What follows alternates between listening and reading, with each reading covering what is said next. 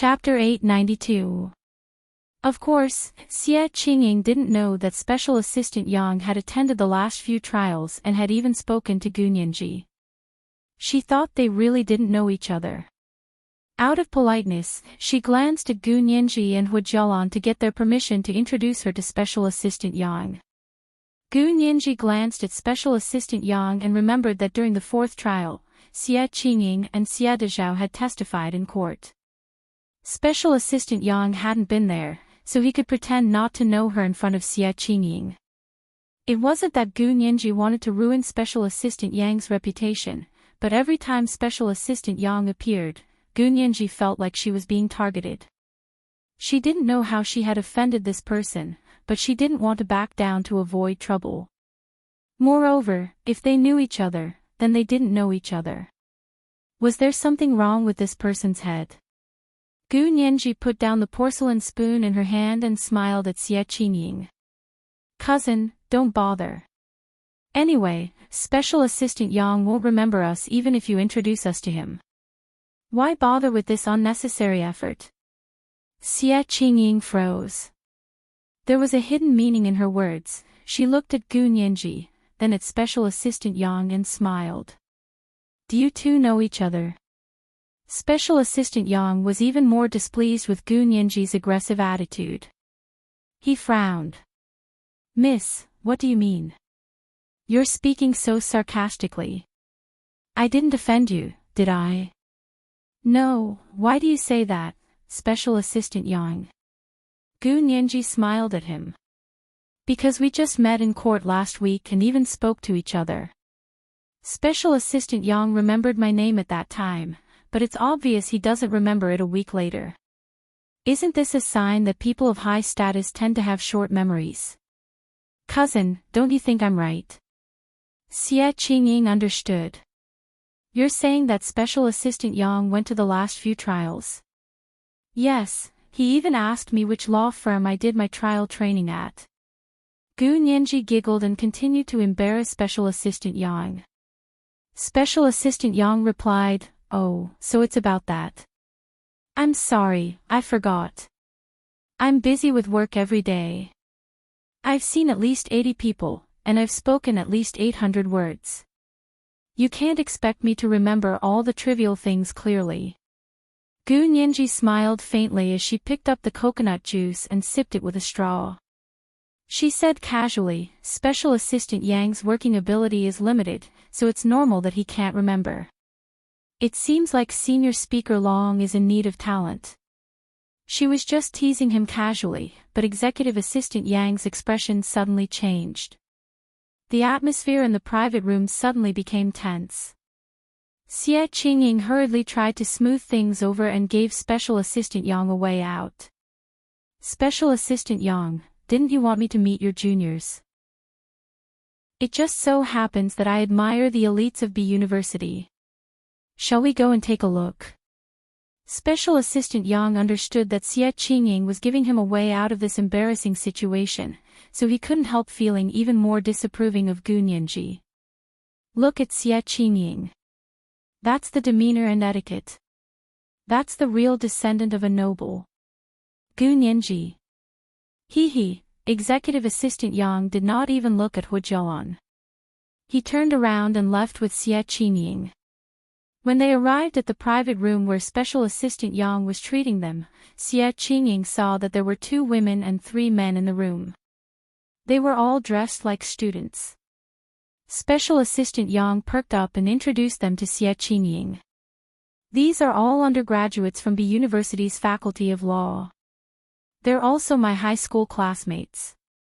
Among the 5 students, 2 of them, 1 male and 1 female, were graduating this year. The other 3 were still freshmen. They looked at Xie Qingying curiously and nodded at her. Special Assistant Yang thought about it and specially introduced the female student who was about to graduate this year to Xie Qingying.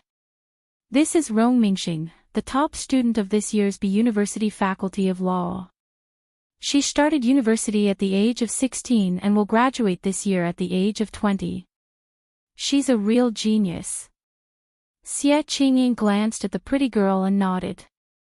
She smiled and said, "It's my honor to meet the elites of B University's Faculty of Law today. Come, let me use tea in place of wine to propose a toast to everyone." Xie Qingying picked up the white porcelain teapot from the dining table and poured herself a cup. Then, she asked everyone in the room to propose a toast.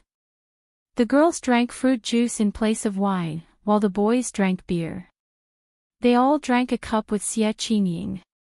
Special Assistant Yang's expression finally returned to normal. He put his hands in his trouser pockets and introduced her to everyone. "This is Miss Xie from the Xie family.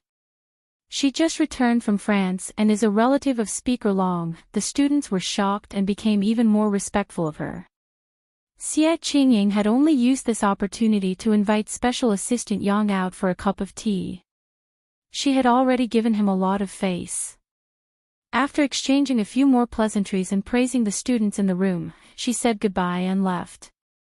After she left, the atmosphere in the room immediately became lively. "Brother Yang, you're so close to Miss Xie. Is this Miss Xie the one from the Xie family who went to France?" They had only seen this kind of family in history books. Special Assistant Yang's face was flushed as he poured himself a cup of wine. He nodded reservedly and said casually, "Yes, that's the Miss Xie from the Xie family. She's a relative of Speaker Long, eh?" "Brother Yang, why are you blushing? Could it be that the Hongwon star has moved?" Several boys cheered and ran over to propose a toast to Special Assistant Yang. Special Assistant Yang had always valued and supported the juniors in his hometown high school. Of course, the premise was that he was the boss. The two girls looked at each other and then looked away. They didn't join in the fun. Especially Rong Mingxing, who was about to graduate this year. Her face suddenly paled, and her delicate little face showed a conflicted and depressed expression. Special Assistant Yang saw that Rong Mingxing's expression had changed, and his mood suddenly improved. The humiliation he had suffered at Gu Nianji's hands had miraculously been smoothed over. He smiled and scooped a braised meatball with Rong Mingxing. "By the way, don't you like eating this? Eat more today. I'll make sure you're full." Several male students in the room had no moral integrity at all. Seeing this, they immediately made fun of Rong Mingxing and Special Assistant Yang. Special Assistant Yang lit a cigarette, held it in his hand, and stared at Rong Mingxing's profile. Amidst the rising smoke, it was hard to tell what he was thinking. Rong Mingxing said softly, "Brother, stop smoking. You drank a lot today." Special Assistant Yang crushed the cigarette in the ashtray and smiled. "Okay, I'll listen to little Rong. I won't smoke anymore." He picked up another piece of fish with his chopsticks and whispered, "What plans do you have for graduation? Our Senate Special Affairs Office will be recruiting new people next spring. Are you interested?" Rong Mingxing was overjoyed. She had been flirting with this senior for so long just for the sake of her job after graduation. "Brother, is it true? Are you going to settle your household registration?" Special Assistant Yang, after Xie Qingying left with Special Assistant Yang, Wu Zhelan whispered, "Nianji, is Special Assistant Yang from the Senate? Is he one of Speaker Long's subordinates?" Since he was called a special assistant, probably only people at the level of the speaker would need to have an assistant for such a position. Gu Nianji nodded. "Yes, he's Speaker Long's special assistant." Hu Zhelan didn't ask any more questions and drank the clear turtle soup alone. After a while, Xie Qingying returned. She sat back in her seat and didn't mention a word about what Special Assistant Yang had just said. She asked Gu Nianji and Hu Zhelan, "Where were we just now?" She was talking about what they had been talking about before Special Assistant Yang came in. Hu Zhelan quickly reminded her, "Qingying, you were just about to say who you were going on a blind date with, but Special Assistant Yang came in before you could say anything." "Oh, right." Xie Qingying had actually forgotten the name she had thought of on the spot because of Special Assistant Yang's interruption. Now that she saw Special Assistant Yang, She remembered that her father and Speaker Long seemed to want her to be with Special Assistant Yang, so she casually mentioned Special Assistant Yang. She asked them, "What do you think of Special Assistant Yang?" Hua Jialan had an expression of, "I knew it." Special Assistant Yang. He looks good and is handsome. He's also young, right? He's Speaker Long's special assistant at such a young age. If he doesn't make any major mistakes, he can become the speaker once Speaker Long retires, right?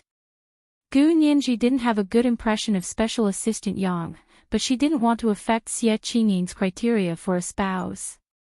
She only corrected Hua Jialan, to become the speaker, he has to pass the election and become a senator.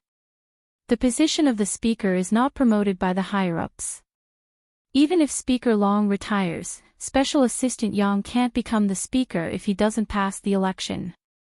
Special assistant is only a civil servant position.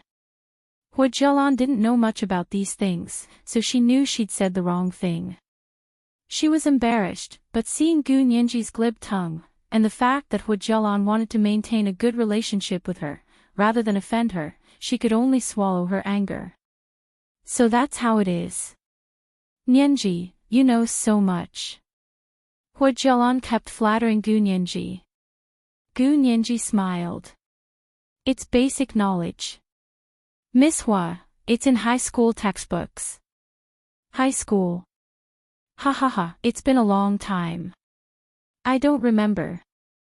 Hua Jialan used time to save face. Gu Nianji didn't continue to poke at her. She took a sip of turtle soup. The private room quieted down and the atmosphere was a little awkward. Just then, her phone rang. It was Hua Xiaoheng's exclusive ringtone. In the past, Gu Nianji wouldn't have picked up right away, but she felt a little uncomfortable during the meal today. She just wanted to leave right away, so she couldn't wait to swipe her phone to answer the call. She smiled and said, "Hello." Hua Xiaoheng obviously hesitated before asking, "Nianji. Is that you?" "Yes, it's me." "What's up?" Gu Nianji was too embarrassed to call him Hua Xiao in front of Xie Qingying and Hua Jialan, so she said, "You," vaguely. Hua Xiaoheng immediately knew where Gu Nianji was. He asked again, "Is it convenient to talk?" Gu Nianji stood up and said to Xie Qingying and Hua Jialan, "I'm going out to take a call." She walked out with her phone in hand and made the call under the tree outside the restaurant. "Hua Xiao. What's up?" Hua Xiaoheng was in a car heading towards B University. "Aren't you going to the base tomorrow?" "I'm free tonight, so I'll pick you up." Gu Nianji didn't hesitate at all. "Okay, I can go now." "Where are you?" "I'm on the way. I'll be at your school soon." Hua Xiaoheng looked at the night view outside the car. "It's just around the corner." Gu Nianji quickly said, "I'm at a restaurant. It's the Huaiyang cuisine near my school." Then she told him the name of the restaurant. Hua Xiaoheng turned his head to look. It was the side of the road. He even saw Gu Nianji talking on the phone under a tree. "Stop there." At the same time, he asked Gu Nianji, "I saw you. Who were you having dinner with?" "This is the first night watch. There are 2 today. A reminder for the recommendation votes and monthly votes, the second watch at 7:00 p.m. Moi. Chapter 893. Gu Nianji gripped her phone and looked up to see Hua Xiaoheng's new Hongqi bulletproof car drive over. It was a winter night, under the dim yellow streetlights, and she had just suffered an unreasonable scolding. When she saw Hua Xiaoheng's car and heard his concerned voice, she felt her cold heart slowly warm up again. She quickly said, "Wait by the roadside, I'll go in to get my bag." Gu Nianji turned to enter the restaurant and returned to the private room. She said to Xie Qingying apologetically, "Cousin, I have to go now. I'll treat you back next time." "Was it the phone call just now?" "Okay, you can go now." Xie Qingying expressed her understanding. She had intended to treat everyone to dinner today, but Hu Jialan and Special Assistant Yang had interrupted her. She was also very embarrassed and quickly said, "Treat me back, I'll remember." "No problem, I'll call you." Gu Nianji made a phone call gesture and picked up her bag. She nodded to Hu Jialan as a form of courtesy. Gu Nianji hurried out of the restaurant and saw that the car was already parked by the roadside. She pushed her bicycle and walked over. The window of the Hongqi rolled down and Hu Xiaoheng peeked out. He said to Fan Jian, "Help Nianji hang her bicycle in the back of the car." Fan Jian quickly got out of the car and took the bicycle from Gu Nianji to hang it on the rack. Gu Nianji thanked him and opened the car door to sit in the back seat. Hu Xiaoheng had been sitting on the side of the car by the roadside, but by the time Gu Nianji got on the car, he had already moved to the other side. Fan Jian hung up Gu Nianji's bicycle and returned to the car. He stepped on the accelerator and drove out. As soon as they left, Special Assistant Yang and the others came out of the restaurant. Everyone crowded around Executive Assistant Yang, chatting and laughing happily.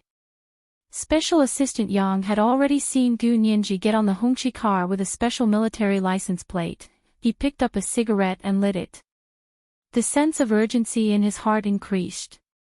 "Brother Yang, where are we going now?" A boy who had just finished his first year asked excitedly. Special Assistant Yang smiled and took out 1,000 yuan from his wallet to hand to Rong Mingxing. "Little Rong, help me entertain everyone for karaoke. I have something else to do, so I'll head back to the Senate first." Everyone was busy thanking Special Assistant Yang as they watched him drive away in the Passat. Senior brother Yang drank a lot of wine just now. Will he be okay driving? A girl muttered. Rong Mingxing pursed her lips and held the money in her hand. It was as hot as fire. She muttered. He didn't drink much. He should be fine, right? It's fine, it's fine. You guys are thinking too much. Senior brother Yang was highly regarded by Senior Speaker Long in the Senate and was Senior Speaker Long's right-hand man. He often went out with Senior Speaker Long to socialize, so this little bit of alcohol was nothing to him. Senior brother Yang's alcohol tolerance is very good. Several of the boys expressed that they were fine and had already taken out their phones to search for karaoke locations. Hu Xiaoheng's car was a new one given to him by the military, so it was very warm inside. The heater wasn't turned up too high, but sitting next to Hu Xiaoheng, he was like a natural heater. Hot air flowed continuously, but Gu Nianji didn't feel cold at all. On the contrary, she felt a little hot. She tugged at the collar of her high-collared cashmere sweater and moved further away from him. Hu Xiaoheng didn't mind. He crossed his arms and leaned against the back seat. He asked her again. Who were you having dinner with? Cousin Xie Qingying. Gu Nianji glanced at Hu Xiaoheng. And your cousin Hu Jialan. Hu Xiaoheng was a little surprised. Hu Jialan. She invited you. Gu Nianji pouted disdainfully. She wanted to, but I didn't agree. Cousin Xia invited me to dinner. We agreed on it in court last time. Xie Qingying invited you to dinner, and she also invited Hu Jialan. Hu Xiaoheng was always able to cut to the chase. Gu Nianji shook her head, but her eyes were still full of admiration when she looked at Hu Xiaoheng. No, they met on the road, and Hu Jialan wanted to accompany them. Hu Xiaoheng saw that he was having dinner with two women, so he didn't mind. He crossed his arms and continued to close his eyes. Gu Nianji looked at Hu Xiaoheng and said, Hu Xiao, do you know what else cousin Xia has to do when she returns to the United States this time, other than helping me with the lawsuit? Hu Xiaoheng didn't open his eyes and said calmly, I only asked her to return to the United States to testify in court. This meant that other matters had nothing to do with him. Gu Nianji tried to figure out what Hu Xiaoheng meant.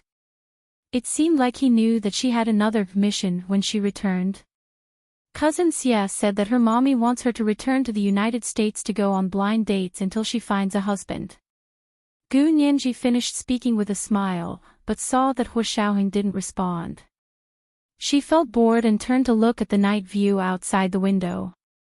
Hu Xiaoheng glanced at her with half-opened eyes and only saw the back of her head. He knew that Gu Nianji was angry that he didn't respond. But how could he respond to something like that? What did Xie Qingying going on blind dates have to do with him? Hu Xiaoheng felt that Gu Nianji definitely didn't know that Speaker Long had tried to matchmake him and Xie Qingying. If she knew, she wouldn't have spoken like this. He didn't explain. The corners of his lips curled up slightly. The smile on his face was very faint, but it lasted until he got out of the car. Gu Nianji followed Hu Xiaoheng back to his official residence. On a Friday night, returning to the place where she had lived for half a year actually felt like it was a lifetime ago. Hu Xiaoheng walked in and saw that she was still in a daze in the dark. He didn't turn on the lights. "What's wrong? Don't you know where the lights are?" As he spoke, he turned on the lights for her. Gu Nianji instinctively closed her eyes. The light in the room wasn't actually blinding at all. Instead, it was a very gentle LED light. However, when a person suddenly entered the light from the dark, their eyes would always subconsciously be on guard. It didn't take long for Gu Nianji to adapt to the light. She rubbed her eyes and didn't say anything. She walked into the bedroom. Hu Xiaoheng saw that she was still angry that he hadn't talked to her on the way here. He followed her in and gently closed the bedroom door before sitting down on the single sofa by the wall. Gu Nianji turned around and saw that Hu Xiaoheng had followed her in. She frowned unhappily. "Hu Xiao, I'm going to sleep." Hu Xiaoheng looked at his watch. "It's not even 10 o'clock yet. When do you sleep so early?" Gu Nianji, she rolled her eyes and rubbed her forehead. "I drank today. I'm tired." Hu Xiaoheng looked at her, and his expression gradually darkened. "You drank? Did you forget what I told you?" She wasn't allowed to drink until she was 22 years old. Gu Nianji turned around guiltily and went to the closet to get her change of clothes. She pursed her lips and admitted honestly. "I didn't drink. I was just joking." Hu Xiaoheng took the remote control from the small coffee table next to the sofa and turned on the flat-screen TV hanging on the bedroom wall. He said calmly, "I know you didn't drink." Gu Nianji turned around quickly and glared at Hu Xiaoheng. She was displeased. "How did you know? You don't smell like alcohol at all." Hu Xiaoheng switched channels with the remote control. His eyes were fixed on the TV screen. "If you want to trick me in the future, find a better reason." Gu Nianji's face flushed. "Who wants to trick you? I've never lied." "Ha." Hu Xiaoheng laughed dryly and looked at her before calmly looking at the TV screen. "My family is also preparing for me to go on a blind date." More accurately, it was his grandfather and father who were preparing it. Gu Nianji's hand paused. She didn't say anything, but she definitely wouldn't admit that her heart skipped a beat. She looked very natural as she picked out the clothes she was going to wear tomorrow in her closet. Hu Xiaoheng glanced at Gu Nianji and switched the remote control to the military channel he often watched. He happened to see the news of the military song troupe recruiting new members. Tan Gairen's long dress trailed on the ground as she stood on the stage of the military auditorium and played the violin. Hu Xiaoheng didn't have time to continue changing channels. Gu Nianji, who had been attracted by the melodious sound of the violin, already saw Tan Gairen's image. She was obviously stunned. On the TV, the host's narration sounded on Tan Gairen's image. Prime Minister Tan's only daughter, Miss Tan Guiren, is a top student at Juilliard and has won many international violin awards. She declined many invitations from internationally renowned orchestras and decided to join the military song troupe. This time, we were able to recruit an internationally renowned violinist like Tan Guiren. This is the honor of the military song troupe and also an opportunity for Miss Tan Guiren. The leaders of the military song troupe have expressed that they will definitely give Miss Tan the best treatment. It won't be any worse than what those renowned orchestras can give her. Gu Nianji also snorted and pouted at the TV screen. If you want to see her so badly, then hurry up and be your escort. Be careful that she doesn't break her ankle and becomes a cripple without anyone to help her.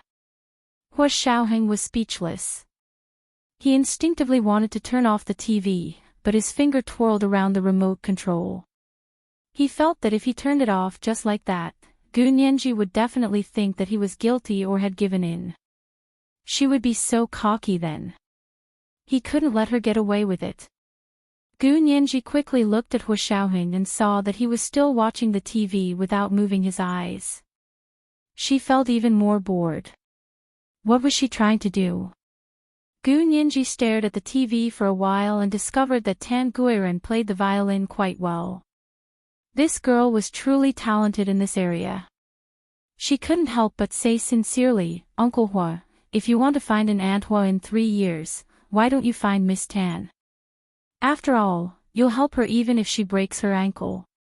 Hua Xiaoheng looked up and finally spoke. "How many times do you have to say this?"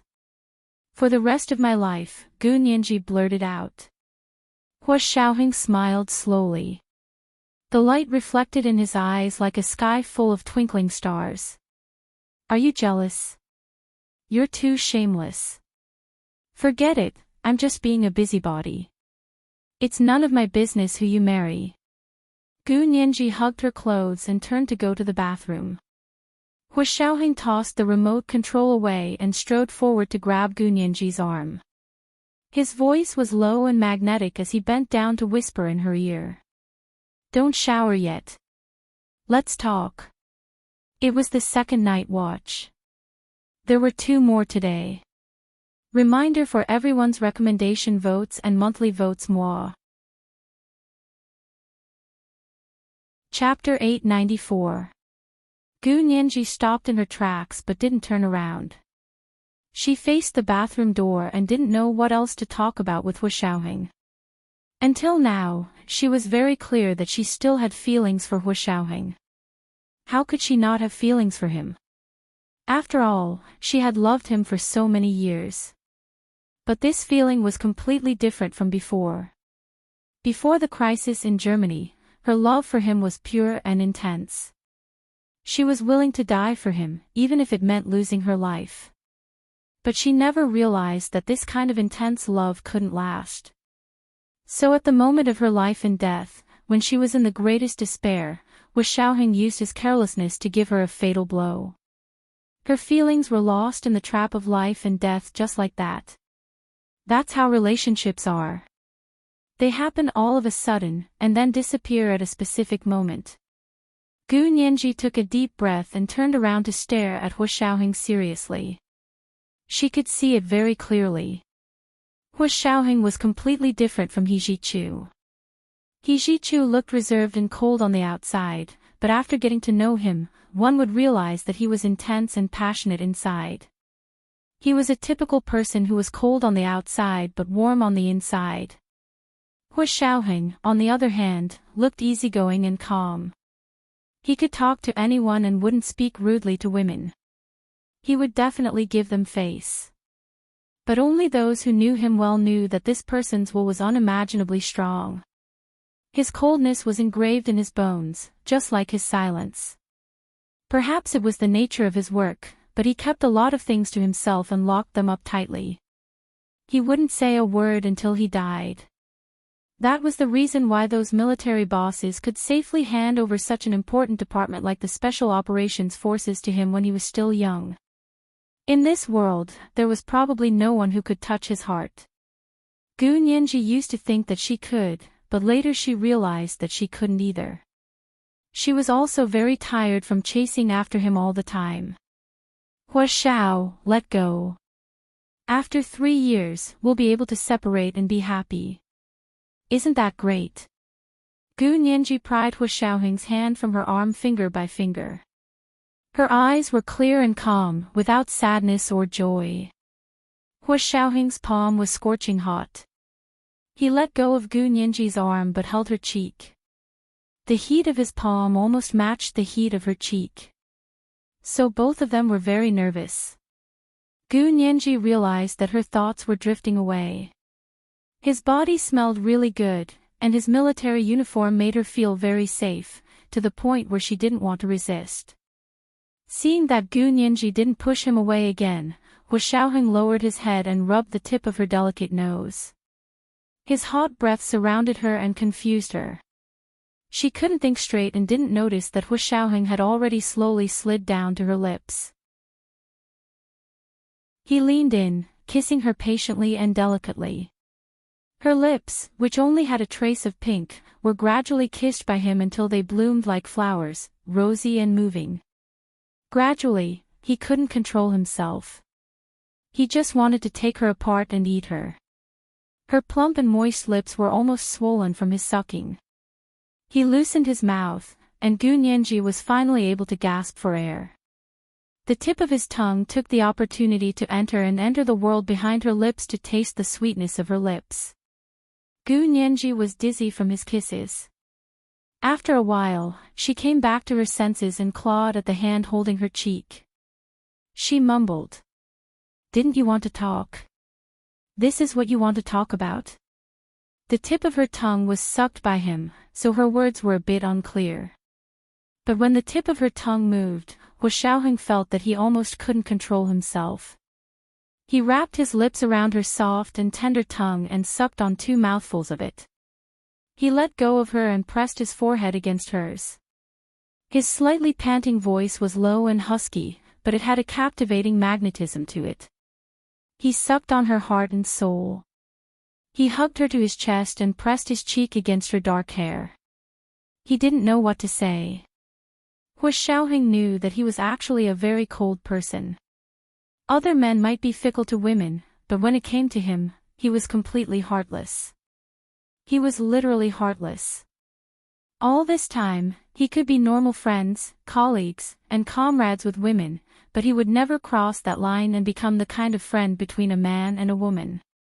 If his life had developed normally, he would probably have dedicated his life to the country and the army. No one could get close to his heart, let alone walk in.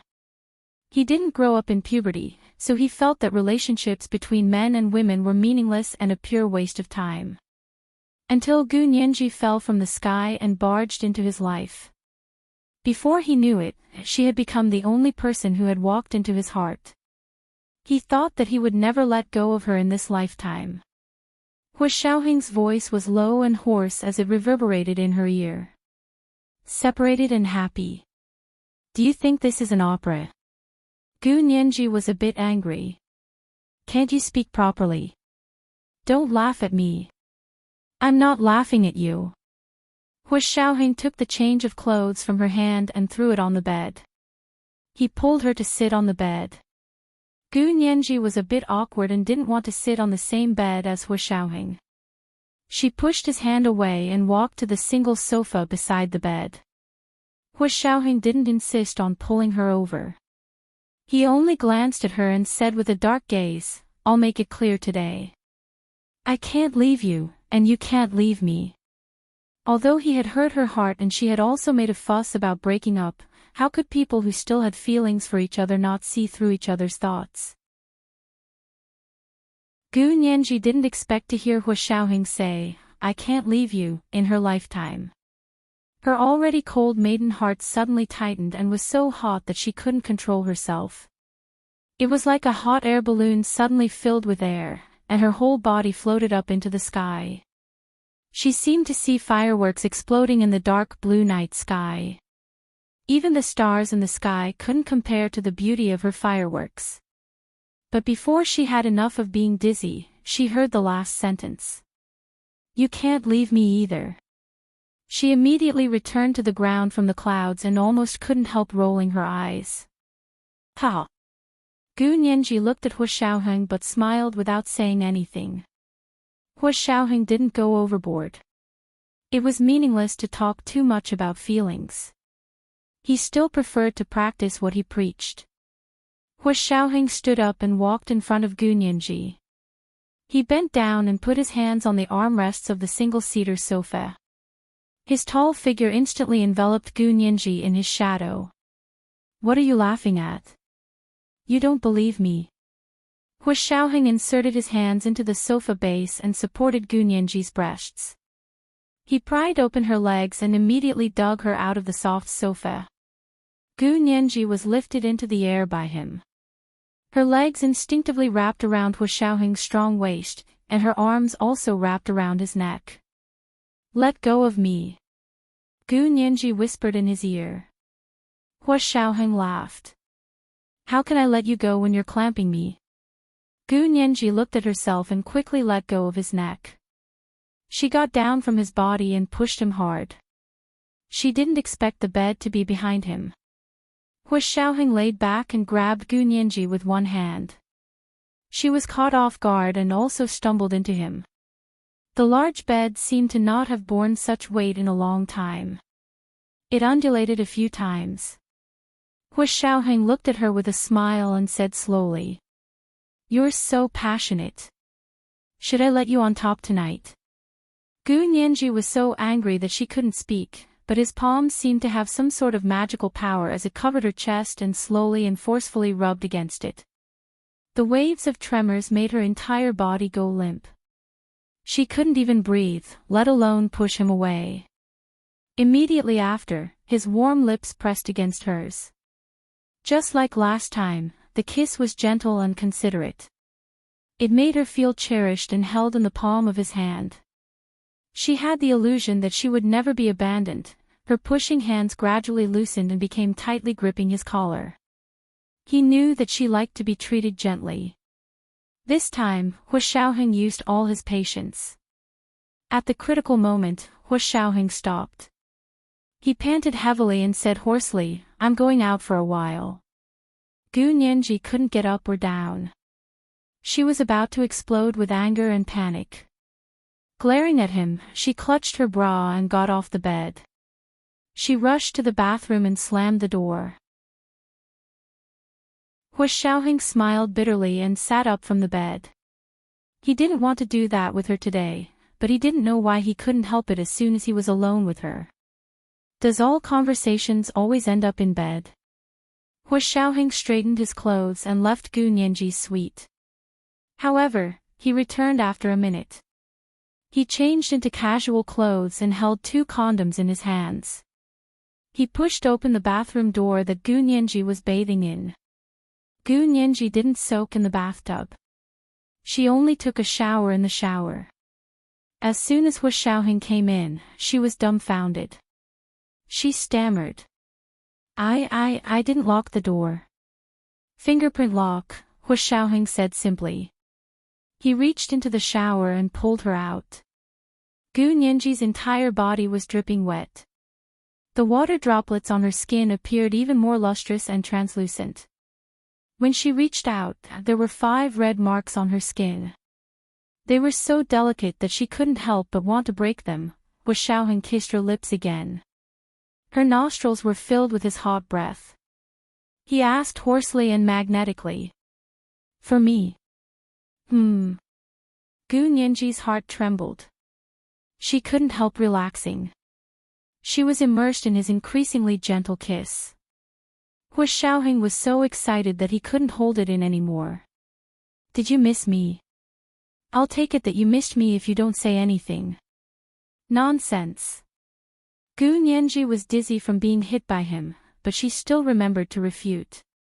"But I missed you." Gunyanji couldn't speak. If his words hadn't been accompanied by his intense actions, Gunyanji felt that she would have been a bit touched. But he was so intense that he blocked all her words. She couldn't say anything. "Come on, let's be entangled like there's no tomorrow. I love you, but I'm afraid to be with you. Because there's no hope, there's no disappointment. I just don't want to be disappointed again." Gunyanji couldn't remember how she felt in the end. She was so tired that she couldn't breathe. She fell into a deep sleep. The next morning, she woke up to see Hua Xiaoheng's smiling face as soon as she opened her eyes. In the morning light, his handsomeness was even more breathtaking.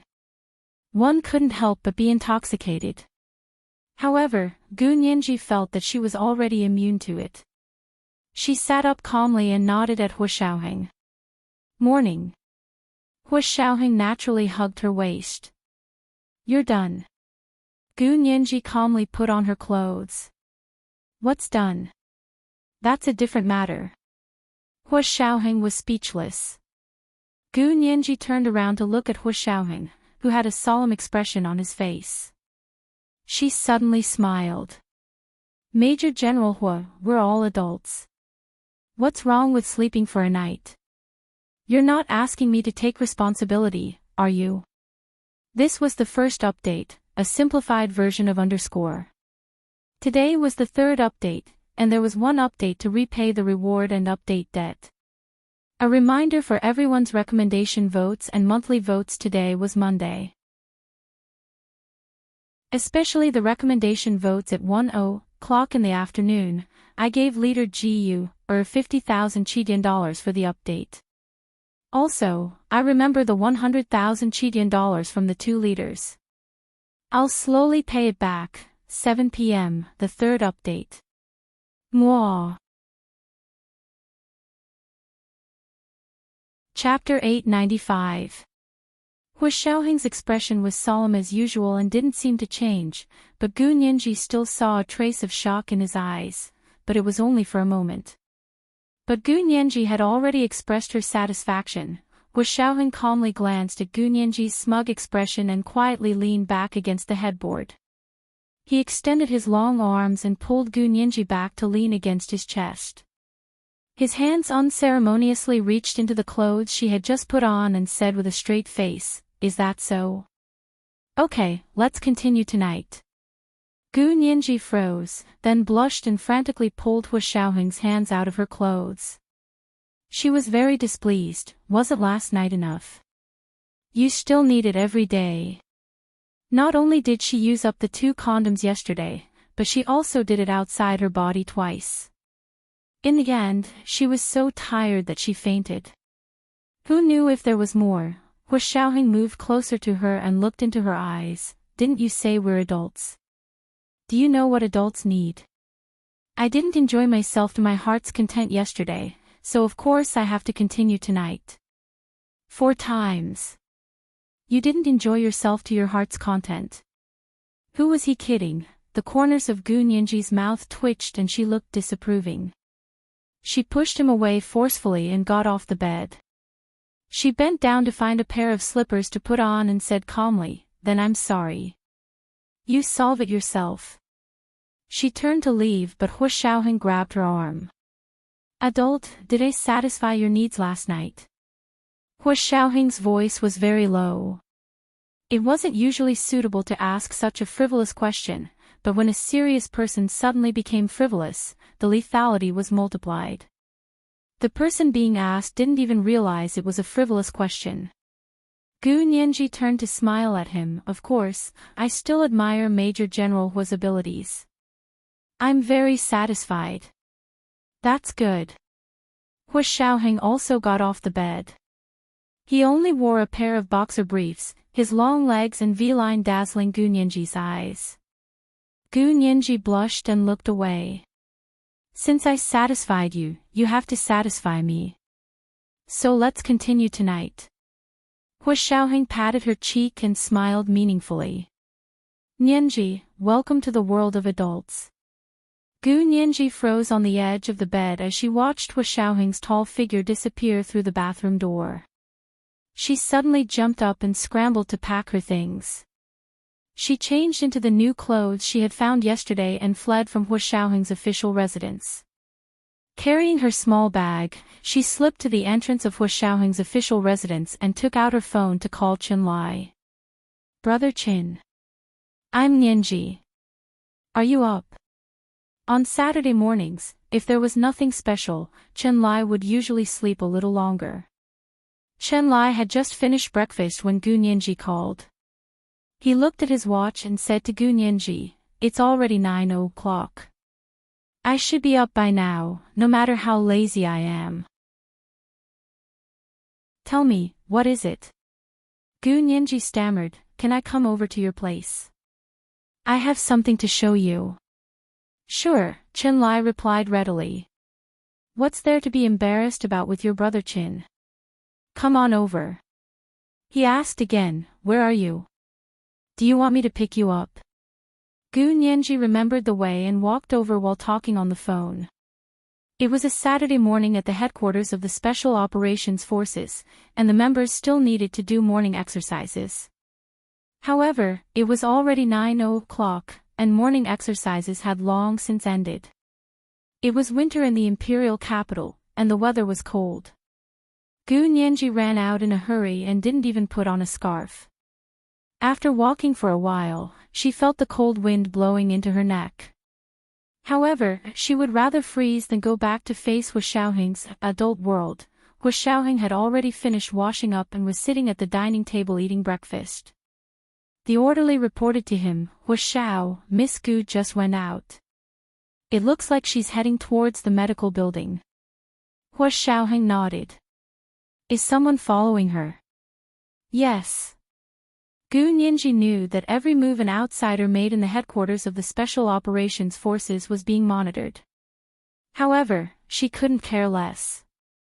She had forced herself to be an adult in the morning, but Hu Xiaoheng had extinguished the little spark of adulthood before she could completely shake it up. Gu Nianji felt that she was really a coward.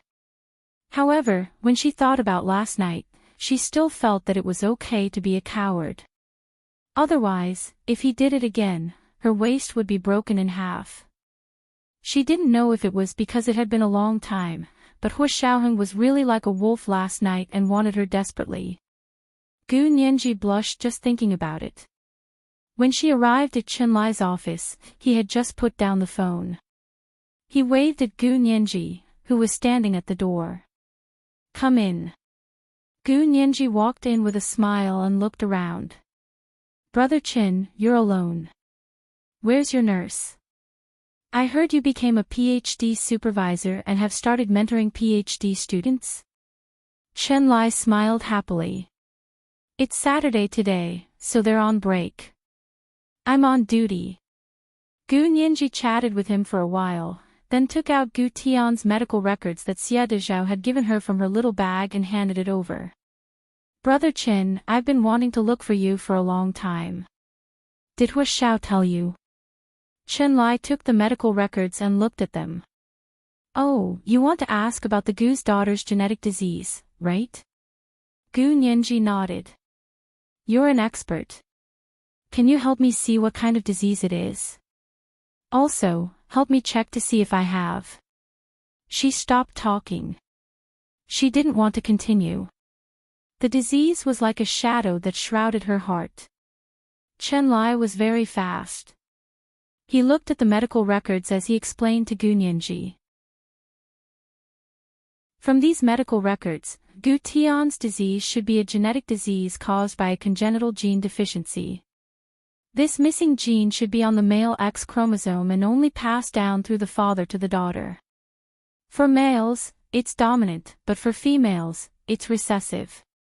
Chen Lai paused before continuing, but the Gu situation is very strange.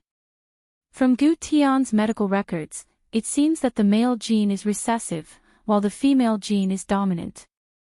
Therefore, the Gu's genetic disease was the opposite of what everyone knew.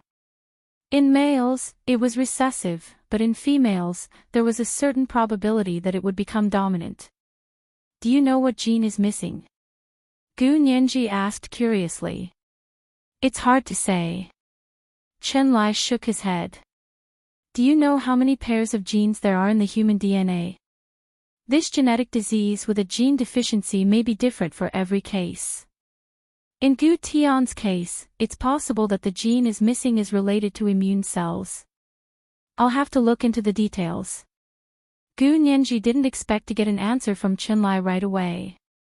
However, Chen Lai was an expert.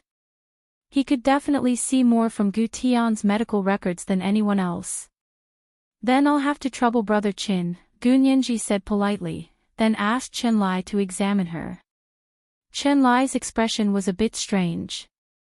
He had just gotten off the phone with Hu Xiaoheng. Hu Xiaoheng had told him that Gu Nianji had to come to him every week for a physical examination to test for the Gu's daughter's genetic disease. Chen Lai had told Hu Xiaoheng immediately, Nianji doesn't need to be checked. She definitely doesn't have it. I sequenced all of her DNA and did all kinds of tests. She doesn't have any gene deficiency. Even if she did, with her insane genetic repair abilities, she would have already fixed it. What's there to check? Do you think I have nothing better to do if I have to check every week? Hu Xiaoheng spoke in a bureaucratic tone. I asked you to check, so just do it. So much bullshit. This is a mission. Chen Lai still didn't agree. He forced himself to say, then I'll tell Nianji that if she's willing to check every week, I have no objections. If she's not willing, then there's nothing I can do. Hu Xiaoheng only said 2 words, whatever. Faced with Gu Nianji's request, Chen Lai wiped the sweat from his forehead with a handkerchief and stammered, Nianji, I've actually checked your body many times before, and you've always been fine. I really don't think you have this genetic deficiency. But Gu Tian also looked fine before, but as soon as she gave birth, something happened. Gu Nianji's eyes darted around. She didn't dare to meet Chen Lai's eyes, so she stammered, actually, I want to prepare for a rainy day and observe first. If there's a change, we'll be able to grasp it as soon as possible. Oh. Chen Lai nodded meaningfully, so you want to prepare for a rainy day. Understood. Alright, you do the check. Gu Nianji was happy and followed Chen Lai to his infirmary for the test. Chen Lai measured her height and weight, took her pulse, and did a brainwave scan. Gu Nianji originally thought Chen Lai was fooling her, but after the brainwave scan, she finally believed him. She lay obediently on the bed for a full half an hour and almost fell asleep. She rubbed her eyes and sat up when Chen Lai said, done. As soon as she woke up, she immediately smelled the delicious aroma of food and immediately felt hungry. She couldn't help sniffling, Brother Chin, do you have food here? I haven't had breakfast yet. Chen Lai turned to walk out and said with a smile, then come out and eat. Gu Nianji followed him out of the infirmary and arrived at Chen Lai's office. She saw Hu Xiaoheng sitting on the sofa in the office. There was a plate of soup dumplings, a pot of porridge, and a few side dishes on the coffee table in front of him. There were salted peanuts, crispy fried little silver fish, and a few pieces of pig's trotters with crystal meat. These were all Gu Nianji's favorite breakfast dishes when she was with Hu Xiaoheng. This was the second update. The Immortal's Fate, 50,000 Chidian dollars, as a reward for leader GU, had received. A reminder for everyone's recommendation votes and monthly votes today is Monday, especially recommendation votes 7 p.m., the third update. Mwah. Chapter 896. Gu Nianji stopped at the door and looked at Hu Xiaoheng with sparkling eyes. Hu Xiaoheng raised his chin at the breakfast on the coffee table. Nianji left without having breakfast this morning. I brought this for her. Chen Lai looked at Hu Xiaoheng, then at Gu Nianji. He smiled. Nianji, you didn't come from school. Gu Nianji didn't dare lie in front of Hu Xiaoheng.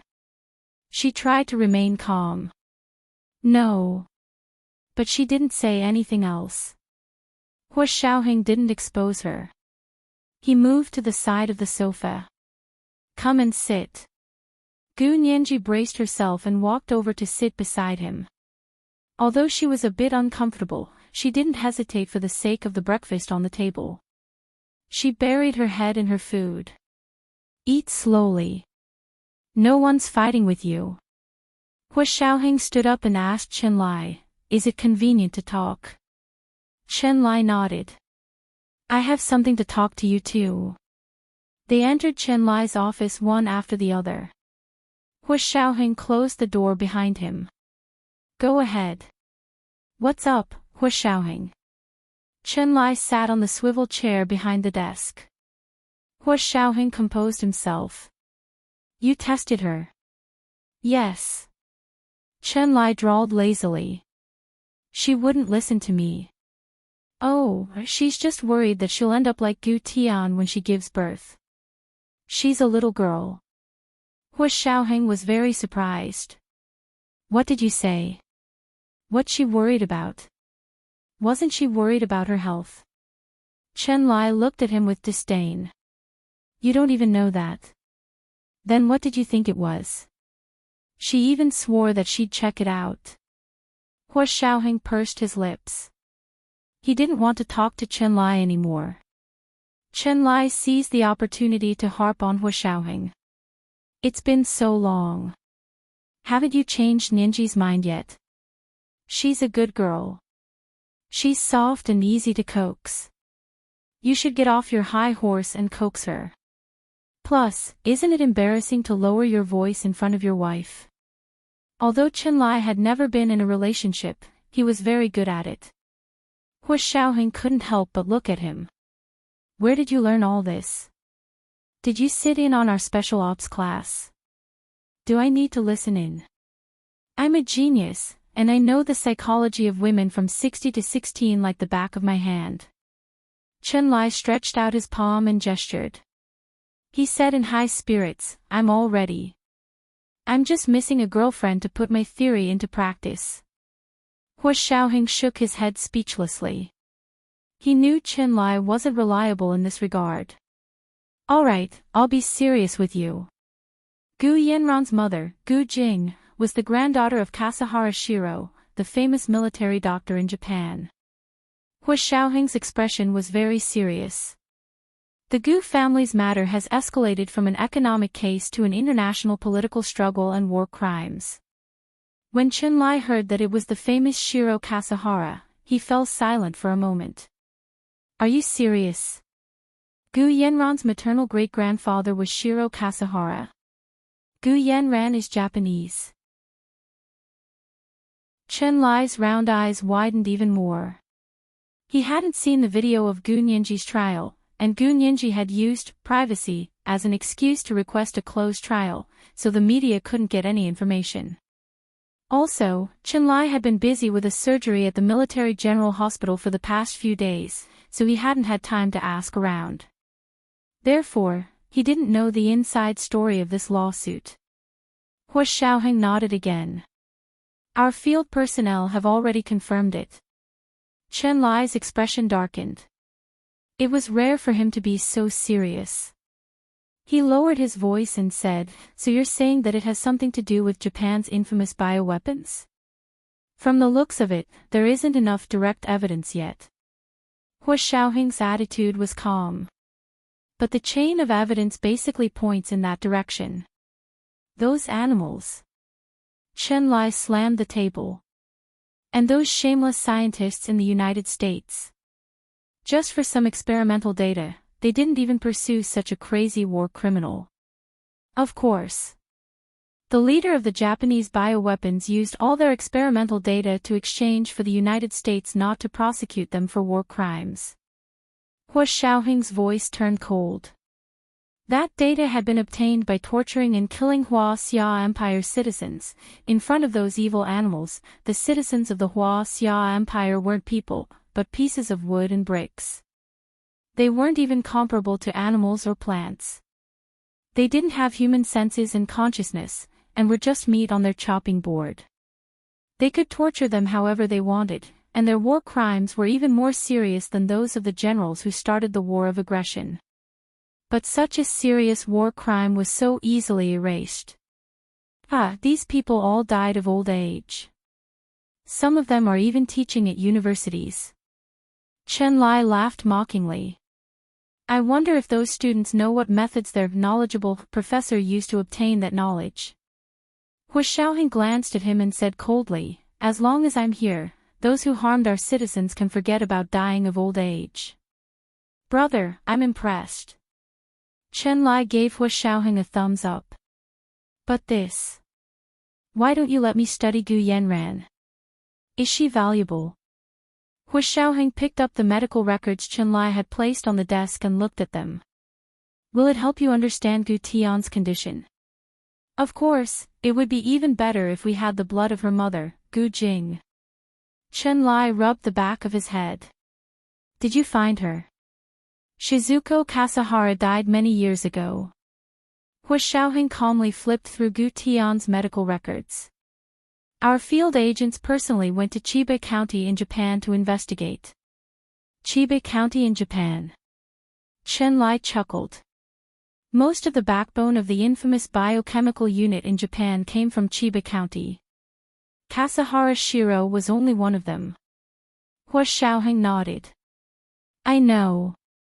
Moreover, the ordinary people of Chinya County know this very well. He remembered the old woman the field agents had met. She had bowed to them and apologized. I'm really sorry. It's unforgivable to do something like that to your country. That old woman, too, right? That's why she apologized to them, right? From a certain perspective, Chiba County was the base of the biochemical unit. But you can't let you study Gu Yanran just yet. Hu Xiaoheng shook his head. I still feel like she didn't explain things clearly. Also, the person behind her probably doesn't want her to live. It won't be too late to let you study her after we find the person behind her. Fine. Qianlai pouted. Then you have to remember what you promised me. Hu Xiaoheng stood up. When have I ever gone back on my word? When he walked out of Qianlai's office, he saw that Gu Nianji had finished her breakfast. The plates were placed neatly on the coffee table. Hu Xiaoheng called the orderly to clean up and left. He looked at Gu Nianji with a smile. An adult, come back with me. Gu Nianji glared at Hu Xiaoheng. Hu Xiao, that's not very kind of you. How long was he going to play the adult joke for? Fine. Nianji, come back with me. Hu Xiaoheng accepted her advice and stopped teasing her. Gu Nianji, on the other hand, felt uneasy. Her eyes drifted to the door as she muttered, I have to go back to school. I still have a thesis to finish. Hu Xiaoheng smiled and didn't make things difficult for her. Let's go. I'll send you back. Really? Gu Nianji was suspicious. You'll be so kind. To let me go. Hu Xiaoheng bent down and stopped less than 5 centimeters away from her. His gaze was deep. Don't tell me you don't want me to let you go. It was the third watch. A reminder about the recommendation votes and monthly votes today was Monday, especially the recommendation votes moi. Chapter 897. As soon as Hu Xiaoheng asked this, Gu Nianji immediately retorted, no way. Let me go, I'm more than happy to do so. Really? Hu Xiaoheng's face showed a faint smile, but it didn't reach his eyes. It only floated on his face like a perfect mask. Most people wouldn't be able to find fault with it, but Gu Nianji found it a bit jarring. She tilted her body sideways and slowly shifted her gaze away. Her delicate and plump lips pursed, revealing only a thin line. It was a stubborn expression, but when she pursed her lips tightly, 2 shallow dimples appeared on the corners of her lips. It was very amusing, and people couldn't help but want to kiss those dimples. Hu Xiaoheng's eyes gradually darkened. He slowly leaned over with great pressure, like a black panther staring at its prey, determined and calm. Gu Nianji's heart pounded, but she still forced herself to stand. She refused to show weakness, and she wouldn't dodge. She could feel Hu Xiaoheng's aura invading her. He was also like an alpha wolf, with a natural determination and perseverance to defend his territory. Gu Nianji pursed her lips even more, appearing even more stubborn. But Hu Xiaoheng only quickly kissed the little dimple on Gu Nianji's lips. Like a white steed flying across a crevice, or a dragonfly skimming the surface of the water, he left a shallow mark on her dimple. Before Gu Nianji could react, Hu Xiaoheng had already pulled away. His lips were soft and warm, the complete opposite of his cold and hard personality. Gu Nianji felt like she was electrocuted where he kissed her lips. A ripple of numbness quickly spread through her heart and wouldn't stop for a long time. She reflexively covered her face, but when she looked up, she only saw Hu Xiaoheng's tall figure striding out the door. Wasn't this person moving too fast? Was he running away after flirting? Gu Nianji stood up and glared at the door of Chen Lai's office, wanting to stop Hu Xiaoheng. Chen Lai staggered out of the office and saw Gu Nianji staring at the door. He tilted his head to look. What's wrong? Where's Hu Xiao? Gu Nianji was speechless. She took a deep breath and warned herself not to stoop to that person's level. She picked up her bag. Brother Chen, I'm leaving now. Can I come back next week? Chen Lai chuckled and winked at her. Come if you want. There are no side effects to measuring your height and weight anyway, right? Gu Nianji, forget it, I won't lower myself to their level. Gu Nianji turned to leave. Coming out of the first floor of the medical building, Gu Nianji was surprised to see Hu Xiaoheng's car parked in the open space in front of the building. Hu Xiaoheng sat in the car with the window open. He rested one arm on the window and held a cigarette in his hand. White smoke curled up from the cigarette as if it had just been lit.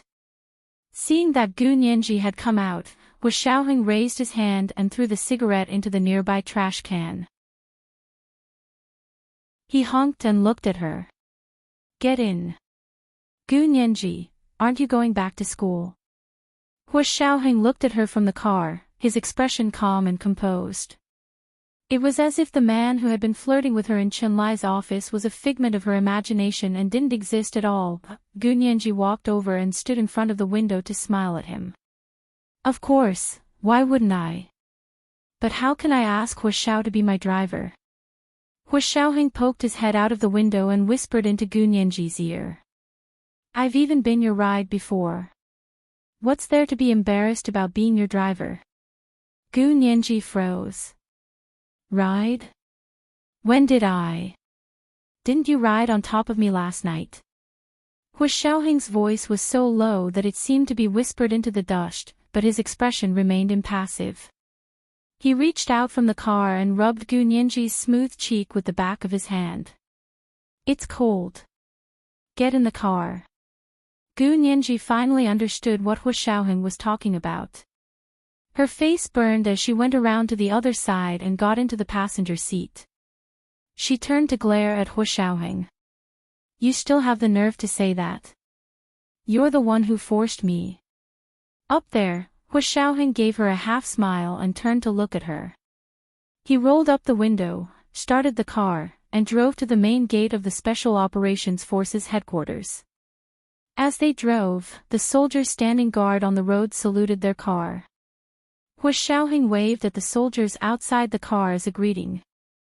The car sped all the way and quickly got on the highway. Gu Nianji kept looking at the scenery outside the window and didn't speak to Hu Xiaoheng. Hu Xiaoheng turned on the radio in the car to break the awkward silence between them. The radio in his car was set to the military channel, of course. It was actually broadcasting about the military art troupe again. She didn't know if it was because Tan Guiren was the best talent the military art troupe had recruited in the past few years, but the publicity was overwhelming and was no less than that of a popular celebrity.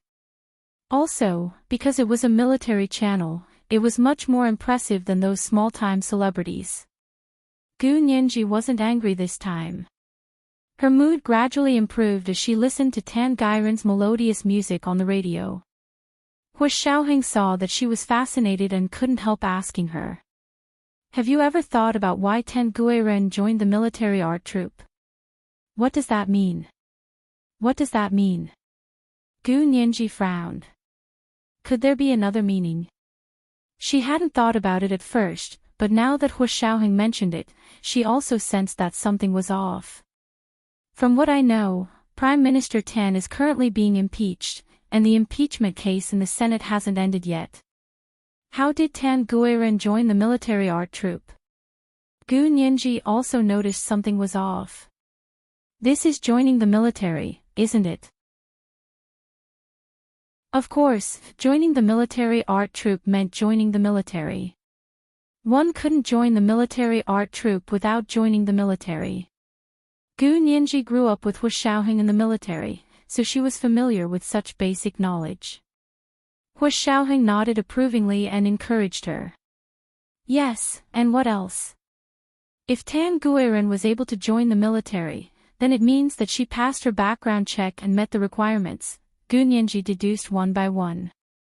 But Prime Minister Tan's impeachment case hasn't ended yet. How did she pass her background check and pass her background check? Logically speaking, if a direct or collateral relative had a criminal record, such a person couldn't become a civil servant or join the military, much less join the military art troupe. With Tan Guiren's qualifications and education, she would be an officer the moment she joined the military. She would at least be a captain. Tan Guiren has already officially joined the military art troupe. Gu Nianji made a bold assumption and carefully verified it. The military's TV and radio stations are taking turns to broadcast it. That means she has officially joined. Hu Xiaoheng glanced at her again. What did you figure out? Gu Nianji froze slightly and quickly connected Tan Guiren joining the military art troupe with Prime Minister Tan's impeachment case. It looks like Prime Minister Tan's impeachment case will pass smoothly. Hu Xiaoheng nodded and explained in more depth to Gu Nianji. That's right. This means that Prime Minister Tan's wife, Madame Kai's family, has stepped in again to ensure that their son-in-law passes. Prime Minister Tan's impeachment case has already reached an agreement behind the scenes, so he won't be impeached and removed from office. That's why Tan Guiren can successfully join the military art troupe. Gu Nianji completely understood. Also, the military's TV and radio stations are taking turns to broadcast it to send a signal to all the competing forces. They're telling them that this matter has already reached an agreement behind the scenes, so they can quit while they're ahead. Smart girl. Hu Xiaoheng couldn't help but rub her head. In the future, don't just think about being jealous when you encounter something like this. Think more about the meaning behind it. But Gu Nianji still didn't understand. She ignored the innuendo in Hu Xiaoheng's words and asked in confusion, are Kai Songyin's family that powerful? Also, Prime Minister Tan treated Kai Songyin like that. Instead of supporting their daughter, they continue to protect this son-in-law. About that, if you have the time, you can investigate Prime Minister Tan's wife, Madame Kai's family, and see why they want to protect Prime Minister Tan. Also, find out what power and status they have to be able to make all sides reach a compromise. Hu Xiaoheng glanced at Gu Nianji with a smile. He thought that way, Gu Nianji's attention wouldn't always be on Tan Guiren joining the military art troupe. To be honest, if Gu Nianji really had this thorn in her heart that couldn't be removed, Hu Xiaoheng would still have a headache. It would be best if she could think through the twists and turns and see further, so she wouldn't limit herself to relationships. When one reached Hu Xiaoheng's position, many things could affect the whole situation. Every time the opponent made a move, they would never have only one goal. Using the opponent's power to attack, knocking on the mountain to scare the tiger, luring the snake out of its hole, and attacking the besieged by besieging the besieged were all martial arts skills. She was his wife, so she wanted to be like him and look at the scenery from a high vantage point. Tan Guiren joining the military art troupe not only meant that Prime Minister Tan's impeachment case had passed smoothly, but it also meant that she wanted to test the military. Hu Xiaoheng didn't explain this to Gu Nianji in detail.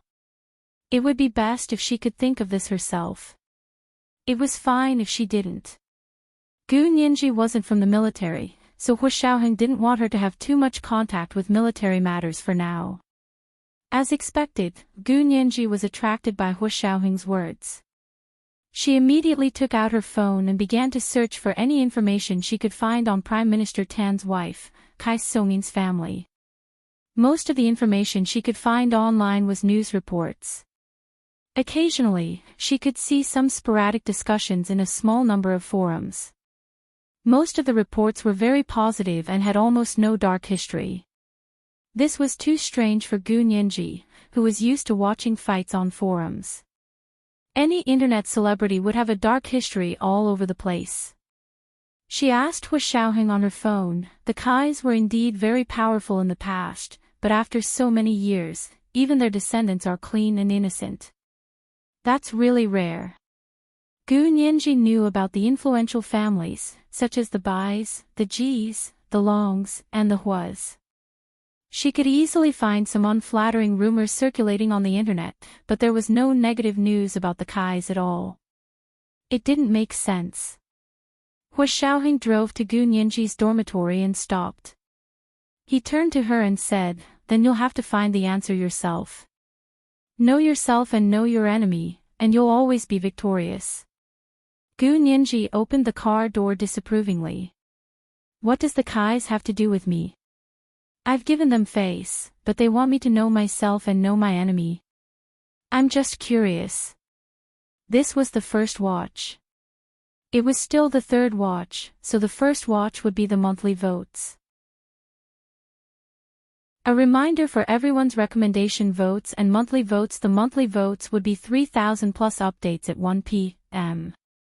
The third watch at 7 p.m. PS. Thank you to Momo Moshi and Bagel16 for tipping 10,000 Chigen coins yesterday.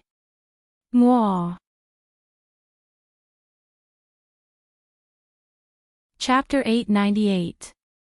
Hua Xiaoheng smiled as he watched her jump out of the car. Gu Nianji pouted when she said this. Her lips were very alluring. Hua Xiaoheng couldn't help but lean over to pinch her cheek. "You're the only one with a small face." "Of course, I have a small face. It's photogenic." Gu Nianji smacked Hua Xiaoheng's hand away. "Don't be touchy. It'll look bad if other people see it. Don't pinch my face, I'm not a child anymore." "Oh, you're an adult." Hua Xiaoheng continued her sentence. His eyes swept over Gu Nianji's chest meaningfully and he whistled softly. Gu Nianji blushed and turned to leave. Every weekend after that, Gu Nianji went to the headquarters of the Special Forces to find Chen Lai for a checkup and various tests. Of course, not only were the results normal, but they were also very normal. Chen Lai still insisted that Gu Nianji didn't have the Gu family's genetic disease. Gu Nianji looked at her test results and asked confusedly, "Why? Aunt has a genetic disease, how can I not have it? Didn't Gu Xiangwen prepare Gu Yanran as a treatment option? If she wasn't sick, why would she adopt Gu Yanran?" For more than a month, Chen Lai studied Gu Tian's medical records thoroughly. He also studied many genetic maps of familial diseases. He discovered a problem from this comparison. "Nianji, I suspect that your Aunt Gu Tian's disease isn't hereditary." Chen Lai pushed his round glasses up the bridge of his nose and reminded Gu Nianji seriously. Gu Nianji couldn't believe her ears. "What did you say? It's not hereditary. But you also said it's caused by a genetic defect." "That's our misunderstanding." Chen Lai took out 2 genetic maps and showed them to Gu Nianji. "Look, this one is the genetic map of a real familial disease. This is the result of your Aunt Gu Tian's DNA sequencing. It's a comparison of your DNA." Gu Nianji felt dizzy looking at all the data. "Can you see the difference? Hereditary diseases are formed from one genetic mutation. Subsequent mutations or genetic defects are passed down. Your Aunt Gu Tian's illness seems to be caused by a genetic mutation. It's not inherited from the previous generation." Chen Lai expressed his opinion. "Look, this is the difference between the 2 pictures." Gu Nianji looked at it for a long time but still couldn't quite understand the difference between the 2 pictures. After all, she wasn't a medical student. However, she could understand Chen Lai's explanation. "Are you saying that my aunt's genes mutated, and that's why she became the Gu family's hereditary disease? In other words, If the Gu family had a hereditary disease, Gu Tian was the source of the first mutation. Chen Lai nodded heavily. That's exactly what I meant. Gu Tian's illness is not hereditary, but genetic mutation. That's interesting. Did she have a genetic mutation when she was born, or was she affected by the environment? Gu Nianji asked thoughtfully. This is a difficult problem. If only I could find someone from the previous generation of the Gu family, which is your grandparents' generation, then I could perfectly verify my theory. Chen Lai shook his head as he looked at the genetic map he had created. He was fascinated. Other people couldn't understand the data, but to him, it was more attractive than the most beautiful woman. Gu Nianji shrugged. Then I can't help you. I heard that my grandfather's generation passed away a long time ago.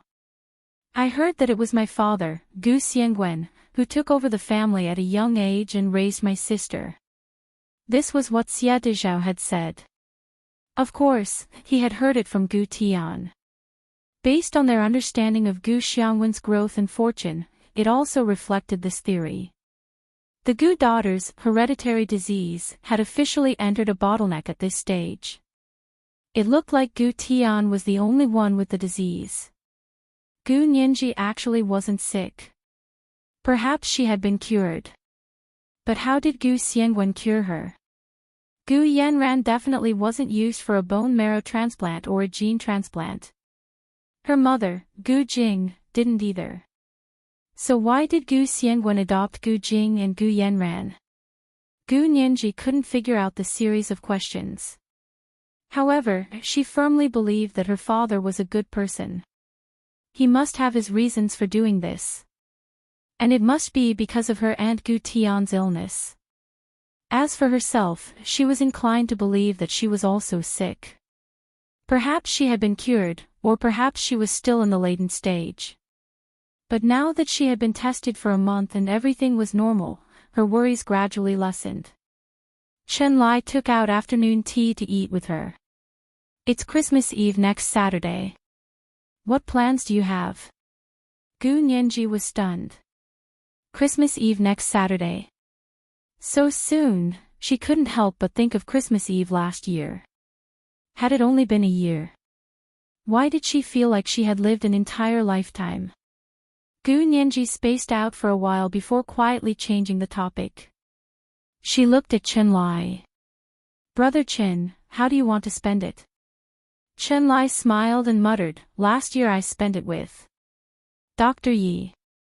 It was late, and we were still in the hospital for surgery. I was starving when I came out, so she made me a bowl of noodles. Gu Nianji was speechless. It was Christmas Eve. Why did they make it sound like Valentine's Day? All she could think about was the time she had spent with the person she used to love. Gu Nianji hesitated for a long time before squeezing out a sentence. There are plenty of fish in the sea. Why do you have to be so attached to a single flower? Chen Lai snorted with laughter. He almost couldn't hold the cake in his hand. Gu Nianji took the cake from him and made tea for him. Brother Chen, to be honest, Dr. Yi doesn't deserve such a good person like you. You'll find a woman who likes you and also likes you. Chen Lai glared at her. You make it sound better than a song. What about you? Don't say I don't know you've been fighting with Hua Xiao. If you think I'm fighting, then we have nothing to talk about. Gu Nianji stopped smiling. She didn't pity Chen Lai at all. Chen Lai finally became serious. Nianji, are you serious? Gu Nianji didn't nod or shake her head. She quietly looked down and took a sip of milk tea. Chen Lai saw this and quickly changed the topic. Actually, Christmas isn't that interesting. It's not like it's our holiday. We're just joining in the fun. It's mainly the atmosphere. Gu Nianji smiled. I remember it snowed heavily on Christmas Eve last year. Okay, she had come back to it herself. Chen Lai chuckled. I understand. It's so romantic on a snowy day. Gu Nianji was speechless. She should stop talking. The more she said, the more mistakes she made. Gu Nianji finished her milk tea and helped Qianlai wash the teacups. She put them back and was about to leave when she heard footsteps coming from the hallway. The art troupe's car is here. Go see. The beauty of the army. She's so beautiful in real life. Even more beautiful than on TV. She plays the violin really well. She's someone with real skills. Her father is the prime minister and her mother is from the Kai family. She's a real aristocrat. Gu Nianji's eyes shifted. She instantly knew who was coming. The doctors and nurses in the hallway were eager to see the show. Gu Nianji lazily said to Qianlai, who was in the inner room, "Brother Qin, any Tom, Dick, or Harry can come to the Special Operations Forces headquarters now." Qianlai had just come out of the inner room. He didn't know what she was talking about. He asked blankly, "What's wrong? Who's here?" Gu Nianji stood up and crossed her arms to the door. She pouted disdainfully. "Look, everyone's in a hurry to see the show." Qianlai poked his head out and called out to a nurse curiously. "Hey! Why are you guys running?" The nurse was elated. "Dr. Qin, the military art troupe just arrived. I heard the Prime Minister's daughter, who just joined the army this year, is also here. They're giving us a performance tonight." Qianlai was speechless. What a mother of asterisk her. What a troublemaker. Qianlai snapped out of his daze and turned to look at Gu Nianji. She looked normal and didn't show any signs of emotion. Except for the Tom, Dick, or Harry part. Qianlai sighed and reached out to rub her head. "Little girl, you're good at pretending. If you're unhappy, then be unhappy. Why are you acting like you don't care?" "I'm not pretending." Gu Nianji lowered her arms and glared at Qianlai. "I just thought it was strange. I've been with you guys for so many years, but I've never seen the military art troupe send warmth to you guys." She laughed as she spoke. Qianlai looked at her and laughed with her. This was hilarious no matter how they listened to it. It was definitely worth laughing about. Gu Nianji and Qianlai were both wondering how Hua Xiaoheng would respond. After all, it had never happened before. At that moment, in the Special Operations Forces headquarters office building not far from the medical building, Hua Xiaoheng looked up from behind his desk and asked Yin Shixiang calmly, "What did you say? Say it again." His tone was gentle, and his voice was slow. He sounded very gentle. However, Yin Shixiang shuddered when he heard it. He even stuttered. "Hua Xiaohua, it's almost the end of the year. The military is conducting a surprise inspection, and they brought the military art troupe here to report on their performance. It was the second night watch, and the monthly tickets had been delivered. It was still the third night watch. It was the third night watch." Chapter 899. A surprise military inspection. Hua Xiaoheng stood up from behind his desk. "Who's leading the team? Don't let them in yet. They're already in." Yin Shixiang's legs didn't tremble, and he didn't stutter anymore. He looked like he had nothing left to live for. It didn't matter what he did. What was there to be afraid of? "They're in." Hua Xiaoheng picked up his military cap and put it on. "Yes. Go arrest the people standing guard at the gate today. Lock them up first and then send them to the military court." Yin Shixiang's jaw almost dropped. "Hua Xiao. This has nothing to do with them, right? I know the people from the military came in with the highest A-class pass issued by the special forces." Hua Xiaoheng turned around to look at him. His gaze was as sharp as a knife. Yin Shixiang suddenly felt like his legs were broken at the knees. He just wanted to kneel down, A-class passes can only allow 2 people in. How many people did the guards let in today? Hu Xiaoheng put on his leather belt and strode out. Yin Shixiang's heart trembled. He quickly followed Hu Xiaoheng out and said carefully. Hu Xiao, General Hu led the team here, General Hu. There was only one general with the surname Hu in the Supreme Military Council, and that was Hu Xiaoheng's father, Hu Guanchen. Hu Guanchen was the director of the military political department. At the end of the year, his political department was indeed the busiest. It seemed like the soldiers on guard knew Hu Guanchen. They knew he was Hu Xiaoheng's father and the director of the military political department with the rank of general. They had also come in with the excuse of a surprise inspection. So they let them in. Normally, if it was any other department in the military, there would be no problem at all. But the Special Forces was an exception. In this place, the military structure was different from other military regions. Therefore, they had to abide by different principles and rules. Even in terms of military law, the Special Forces had their own special rules. Anyone who wanted to meddle in the Special Forces' affairs could not be tolerated. Hu Xiaoheng stopped in his tracks. He didn't say anything and continued walking forward. When he arrived at the office building, he saw 3 military vehicles parked in the square in front of the building. His father, Hu Guanchen, was in the lead jeep with his driver, orderlies, and personal secretaries. In the second car sat a staff member from the military political department, probably in charge of spot checks. The third car was a larger limousine, about the size of a bus.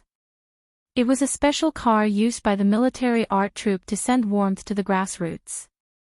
It was spacious inside, and not only could it fit people, but it could also fit many musical instruments and props. It was indeed very convenient. The square was already surrounded by a circle of people. There were soldiers with live ammunition.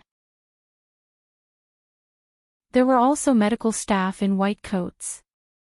There were also some members who were dressed in normal clothes and were training in the base. They did not go out to the field. Everyone was very excited and pointed at the limousine. The curtains of the limousine were drawn, but there were also people inside who lifted the curtains and looked out curiously. Hu Xiaoheng put on his Bluetooth headset and ordered Zhao Liangzi, intercept all cell phone signals in the military base and any cell phones that attempt to connect to the military base's Wi-Fi. Locate them one by one. Zhao Liangzi didn't come out. He was in the central control room doing an annual inspection of the system. When he heard Hu Xiaoheng's order, he immediately turned on the signal jamming system in the central control room and began to scan and identify all the cell phone signals in the base. As for the cell phones that attempted to connect to the military base's Wi-Fi, it was even easier to check. They had a Wi-Fi signal that allowed outsiders to connect, but this was purely a phishing signal tower. Every cell phone that pressed "agree" to connect had given up all their privacy rights in front of them. Hu Xiaoheng strode towards Hu Guanchen's car. Hu Guanchen was already angry that he was blocked in the square and couldn't enter.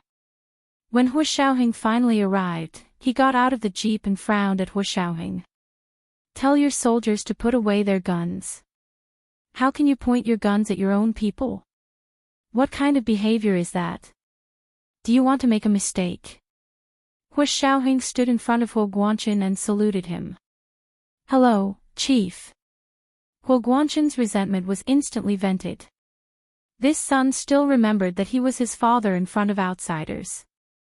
He was giving him face. Hu Guanchen's stern face gradually broke into a smile. He nodded. "Yes, Xiaoheng, I brought people here today." Hu Xiaoheng put down his saluting hand and interrupted Hu Guanchen. "General Hu, please pick one person.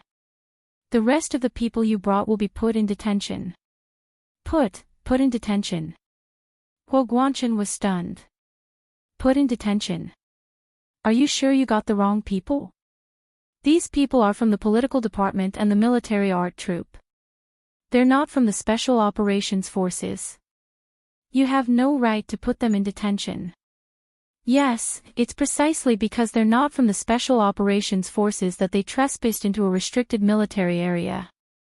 Who knows how many things they shouldn't have seen? Who knows how many people might have leaked information? We didn't even do a background check on those people and let them in. This is a huge mistake we shouldn't have made. Hua Xiaoheng folded his hands behind his back and spread his legs slightly apart. He stood in front of Hua Guanchen, taller than him. But this is our fault. We didn't guard the place properly and let people in who shouldn't have. I've already sent people to the gate to arrest the people who were standing guard today. They'll be sent to the military court soon. Hua Guanchen finally understood what Hua Xiaoheng meant. He wanted to put him in his place. You've grown up. How can you talk to me like that? Hua Guanchen's hand trembled as he took out a document with a red stamp. Look at this yourself. This is a surprise inspection order issued by the Supreme Military Council. Hua Xiaoheng glanced at it. We don't object to the surprise inspection, but the Special Operations Forces headquarters has a special status. Even if it's a surprise inspection, you need a pass to enter. May I ask if you have all the passes with you? Hua Guanchen was speechless. He carefully looked at the surprise inspection order in his hand. It didn't seem to say anything about exempting the pass. If it didn't specifically say that the pass was exempted, then it meant that the pass was needed to enter. Hua Guanchen was a little embarrassed. Surprise inspections of other departments were part of his job. He only applied for a surprise inspection order for Hua Xiaoheng's Special Operations Forces. He didn't expect that there would be a programming error and Hua Xiaoheng would catch him red-handed. He thought about it and was about to ask Hua Xiaoheng to make an exception and apply for the pass immediately to let them in first. However, Hua Xiaoheng waved his hand and the armed soldiers on the side of the square surrounded them. The medical staff who were watching knew that something had happened. They quickly left the square and returned to their own medical building. General Hua, please pick one person to take with you. We'll put the rest of them in detention and interrogate them one by one. Hua Xiaoheng said mercilessly. He had no intention of making an exception. It was the third watch, and it was still the third watch today. Good night, my dears.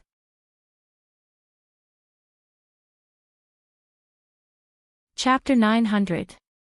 Hua Guanchen's face darkened when he saw how stubborn Hua Xiaoheng was. Hua Guanchen stood in front of Hua Xiaoheng with his hands behind his back, and his aura grew. He had been the director of the political department for many years, and he was the highest-ranking political department in the military. Hua Guanchen was not someone who did nothing. He looked up at Hua Xiaoheng, who had a serious expression on his face, and said in a low voice, "You really want to do business with me, don't you?" "Okay, let's do business." Hua Guanchen looked through the inspection order again as he spoke.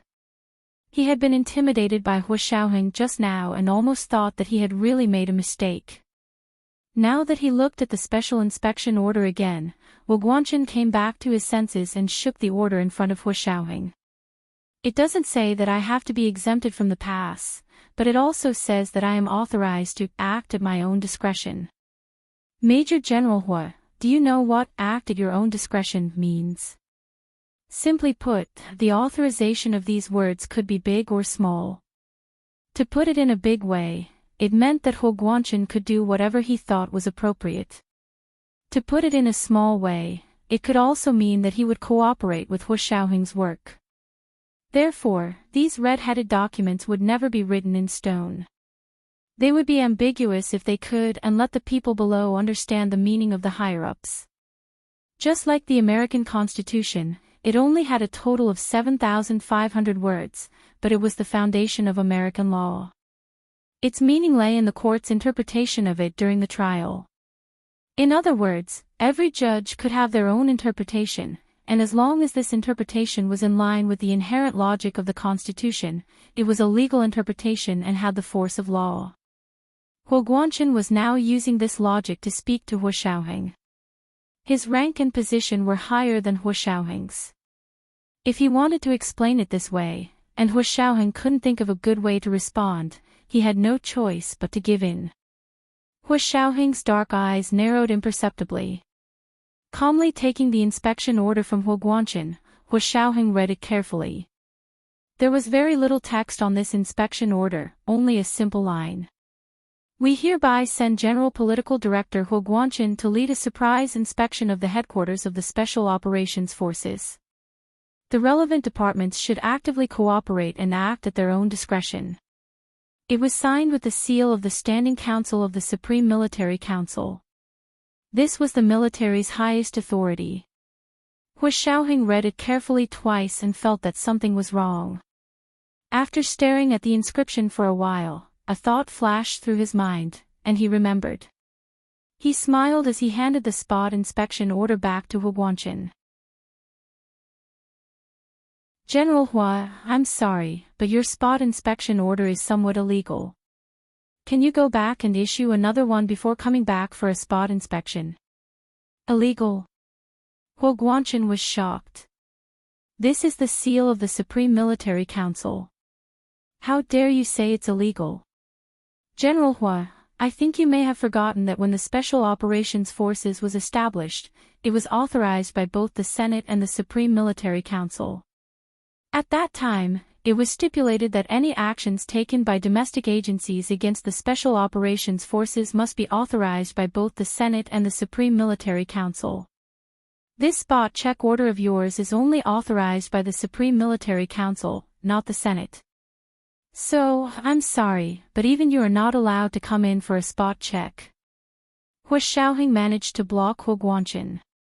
He had just said that he could bring one person in with his special A pass, but now he couldn't even come in himself.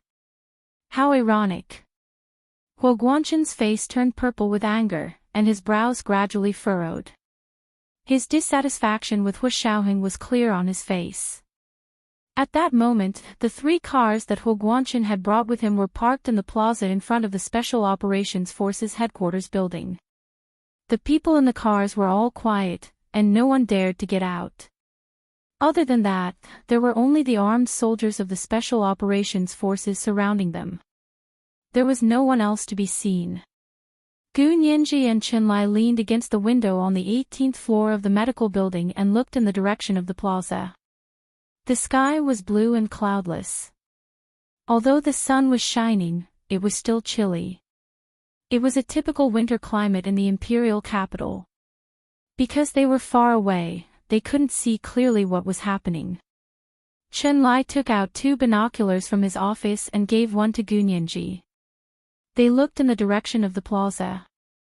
Brother Chen, Hu Xiao, and his father don't seem to be on good terms. Gu Nianji communicated with Chenlai as she watched. Chenlai snickered and said, "Ever since I met Hu Xiao more than a decade ago, the father and son have never been on good terms. I'll be the one shocked when they're on good terms one day." Gu Nianji also found it funny. That seems to be the case. Hu Xiao's relationship with his father is pretty strained. Gu Nianji naturally sided with Hu Xiaoheng's mother, Song Jining. Therefore, she didn't have a good impression of Hu Xiaoheng's father and had no intention of persuading Hu Xiaoheng to build a good relationship with his father. She wasn't a saint, and she didn't want to interfere with other people's family matters. However, watching the father and son face off in the plaza, she felt strange. If only I could know what they're talking about, Gu Nianji muttered to herself regretfully. Chenlai snorted. What's so difficult about that? Just call Big Xiong and you'll know what they're talking about. Oh. That's right. Gu Nianji happily took out her phone and called Yin Shixiang. Yin Shixiang was wearing a Bluetooth headset and stood nervously behind Hu Xiaoheng. When he heard that Gu Nianji's call was connected, he couldn't help but take a step back and whisper. Nianji, what's up? Gu Nianji also lowered her voice.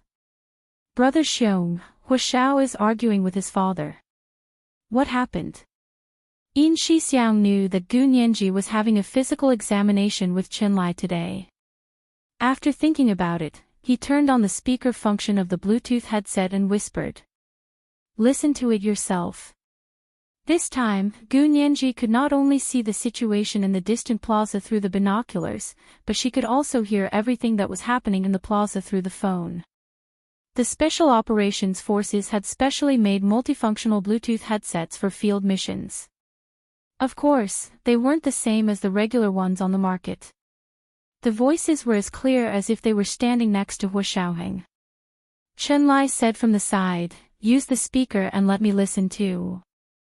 Gu Nianji followed his instructions and turned on the speaker so she didn't have to hold it to her ear. Gu Nianji and Chen Lai held the binoculars and listened to the sounds coming from the phone. It was like they were watching a show. They happily enjoyed the father and son argument in the plaza. Hu Xiaoheng raised his chin. "Please go back before I change my mind." Compared to being grounded just now, going back the way they came was obviously a better choice. Hu Xiaoheng had no intention of intensifying the conflict. He still gave Hu Guanchen a way out. Hu Guanchen glared at Hu Xiaoheng angrily. His hands clenched into fists. He felt extremely wronged. Even if there was a way out, what kind of way was that? They were being directly kicked out, and he still had to sing praises for them. Just as the two of them were locked in a standoff, the door of the large, wide, and tall RV in the plaza suddenly opened. A tall woman wearing long leather boots and a short leather jacket walked out. She had long eyebrows, an oval face, and a high nose bridge. Her full lips were smeared with bright red lipstick. It was so dazzling that people couldn't look at her directly. Especially her eyes. When she stared at you, they were focused and captivating. It was as if you were her entire world. But when she looked away, it would make you feel like you had been abandoned by the whole world. She stood in front of the RV and turned around to reach her hand into the RV. "Cousin, come down." The person inside seemed to hesitate for a moment. After a few minutes, a similarly tall woman walked out of the limousine. She wore a pure white cashmere slim-fit coat. It was obvious that she was wearing a skirt and boots underneath. However, her aura was completely different from the woman in front of her. The woman who came out later was elegant and had a scholarly air about her. It was Tan Guiren. "Cousin." Tan Guiren was a bit uneasy. "Let's go back. We shouldn't do anything that's against the rules." "How is it against the rules?" The glamorous woman raised her long eyebrows high. "Come with me. I promise to follow the rules." Tan Guiren gave her a look of obvious disbelief. The glamorous woman laughed. "Cousin, have you forgotten what I do in the United States?" "Don't worry, we don't do anything illegal." Tan Guiren finally understood and followed the glamorous woman over.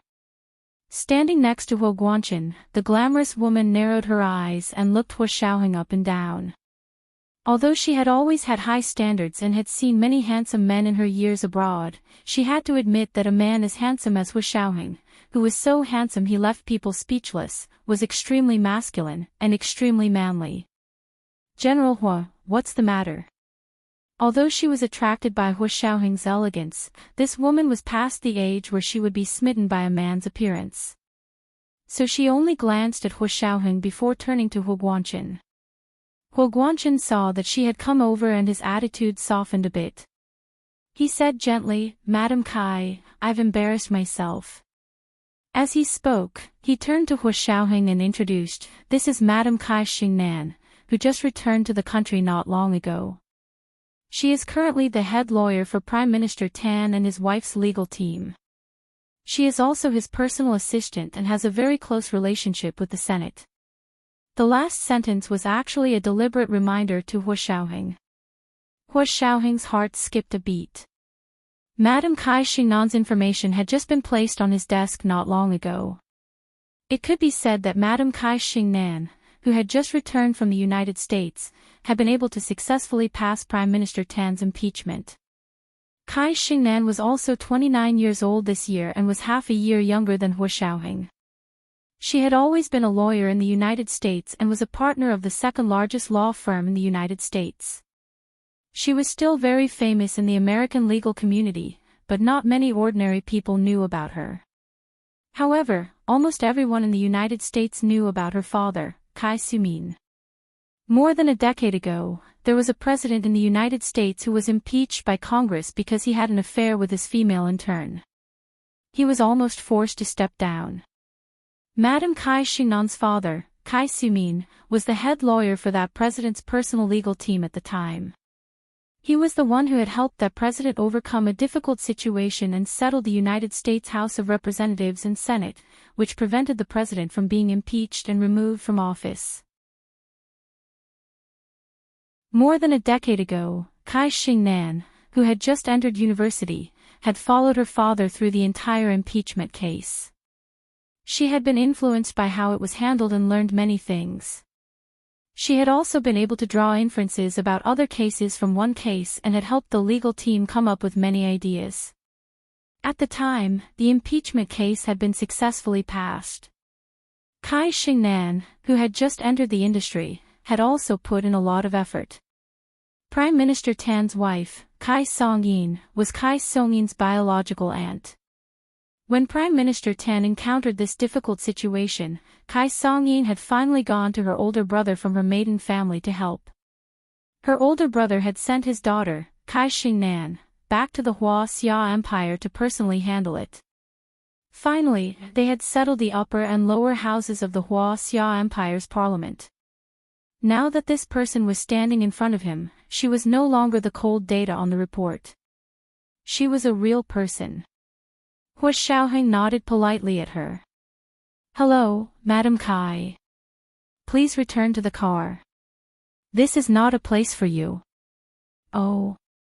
Is that so?" Kai Shing-nan tilted her head and looked at Hua Xiaoheng. She said with interest, "If I don't go up, what will you do? Lock me up and torture me?" Hua Xiaoheng's expression was normal as he said calmly, "Our military never abuses prisoners. Torture is the U.S. military's specialty. We will not steal their thunder." This was the first 3,500-word chapter. It was a big chapter. There were 2 chapters today. The second chapter at 7 p.m. moi.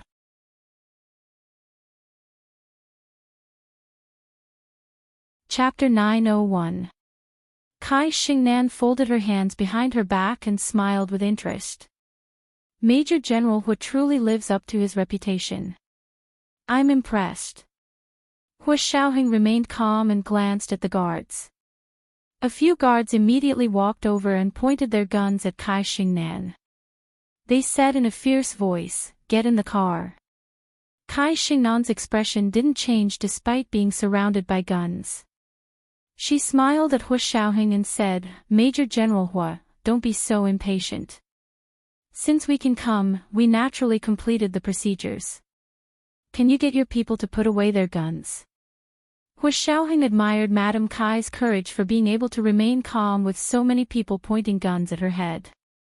However, he didn't intend to waste his breath on her. "Since you're not getting in the car, then take her away." Hua Xiaoheng raised his hand. The 2 soldiers immediately twisted Kai Shing-nan's hands, one on the left and one on the right, and were about to take her to the detention room.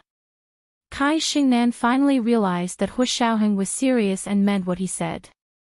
However, she was also brave and wasn't afraid at all. It was just that the 2 soldiers roughly twisted her arms hurt so much that tears almost came out. She held back her tears and embarrassed herself on the spot. Tan Guiren had been standing on the side in fear. Seeing her majestic cousin being arrested by Hua Xiaoheng because of a disagreement, she quickly stepped forward and said, "We'll leave now." "Leave now? Major General Hua, please spare my cousin this time. She just came back from abroad and doesn't understand." Hua Xiaoheng ignored Tan Guiren's pleas and turned to leave. Kai Shing-nan smiled and raised her voice behind Hua Xiaoheng. "Major General Hua, if you leave now, I promise I'll take you to the military court. Even if you're fine in the end, your official career will be over. What kind of person was Hu Xiaoheng? He had never accepted threats, let alone threats from his enemies. He acted as if he hadn't heard anything and walked unhurriedly toward the office building with his back straight. The soldiers were also impatient and waved their hands, wishing they could lock up all these self-righteous people. Huo Guangqin's face darkened as he said to Kai Xingnan, "Ms. Kai, don't say things that you shouldn't say. Why bother yourself?" Kai Xingnan didn't care at all. She gestured for Huo Guangqin to calm down, then raised her voice and said to Hu Xiaoheng, "Major General Hu, you said that we don't have a pass, so we're trespassing on a restricted military site. But what if we have a pass?" Hu Xiaoheng stopped. He was silent for a while, then he turned around and said indifferently, "If you have a pass, you have to show it at the entrance and accept the inspection. However, you don't have the authorization of the council, so you can't do it even if you have a pass." Kai Xingnan nodded. "What if we have authorization from the Senate?" What a joke.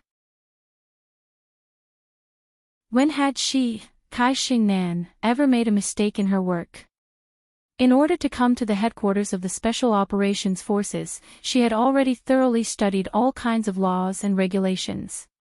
She had prepared all the authorization, passes, and restrictions on the number of people needed.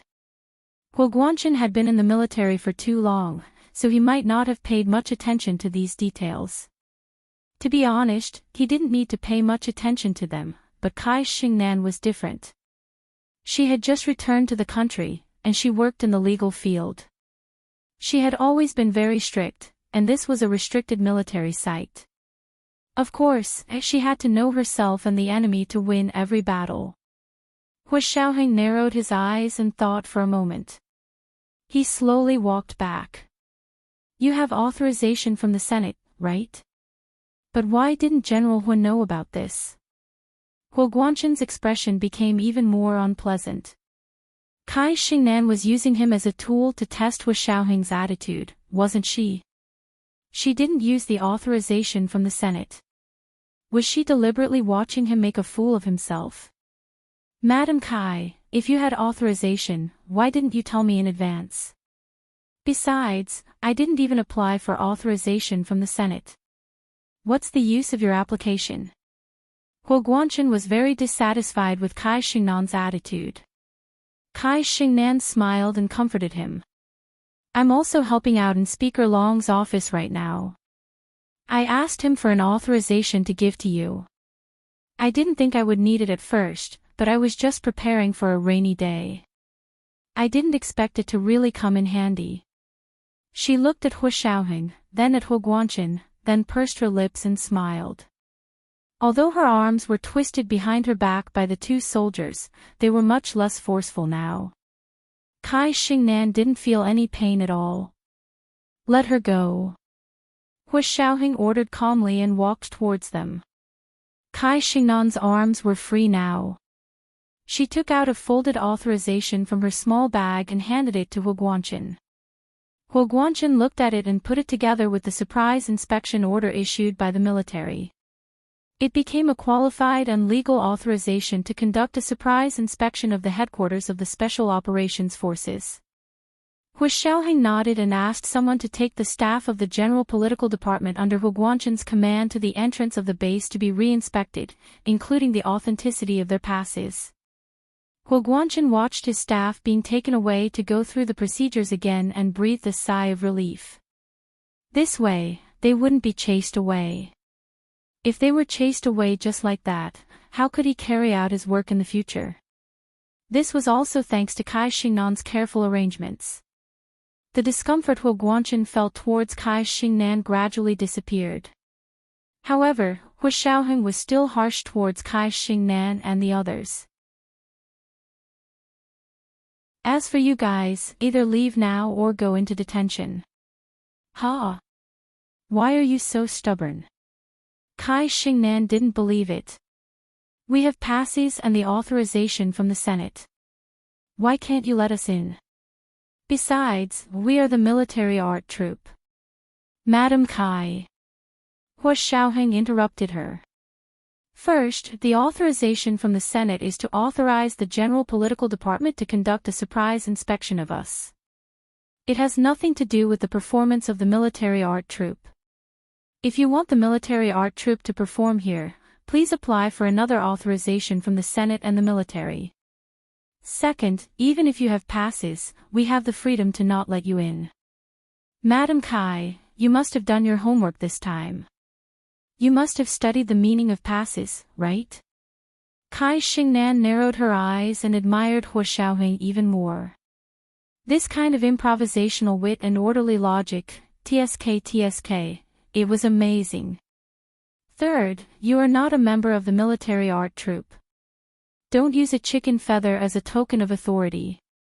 After saying these 3 points, Hua Xiaoheng reached out and made a "please" gesture.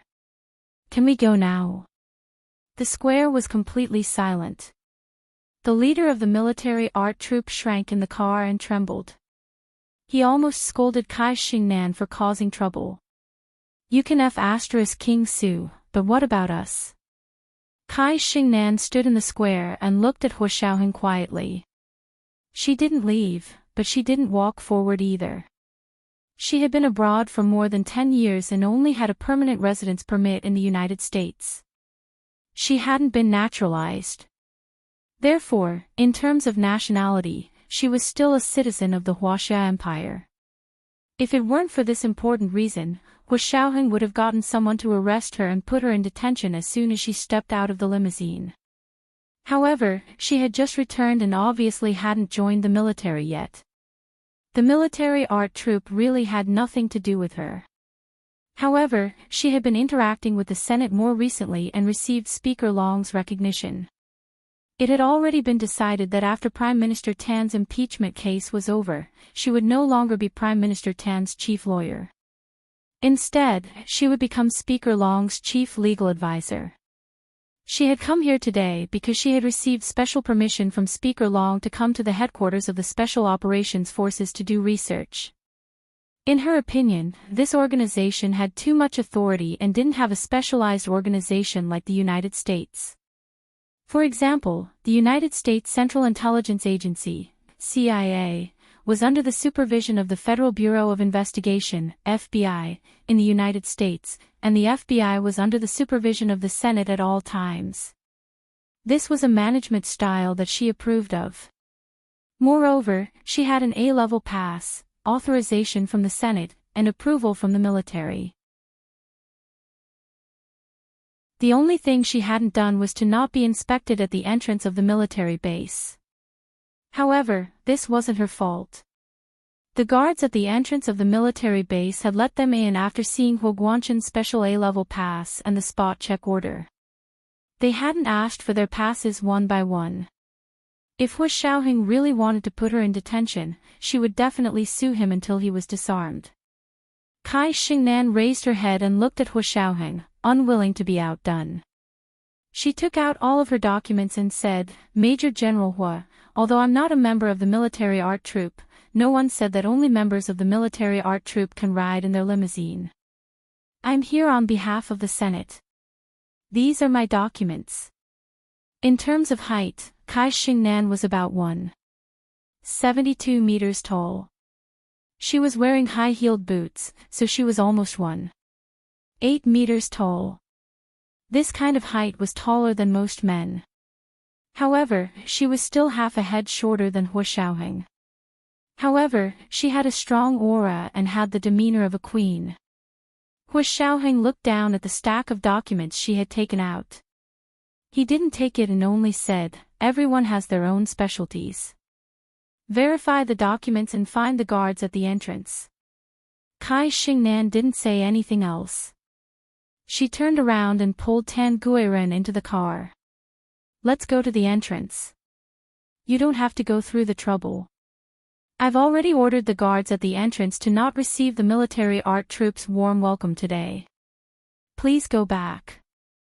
Hua Xiaoheng had to deal with the spot check from the military political department today, so the military art troupe wouldn't be able to accompany them.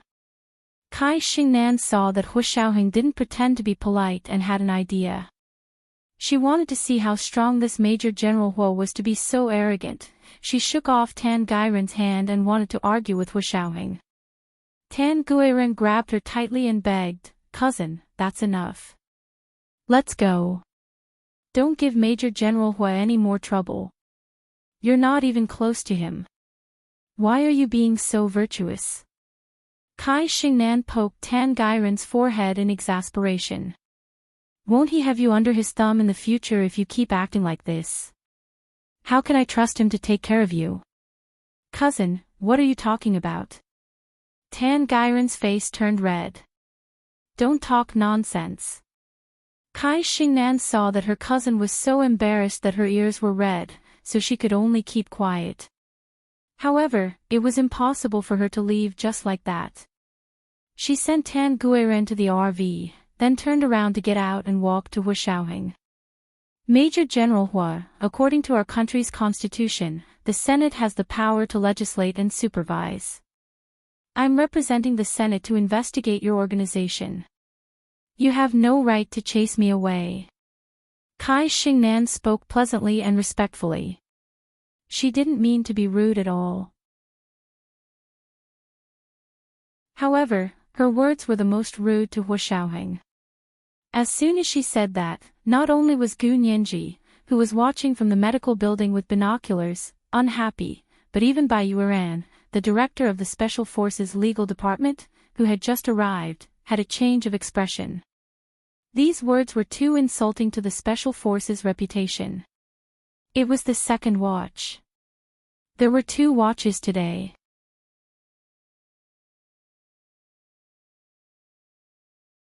Chapter 902. Bai Yueran adjusted her expression and coughed. She walked to Hua Xiaoheng's side and smiled at Kai Xingnan, who was standing in front of them. "Are you Madam Kai? I've been looking forward to meeting you for a long time, but we're a bit busy today and don't have time to entertain you. Please go back first. When we're free in a few days, let's arrange a time to talk." Kai Xingnan had been back in the country for less than a month, but she had already gotten to know most of the upper echelons of the Huaxia Empire. The situation in the Huaxia Empire and the United States were very different, but there were also similarities. In the United States, the Senate, the government, and the court system were separated. In the Huaxia Empire, the Senate, the government, and the military coexisted. Courts were divided into ordinary courts and military courts. The former was under the jurisdiction of the government's Ministry of Justice, while the latter was under the jurisdiction of the military. Like the United States, the Huaxia Empire's upper and lower houses of parliament were both elected by the people.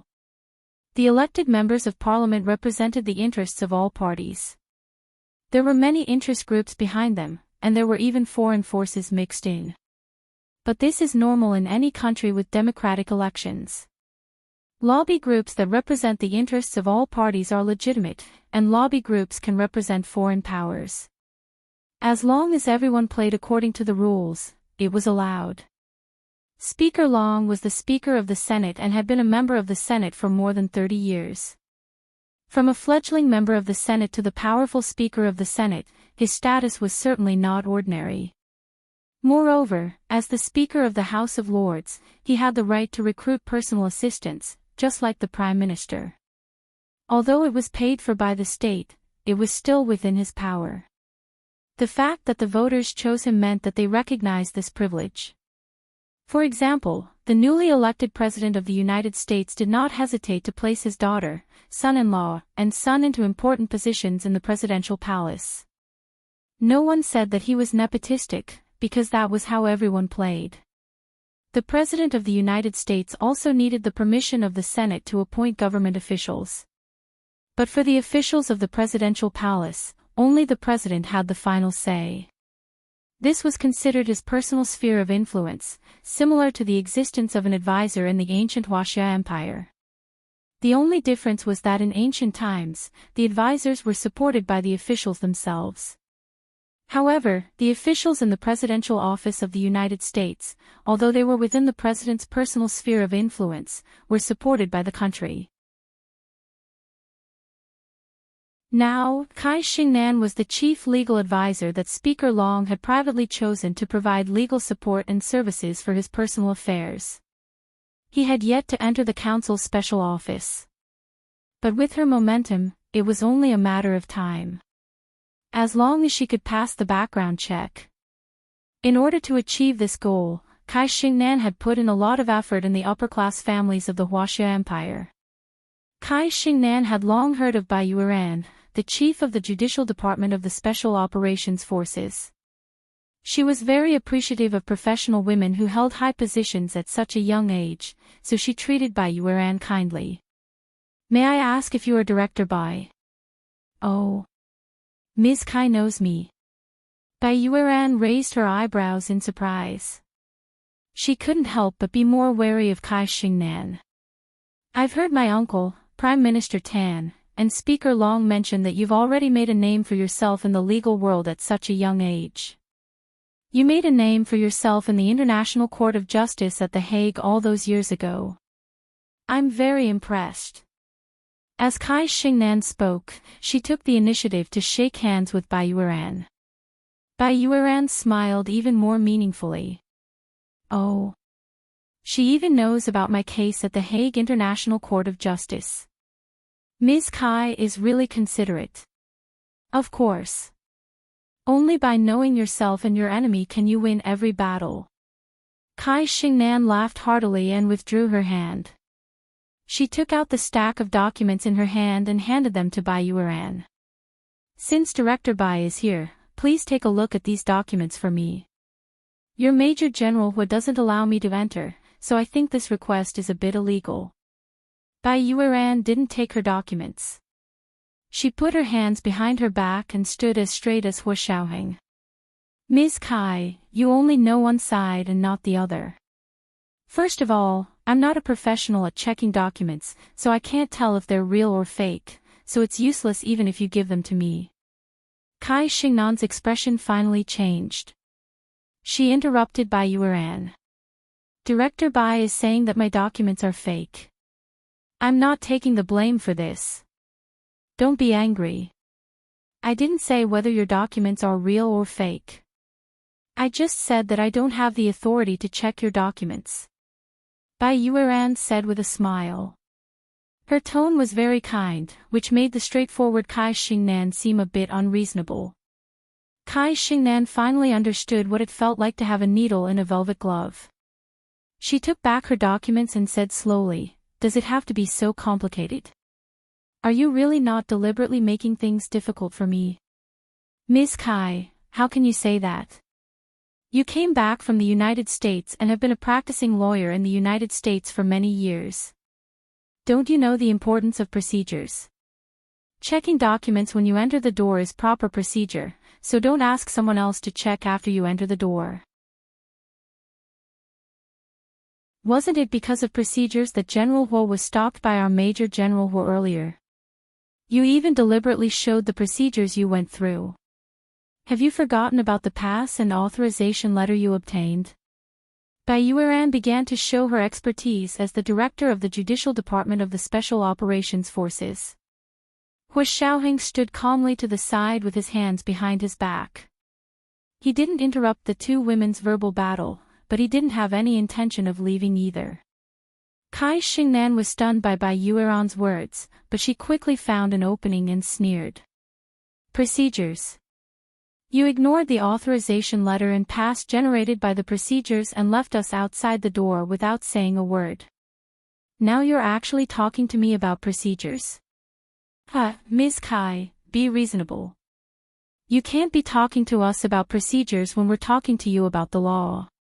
When we're talking to you about procedures, you're telling us that you're wronged. In the end, you're the one in the right, so where are we supposed to go?" Bai Yueran retorted in a neither servile nor overbearing manner. Even Gu Nianji, who was watching from afar, secretly applauded. Kai Xingnan narrowed her eyes. This Bai Yueran was more capable than her investigations had revealed. Although the debate at the International Court of Justice in The Hague had been exciting, Kai Xingnan had thought that she could do it. However, when she confronted her today, she actually couldn't gain the upper hand at all. It seemed like she would have to reevaluate the quality of the Huaxia Empire's legal personnel. I'm not talking to you about being wronged. Kai Xingnan shook the pass and authorization letter in her hand. I'm just very surprised. Logically speaking, the Senate's order should be the highest authority, right? I didn't expect you to be able to refute it. Maybe it's because I've just returned and haven't adapted to your way of working yet. Our Huaxia Empire has long been in line with international standards, and in some aspects, we're even more advanced than other countries. Bai Yueran returned to the topic, hinting that Kai Xingnan was being unreasonable and that adapting to the way of working was completely different. Is that so? Since we're already in line, and the Senate's authority is also supreme, then why can your Major General will reject my authorization letter from the Senate? Kai Xingnan caught the loophole in Bai Yueran's words and began to retaliate without hesitation. Look, isn't this the Senate's seal on it? Also, are you an organization that was established with the Senate's authorization? You dare to disobey the Senate's orders? No wonder people say that you're too big to get rid of, and that you're forming a small faction. Kai Xingnan began to be aggressive. If the country is compared to a large company, then do you know what you're doing? You're blatantly disobeying the orders of your superiors, and the Senate can directly fire you. Because of the special nature of the Special Operations Forces, there have been many people who were dissatisfied with it from the first day it was established.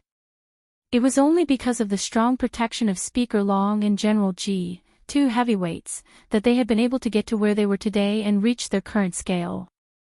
Hu Xiaoheng wasn't the kind of soldier who only cared about carrying out his own mission. He also had a full understanding of the complexity and uniqueness of politics. From Kai Xingnan's words, Hu Xiaoheng acutely sensed that someone was beginning to covet the fat meat of the Special Operations Forces again and wanted a piece of it. At this time, if he offended Kai Xingnan too much, he didn't know what the consequences would be. However, if he gave in now, the consequences would probably be even more serious. Bai Yueran was also momentarily intimidated by Kai Xingnan. The power of the Senate was indeed supreme according to the Constitution, and the Senate was also the body that the Special Operations Forces had to report to. Back then, Hu Xiaoheng had given a speech in the Senate to obtain special permission to expand the scope of the Special Operations Forces authority. To put it bluntly, if the Senate decided to take back the authorization, what could the Special Operations Forces do? Bai Yueran and Hu Xiaoheng were silent for a moment. In the square in front of the office building of the Special Operations Forces headquarters, the cold wind blew. It was so empty that it made people panic. They only saw an RV parked there. Although there were quite a few people in the RV, no one dared to speak loudly. Seeing that she had finally shut their mouths, Kai Xingnan felt very happy. She planned to continue and take down Hu Xiaoheng and Bai Yueran in one fell swoop. If she could get involved in the Special Operations Forces, her future in the Huaxia Empire would be limitless. She had been in the United States for many years. Although she had already become a partner of the second-largest law firm, the feeling of being an outsider was still very obvious, and it often made her feel very uncomfortable. Therefore, she didn't want to become a naturalized citizen like her father. She still wanted to return to her own country, make a name for herself in her own territory, and enjoy the glory of being above everyone else. How is it? Major General Hua. Director Bai. Can I go in now? Kai Xingnan puffed out her chest and took a step forward. Gu Nianji, who was watching from afar, was anxious. She couldn't let this woman go any further, could she? If she really let her in today, where would Major General Hua put his face in the future? For a commander, the consequences of losing his prestige were very serious. However, Kai Xingnan's words did make sense. Didn't she see that even Bai Yueran didn't say anything? That's right, holding the authorization from the Senate was indeed unusual for people like Bai Yueran and Hu Xiaoheng, who were in the system. However, Kai Xingnan's words just now were too much. This was a clear slap in Hua Xiaoheng's face. Gu Nianji would never allow anyone to slap Hua Xiaoheng's face in front of her. Her mind was racing, and she heard Kai Xingnan say, "Disobeying your superior's orders, the Senate can directly fire you." Bingo! Gu Nianji suddenly thought of a topic that could directly rebuke Kai Xingnan back to her grandmother's house. She quickly picked up her phone and said to Yin Shixiang, "Brother Xiong, get me Hua Xiao, right now." Yin Shixiang stood behind Hua Xiaoheng and was also extremely sullen. When he heard Gu Nianji's words, he thought about how she specialized in attacking B** cheese in the law. His eyes lit up, and without hesitation, he connected her to Hua Xiaoheng's phone. Hua Xiaoheng wore a Bluetooth headset and had been in contact with Zhao Liangze. Yin Shixiang cut in and connected Gu Nianji's phone. Gu Nianji's crisp voice immediately sounded from Hua Xiaoheng's Bluetooth headset.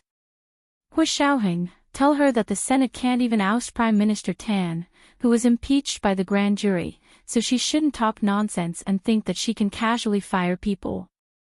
Hua Xiaoheng couldn't help but laugh. How mischievous, she could also think of this point of view. Gu Nianji's words immediately inspired Hua Xiaoheng. He no longer had to worry about offending the Senate and that they would withdraw their authorization to the Special Operations Forces. Hua Xiaoheng said without hesitation, "Madam Kai, since the Senate has such great power, why can't they even oust Prime Minister Tan, who was impeached by the grand jury?" When Kai Xingnan heard this, her face darkened. She was so angry that she almost vomited blood. This was a standard example of using her spear to attack her shield. She had just said that the Senate's power was supreme and that they could almost do whatever they wanted, but Hua Xiaoheng immediately mentioned that the impeachment case of Prime Minister Tan initiated by the Senate had directly failed under her manipulation. If she insisted that the Senate had supreme power and the Special Operations Forces had to obey unconditionally, then how could she explain that the Senate couldn't impeach Prime Minister Tan and step down? After all, the government also had to be authorized by the Senate to form a cabinet. In essence, it was the same organization as the Special Operations Forces. The other party was obviously pointing out to her that the Senate's power wasn't supreme, but that there were checks and balances and weaknesses. What could she say now so that she wouldn't be slapped in the face? This was the first 3,800-word chapter. It was a big chapter. After discussing with everyone, today's plot was more suitable for the big chapter. Therefore, today's additional 3,300 monthly votes were added to the big chapter. Although it was 2 chapters, the word count wouldn't be less than 3 chapters. The second big chapter at 7 p.m. included the additional 3,300 monthly votes. Come, hurry up and cast your monthly votes and recommendation votes.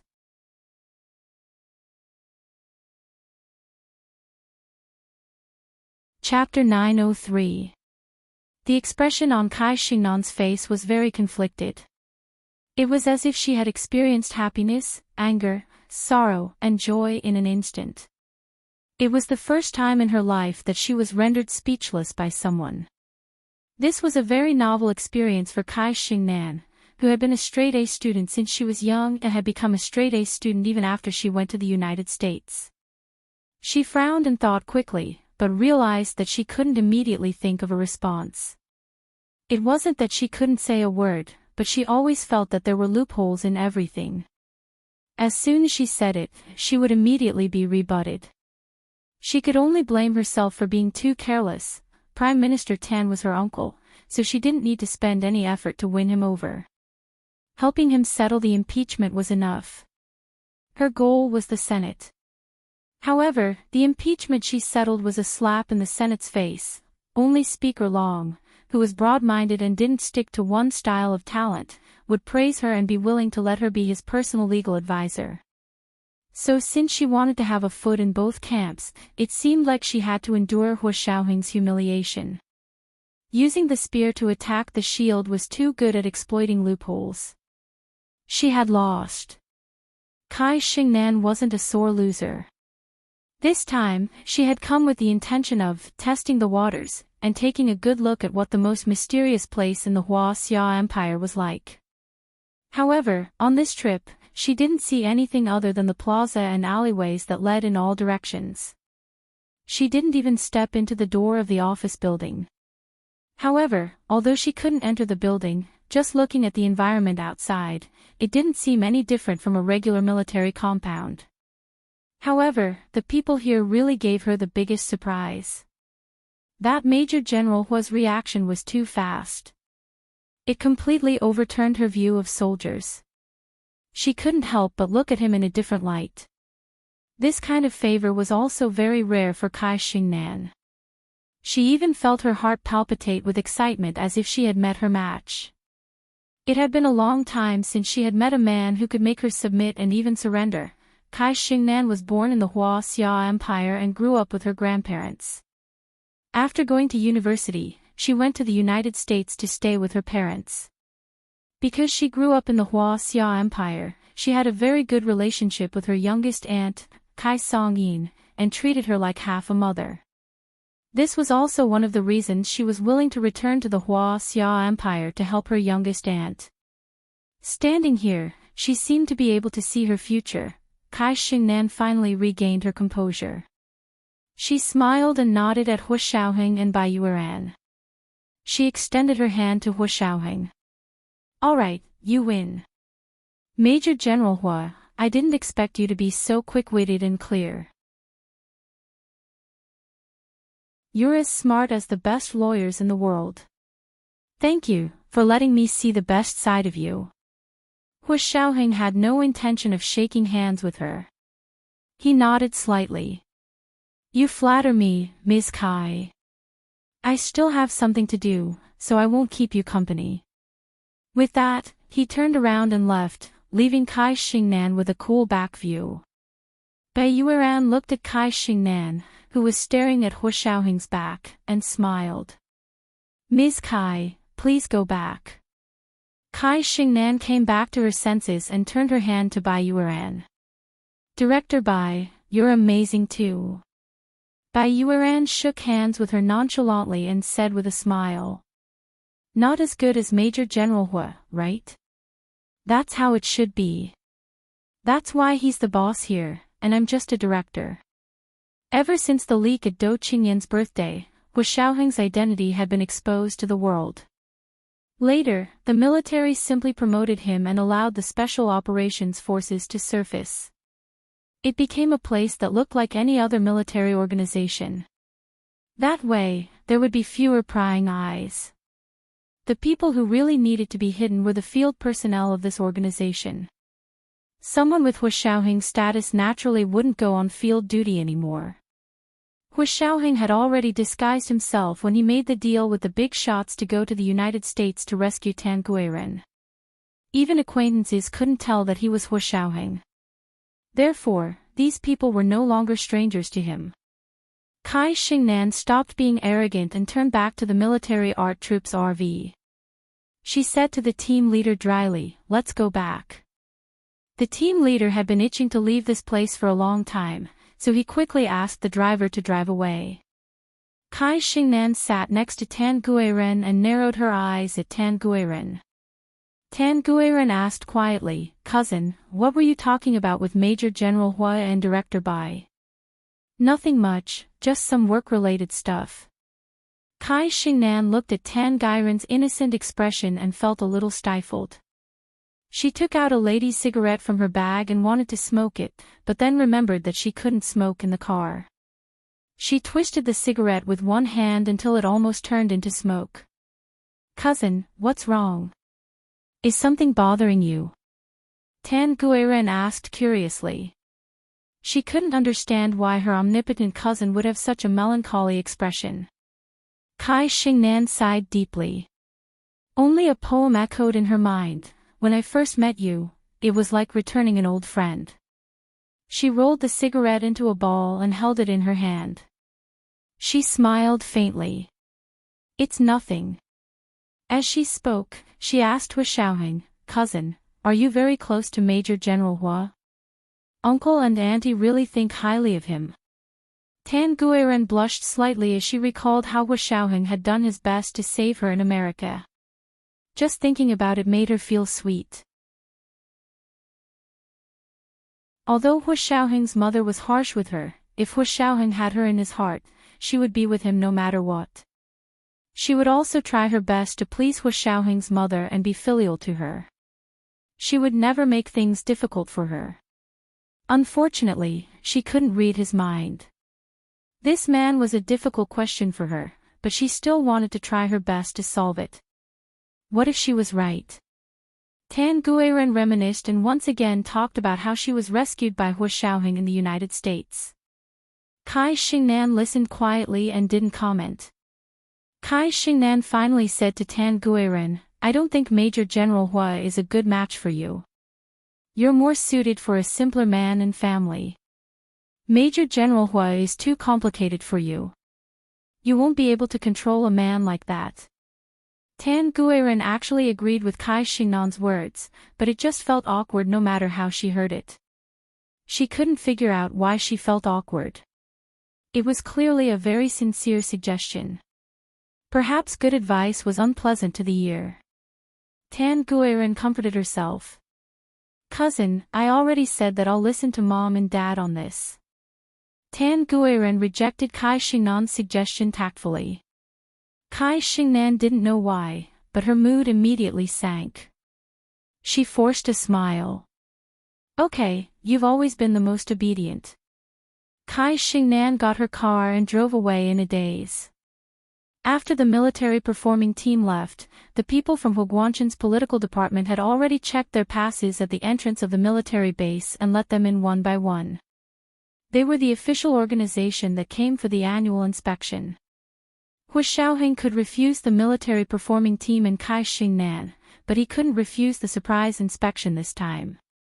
Of course, he didn't want to interact with Huguanchen personally, so he used the excuse of avoiding suspicion to have Yin Shixiang stay behind to handle the surprise inspection. Hua Xiaoheng drove out alone and called Gu Nianji. "Nianji, are you still at Qinlai's?" Gu Nianji nodded. "I just had some snacks with Brother Qin." "What's up, Hua Xiao?" Her tone was calm and didn't sound proud or happy at all. Hua Xiaoheng suddenly realized that he really missed the Gu Nianji who would laugh when she was happy, cry when she was unhappy, and want to tell the world when she was happy. But people always grow up. Now that Gu Nianji had really grown up and matured as he wished, he felt a bit sad. Fingers tapping on the steering wheel, he finally took out the keys and got out of the car to go upstairs to Qinlai's office. When he walked into Qinlai's office, Gu Nianji was helping him clean up the coffee cups and porcelain plates on the coffee table. Seeing Hua Xiaoheng walk in, Gu Nianji looked up with a smile. "Have you had lunch? Do you want something to eat?" Hua Xiaoheng wasn't hungry at all. Stretching his long legs, he sat down on the sofa and shook his head.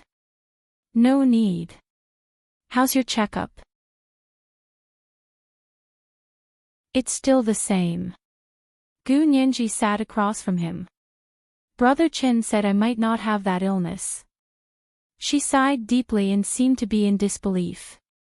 "What's wrong? Why aren't you happy that you're not sick?" Hua Xiaoheng leaned over and rubbed her head. "Don't think too much. Trust Qinlai." Gu Nianji avoided his hand. "Okay, I'll trust him for now." She then asked, "Who is that Madame Kai? How did she get everything all of a sudden?" She had a pass, a letter of authorization from the Senate, and she had connections with the military art troupe and Huguanchin. Hua Xiaoheng told her about Kai Xingnan's identity and situation, then said, "She's been back in the country for more than a month. She's the lead lawyer for Prime Minister Tan's impeachment case, so it should be settled by now." They had already analyzed this problem last time. But this time, they saw the person behind the other party. So it's her. She's quite impressive. I didn't expect her to be so young. Gu Nianji evaluated objectively.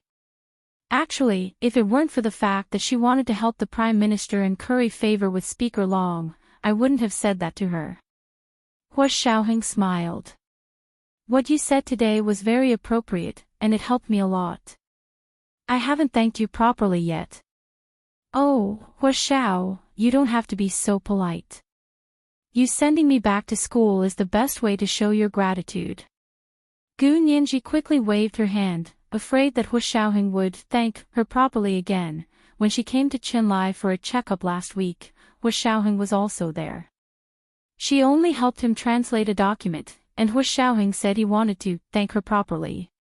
He took her back to the official residence and expressed his gratitude from head to toe, inside and out.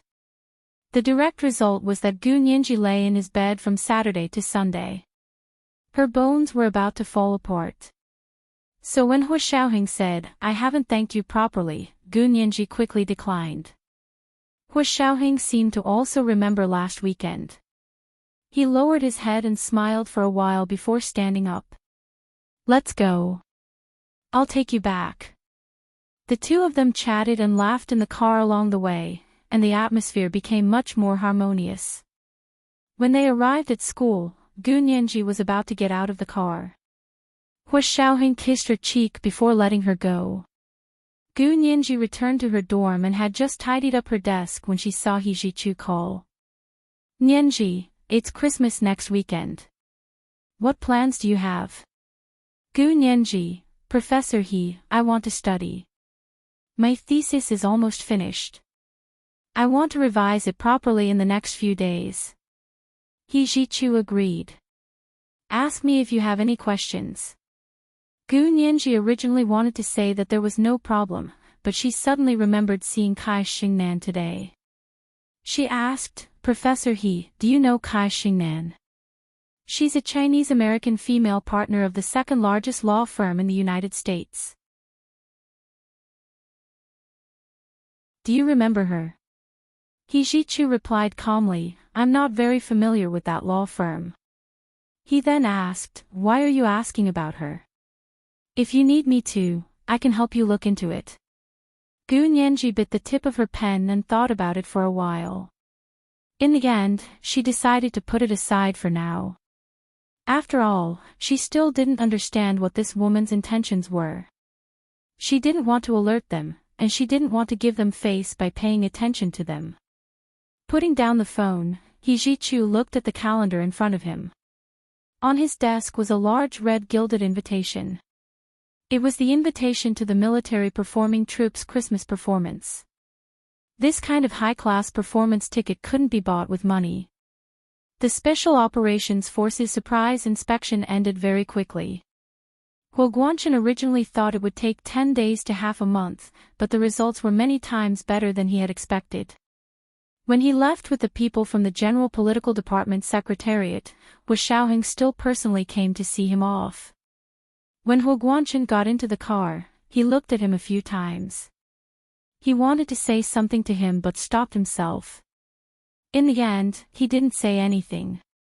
On Thursday night, Ma Qiqi rushed back to the dormitory and said to Gu Nianji, "Nianji, today is the live broadcast of the impeachment in the Senate. Do you want to watch it together?" Gu Nianji already knew the outcome, so of course she wasn't interested.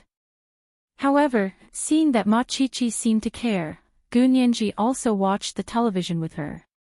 The television first showed the vote in the lower house of the Senate. According to the law, the impeachment would only take effect if more than 50% of the members of the upper house and the lower house of the Senate agreed. What Kai Xingnan was doing was making breakthroughs in both the upper and lower houses of the Senate to fight for as much power as possible. Today, it was time to see who was the real deal.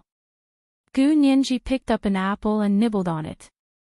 She stared at the television intently and said, "Why don't we guess the percentage of the votes?"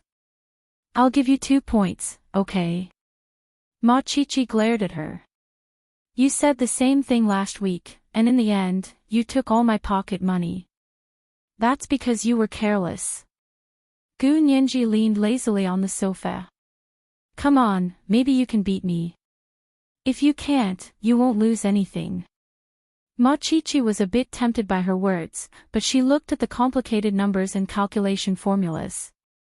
She was just a normal person, so she shouldn't use the standards of a top student to demand of herself.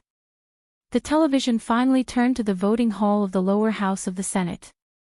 A balding old man in his 50s sat in the voting hall of the lower house of the Senate. He smiled at everyone and raised his hand. Now is the time to vote on the impeachment of Prime Minister Tan Dong-bang. Dear members of the Senate, I want to remind you that whether Prime Minister Tan Dong-bang's crimes of perjury and obstruction of justice will all depend on your votes. This was the second installment of 4,000 words. It included the 3,300 monthly votes. Come, hurry up and cast your monthly and recommendation votes.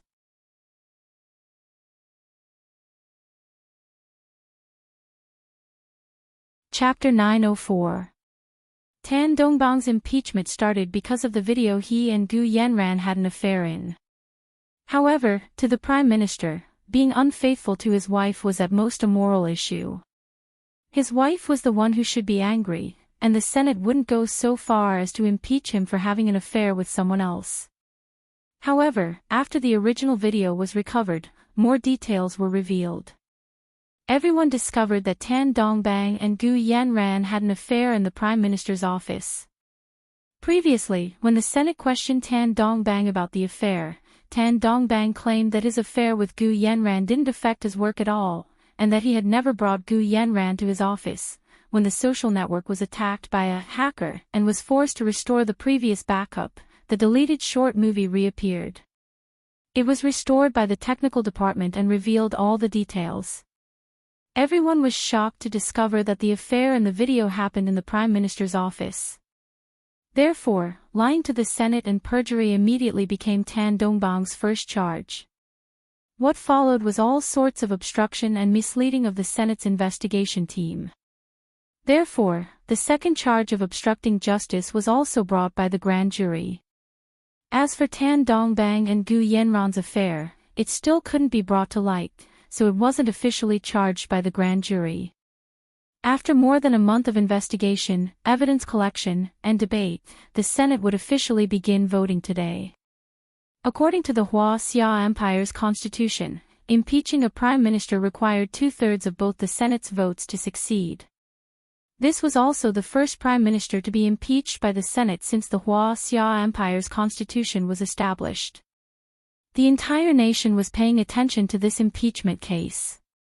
All major television stations, news media, and online social media were all broadcasting the instant vote in both houses of the Senate. The entire world's eyes were also focused on the Xia Imperial Senate's conference hall. At the same time, Tan Dong-bang, Kai Song-yin, Tan Guiren, and Kai Xingnan were doing the final preparations in the small conference room next to the lower house of the Senate's conference hall. Kai Xingnan's father called from the United States to give Tan Dong-bang one last live coaching session. He taught him how to speak without breaking the law and also exonerate himself. The two of them chatted noisily on the phone, and the conversation was in full swing. Kai Song-yin didn't disturb them and quietly asked Kai Xingnan, "Xingnan, tell Auntie the truth. Will it really be okay this time?" Kai Xingnan waved her hand disapprovingly. "What are you worried about? My dad can even handle the U.S. Senate and House of Representatives." "What's this? You can't say that." Kai Song-yin's mind was in a mess, and there was a trace of unwillingness. This place is still different from the United States. But looking at her innocent daughter, Tan Guiren, and thinking about her future prospects and marriage, Kai Song-yin had no choice but to swallow this bitterness. If Tan Dong-bang was really impeached, his daughter's life would be ruined. She could have been a little princess for the rest of her life. No one in the entire Xia Empire had a higher birth than her, and no one deserved a better husband and a better marriage than her. Even if it was for her daughter, she could only choose this path. Furthermore, was there anyone more suitable for her than Tan Dong-bang in the entire country? No. Gold had no legs, and no one was perfect. She should be content. Anyway, she could play outside in the future, so she didn't have to worry about Tan Dongbang's feelings. Kai Songyin laughed coldly in her heart as she gently held her daughter's hand. Kai Xingnan crossed her arms and paced back and forth in the small conference room. It wasn't that she wasn't nervous. After all, it was her first time doing something like this in the Huaxia Empire. Although everything had been arranged properly, no one knew what would happen until the final vote was announced. She raised her slender neck and took a deep breath.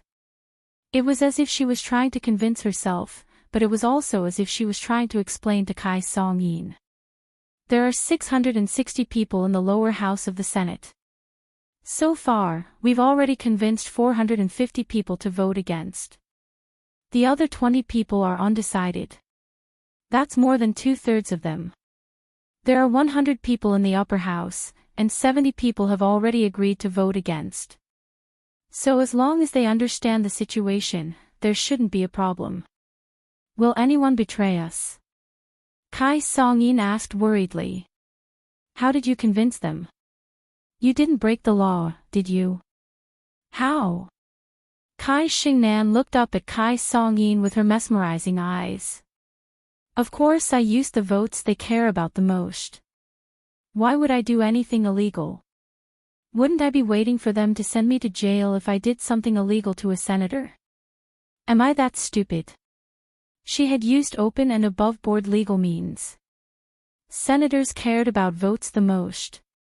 Kai Xingnan used a strategy that could influence the senators' votes to convince them that Tan Dongbang's governing platform would be beneficial to the districts of the senators. If Tan Dongbang was impeached, the voters in the districts of the senators would lose the most direct benefit. Also, Tan Dongbang was representing the interests of the voters.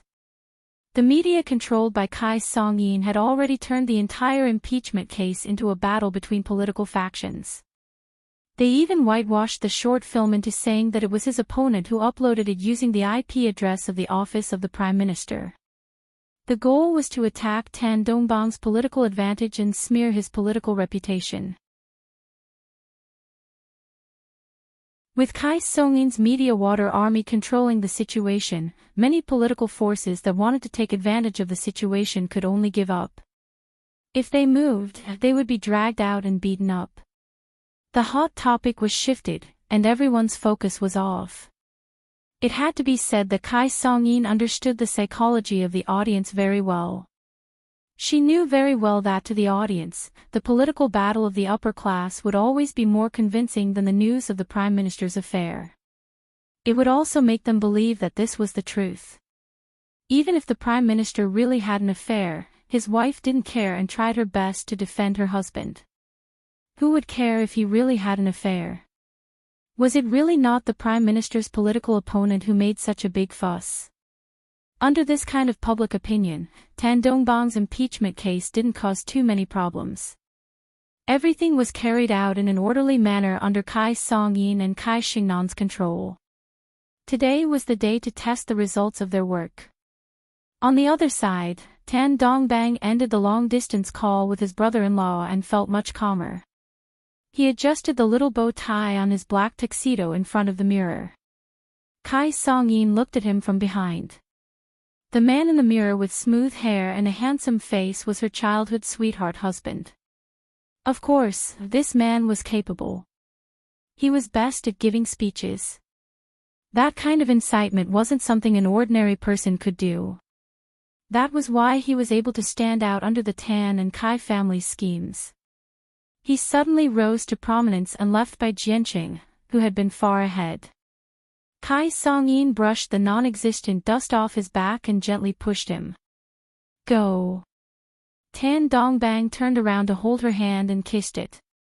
Songyin, wait for me. He turned around and walked towards the door. Kai Xingnan said, Auntie, cousin, you should go together. You should always stand by uncle's side and show your most determined support. Oh. We have to go too. Kai Songyin and Tan Guiren asked in surprise. Kai Songyin felt uncomfortable, while Tan Guiren felt embarrassed. Yes, what uncle needs the most right now is your support. Auntie, you standing by Uncle's side is the best way to guide the public opinion online. The netizens will only look at your attitude. And cousin. Kai Xingnan's gaze lingered on Tan Guiren's flawless face for a while. She noticed that Tan Guiren was also wearing a white Chloe dress suit today. It matched her temperament very well. She had a naive and innocent air about her that made people want to love her. It was very attractive to otakus. In fact, many otakus on the internet had already expressed that they would support Tan Dongbang to the end just by looking at his daughter, Tan Guiren, the goddess of otakus. They even shouted the slogan, "Beauty is justice." Of course, only Kai Song-yin herself knew how much of this was caused by her own water army and media. You have to know that netizens are voters. Their influence on the members of the Senate is decisive. Kai Xingnan persuaded Kai Song-yin and Tan Guiren for a long time before they were finally convinced. The voting had just begun in the Senate's conference hall. Tan Dongbang stood solemnly in the defendant's seat across from the grand jury. Beside him was his lead lawyer, Kai Xingnan. Behind him was his team of lawyers. Kai Xingnan was wearing a custom-made Louis Vuitton black women's suit today. It was both dignified and dignified, but it also highlighted her feminine features and magnified them. When Kai Xingnan's footage appeared on TV and was intentionally praised, Kai Xingnan's name also began to circulate online. Hashtag Kai Xingnan, the only Asian female partner of the second-largest law firm in the United States. Hashtag Kai Xingnan's father, the lead lawyer of the former President of the United States. Hashtag Kai Xingnan, a graduate of a prestigious American school, giving a graduation speech on behalf of the entire grade. Topics flew up one by one on the top searches. Soon, 3 of the top 10 searches were related to Kai Xingnan. She was famous. She was really famous. Many media outlets noticed this talented and good-looking lawyer who had just returned from the United States from a prestigious family. Her work phone was almost exploding with calls, inviting her to do an exclusive interview. Kai Xingnan was observing the voting in the conference room of the Senate's lower house. Of course, she didn't have time to answer the phone. It was her assistant who was handling her work calls now. Her assistant happily reported to her about the situation on social media. "Lawyer Kai, you can really make your debut now. Your trending is comparable to that of an A-list celebrity. Those B-list and C-list celebrities don't even deserve to carry your shoes." Kai Xingnan smiled slightly and was very calm. She put on her Bluetooth headset and said softly, "All right, keep it to yourself. I'm not in the entertainment industry. Are you using them to compare to me?" She had woken up early in the morning and only slept 4 to 5 hours a day to get where she was today. But even so, everyone had vanity. Kai Xingnan still took the time to take out her personal phone and quickly glanced at the top 10 of the hot searches. At that moment, a new trending search rose like a rocket. It quickly reached the 10th place and continued to move forward. This new trending search related to Kai Xingnan was like this: hashtag Kai Xingnan, beauty 100, figure 150, IQ 250, frozen age goddess. Hashtag Kai Xingnan. The corners of her mouth twitched twice, and she gradually became angry. Was little Auntie's water army brainless? How did they buy this trending search? Was this a compliment? At that moment, in the dormitory of the female graduate students of the B University Faculty of Law, Gunyanji put down her phone as if nothing had happened. There was a hint of smugness on her lips. She rested her chin on her hands and watched the solemn and magnificent conference hall of the lower house of parliament on the television with Ma Chi-chi. This was the first update, 3,300 words. The second update at 7 p.m. Come on, hurry up and vote for the monthly and recommendation votes. It should be the third update tomorrow. P.S. Thank you to Xianyuan Yushin for the 10,000 Chidian coins yesterday. Mwah.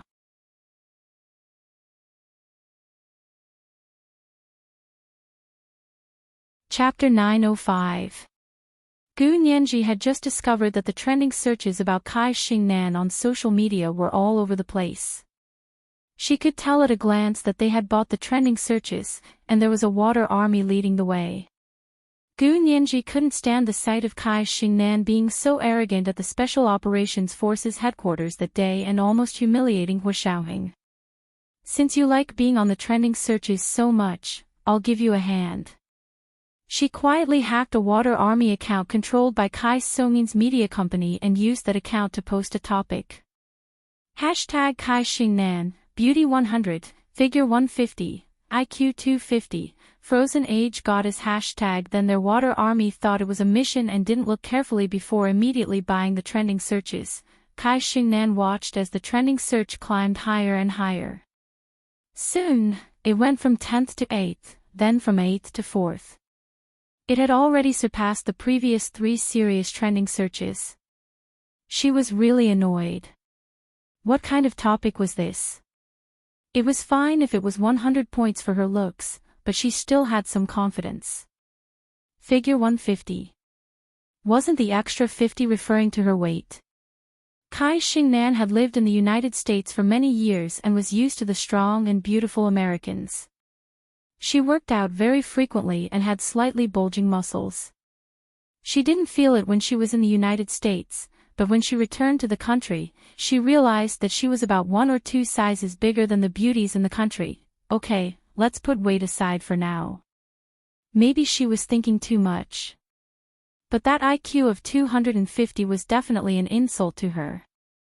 The person with the highest IQ in the world was Einstein, with an IQ of 278. Generally, people with an IQ of 140 or above were geniuses. She had once tested her IQ. It was 180, which was usually rounded up to 200. So when she saw the IQ of 250, she immediately realized that it was definitely not a compliment. And that frozen age goddess was usually used to describe women over 40 years old. That was a genuine compliment. But she was only 29 years old. Did she have to be praised as frozen age? The 2 most taboo things for women were weight and age. For Kai Xingnan, there was also IQ. These 3 taboos were perfectly violated by this trending search. She really didn't know which genius in her aunt's company came up with this trending search. Every sentence hit her sore spot. If she didn't get fired, was she supposed to keep it for Christmas? Kai Xingnan was angry, but she still remembered that she was on live television, so she didn't show it on her face at all. She still smiled generously and steadily, and her eyes looked around the council hall, waiting for the results of the vote. Kai Songyin and Tan Guiren walked in and stood on either side of Tan Dongbang. Tan Dongbang immediately looked relieved and touched. He hugged Tan Guiren first, then held Kai Songyin's hand and raised it up to the camera. It was also a greeting to the audience. As expected, seeing that Tan Dongbang's wife and daughter had come out to support him, the public opinion on the internet shifted even more towards his side. The trending topic about Kai Xingnan was also spreading rapidly on the internet. However, the most popular one right now was hashtag Kai Xingnan, the goddess of frozen age with looks 100, figure 150, and IQ 250. Netizens who liked to make fun of people found a lot of fun from it, and all kinds of emoji packages were developed. Kai Xingnan occasionally looked at her phone, and she was so angry at the spectacular teasing comments on the internet that she was about to vomit blood. Her image of being generous, steady, knowledgeable, and professional that she had painstakingly built up was completely destroyed by this superfluous trending topic. When people saw Kai Xingnan's name again, their first impression wasn't how outstanding she was, but how funny she was. Fortunately, the vote in the Senate could still help her regain some of her reputation. She comforted herself this way. 2 hours later, the voting finally ended, and the votes were counted. Because it was an electronic vote, the votes were counted almost instantly. The results came out not long after the voting ended. I will now announce the results of the voting. The Speaker of the lower house of the Senate read out the results.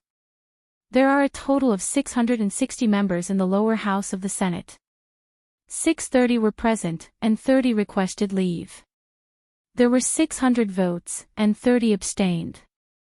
The actual votes were 600, and 350 of them supported the impeachment of Prime Minister Tan Dongbang. Kai Xingnan's heart sank. How could there be so much support? She had clearly calculated that 2/3 of the people would vote against the impeachment. However, although the number of people voting in favor exceeded her expectations and was more than half, according to the rules, 2/3 of the votes were needed to pass the impeachment, so she still won this round. The support for the impeachment did not exceed 2/3, and the impeachment was defeated in the lower house of the Senate. The votes in the upper house of the Senate were also counted. Speaker Long's figure appeared on the large screen in the lower house of the Senate's conference hall. He was reading the results of the upper house's voting. The results of the upper house of the Senate are as follows: 100 members of the upper house of the Senate were present, and 100 votes were cast. Among them, 60 supported the impeachment of Prime Minister Tan Dongbang, which is more than half, but less than 2/3. Therefore, the impeachment was not passed in the upper house. Speaker Long banged his gavel and officially announced that the impeachment of Prime Minister Tan Dongbang had not been passed in both houses of the Senate. Tan Dongbang would continue as Prime Minister until his term expired. That's great. We won. Tan Dongbang hugged Kai Song-yin excitedly and said happily, "Song-yin. Thank you. Thank you." Kai Song-yin hugged him back excitedly, playing the role of a perfect wife. Tan Guiren was the only one who was truly happy for her father. Her eyes were filled with tears, and her expression was sincere and focused. Her white dress fluttered in the wind as she continuously bowed to the members of parliament in the hall. She thanked each and every one of them, regardless of whether they had voted for or against. Soon, videos of her continuously bowing were also uploaded to social media. The comments below were neatly written by otakus, and rows of "My heart aches for my goddess." Gu Nianji and Ma Chichi sat in the dorm watching TV and were not at all surprised by the results. Ma Chichi even yelled twice to express her anger. Gu Nianji was completely unmoved. She peeled an orange in her hand and didn't even look up as she said, "This was decided a long time ago." To be honest, I was quite surprised to see that more than half of the votes in favor of impeachment were cast today. Although it was not more than 2/3 of the required number, it was still much better than less than half. More than half meant that most of the members of parliament were dissatisfied with him. This would affect the approval rate of his future policies. 2/3 of the votes were needed to pass the impeachment, but policies could be passed or rejected with only half of the votes. It was easy to imagine that Tan Dongbang's next 5 years as prime minister would not be easy. Ma Chichi hugged her little pillow and sighed deeply as she leaned back on the sofa. This Kai Xingnan is quite capable. She had managed to settle the 700+ members of the upper and lower houses of parliament in 1 month. She was indeed very efficient. Gu Nianji also admired Kai Xingnan, but because of what happened that day, she didn't want to admit it. She snorted lightly and didn't comment. Ma Chichi flipped over on the sofa and propped her head up with her hand. She asked Gu Nianji curiously, "I remember that Prime Minister Tan still owes you money, right? Is he coming back?" She was a little excited just thinking about living in the same dorm as the Prime Minister's creditor. This was referring to Gu Yanran's illegal gift to Prime Minister Tan. Tan Dongbang and his wife, Kai Song-yin, were suspected of illegally embezzling campaign funds. Later, it was Gu Yanran who used the money to pay off the embezzled campaign funds that allowed Tan Dongbang to get out of the case. Recently, Gu Nianji and Gu Yanran were involved in an estate dispute. Gu Yanran was suspected of murdering Gu Nianji and illegally embezzling the Gu assets. The court had already stripped Gu Yanran of her inheritance rights to the Gu assets. After the case was over, Gu Nianji asked He Ji-chu to send a lawyer's letter to Tan Dongbang and Kai Song-yin to recover the $30 million that Gu Yanran had illegally given to them. Tan Dongbang and Kai Song-yin were doing their best to deal with the impeachment case. Of course, they didn't want to complicate matters and fight another lawsuit against Gu Nianji for the illegal gift. Therefore, without another word, they sold all their properties and investments and borrowed another $10 million from their family. They gathered $30 million and returned it to Gu Xiangwen's estate fund. Because Gu Xiangwen was now treated as a missing person, it had already been 7 years. The court announced to the world that he was legally dead. The announcement period was 6 months. Within 6 months, Gu Nianji could only receive all of Gu Xiangwen's estate if no one raised any objections. At the moment, she was still the same person. She didn't immediately become the new richest woman in Barbados. Although she won the lawsuit, not a single cent of the money went into her pocket. It was still in Gu Xiangwen's estate fund. Gu Nianji shrugged. The money was returned to my father's estate fund. Ma Qiqi nodded. That's good. Otherwise, we definitely won't let them off. Okay, if they don't return it, we'll close the door and let Qiqi go. Gu Nianji smiled as she gave the peeled orange to Ma Qiqi. Ma Qiqi only realized after taking a bite that Gu Nianji was indirectly calling her a dog. She couldn't help throwing away the orange in her hand and pouncing on Gu Nianji while barking. The two of them laughed and joked around in the dormitory. They were very happy.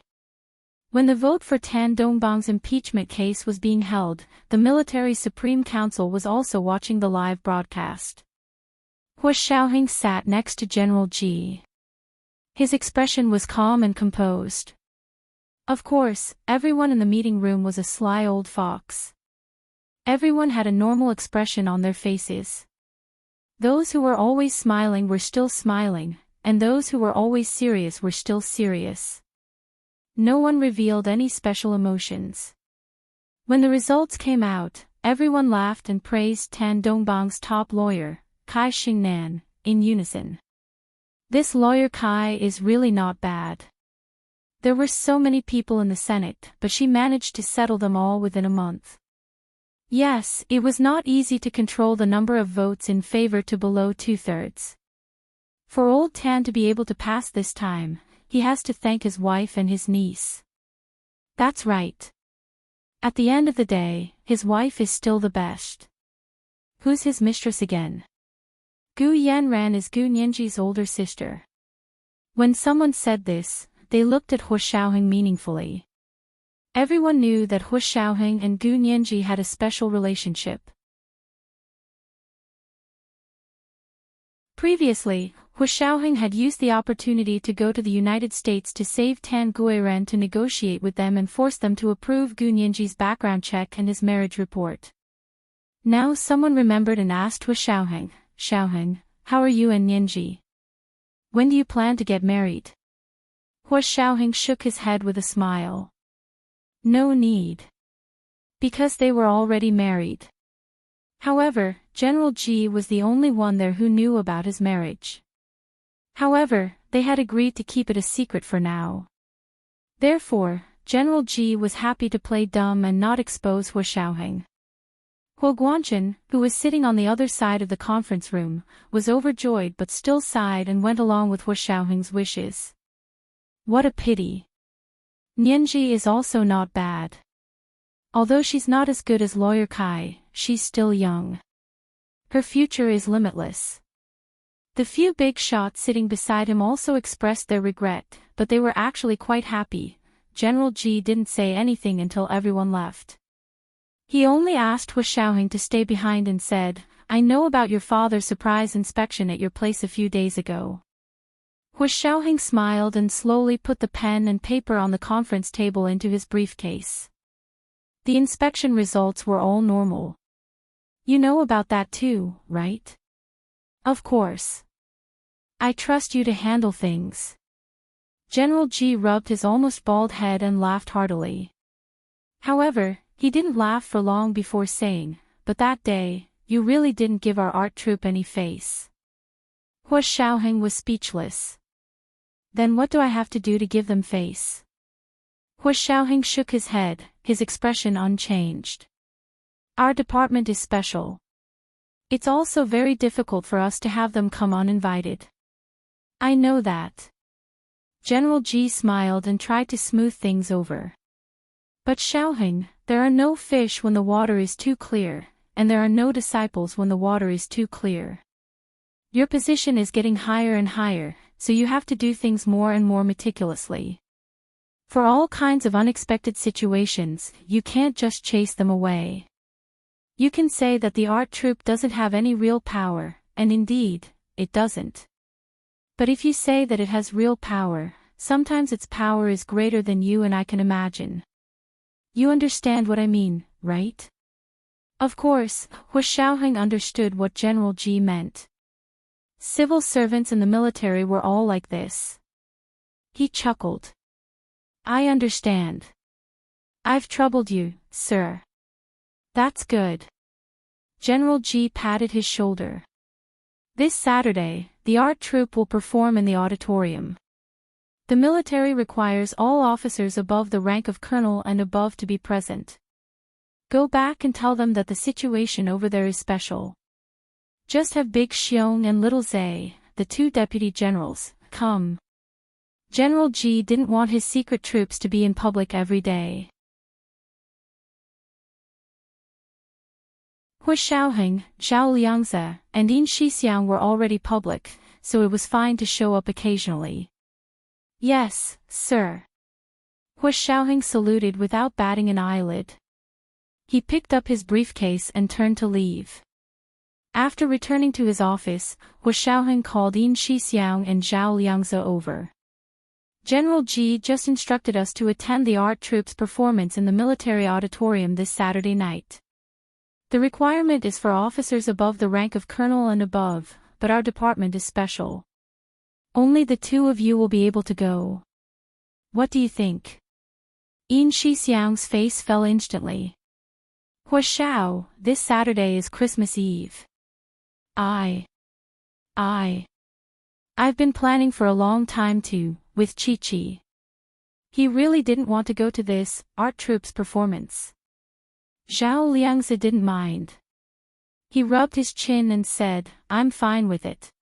Yin Shixiang glared at him and silently cursed him for being so disloyal.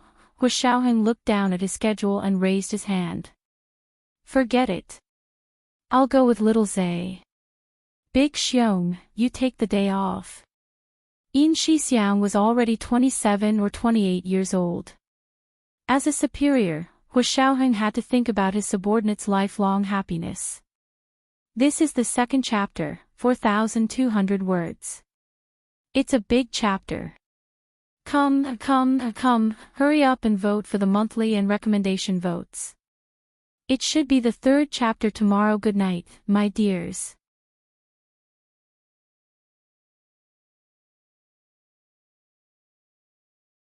Chapter 906. Hua Xiaoheng volunteered to take Yin Shixiang's place to attend the performance. Yin Shixiang was a little embarrassed. Hua Xiao, don't you have a program on Christmas Eve? He asked carefully. His normally thick-skinned face was actually blushing. Zhao Liangze laughed and punched him lightly. All right, Hua Xiao never attends these foreign holidays. You know that, right? What's the point of complaining now? Who was the one who yelled that he was holding up a beautiful night? Yin Shixiang chuckled and moved to the side. He propped his hands on the table and said, Isn't that Chi-Chi? She's been talking about Christmas Eve ever since 800 years ago. She said that her school is very lively on Christmas Eve. The student council and classes also organize all kinds of activities. There's a choir singing hymns on campus. That's the atmosphere. Hua Xiaoheng glanced at him and leaned back in his chair. Big Xiong, although it's important to please your girlfriend, you can't participate in religious activities. Don't make mistakes. Yes, Chief. Yin Shixiang quickly straightened and became serious. I know. I won't break the rules.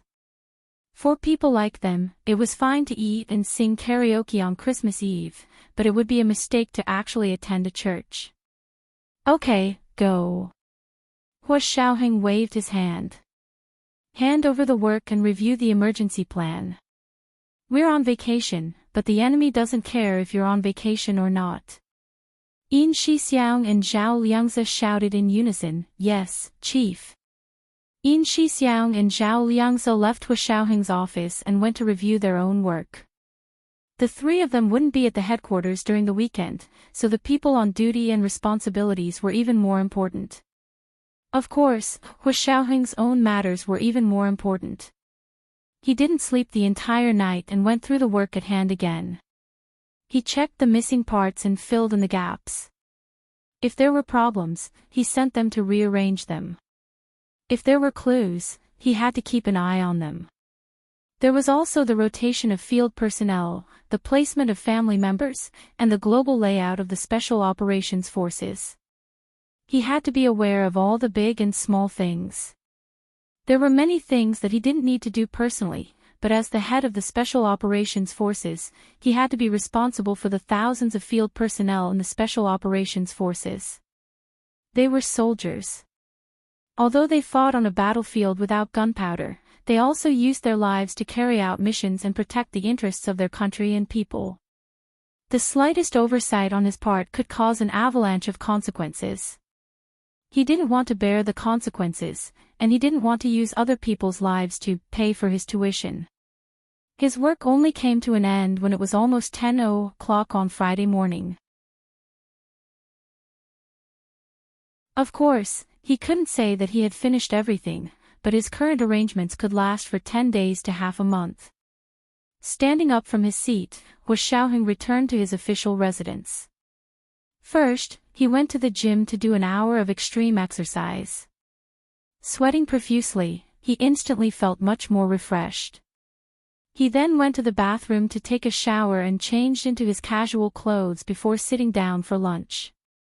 This time, he had not eaten for almost a day and a half, so he ate a lot.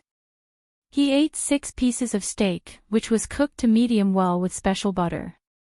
Each piece weighed about half a catty, but he still wanted more. Then, he ate a bowl of rice porridge that was cooked to the point that even the oil was oozing out. It was very nourishing to the stomach.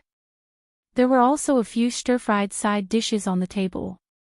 There were green cucumbers stir-fried with bacon and meat, chili fried with chopped eggs, and a vegetarian assortment of black fungus, fresh mushrooms, winter bamboo shoots, and slices of yulan. He cleaned up almost all the dishes on the table. When the orderly came to clean up the dishes, he was shocked to see that the chief had eaten so much by himself. He quietly asked the orderly in the kitchen, "How long has the chief been hungry?" "He probably hasn't eaten since yesterday morning after he went out for breakfast." The orderly in the kitchen looked at the dishes and shook his head with a sigh. He had been with Hua Xiaoheng for a few years and knew his eating habits and routine well. Therefore, the food he prepared was very much to Hua Xiaoheng's liking, both in terms of quality and quantity. "Go ask the chief if he will be eating at the official residence tonight. If he is, I'll make a soup to replenish his vitality right now." "Okay, I'll go ask now." When he went upstairs, the orderly knocked on the door and asked loudly through the intercom, "Chief, will you be eating at the official residence tonight?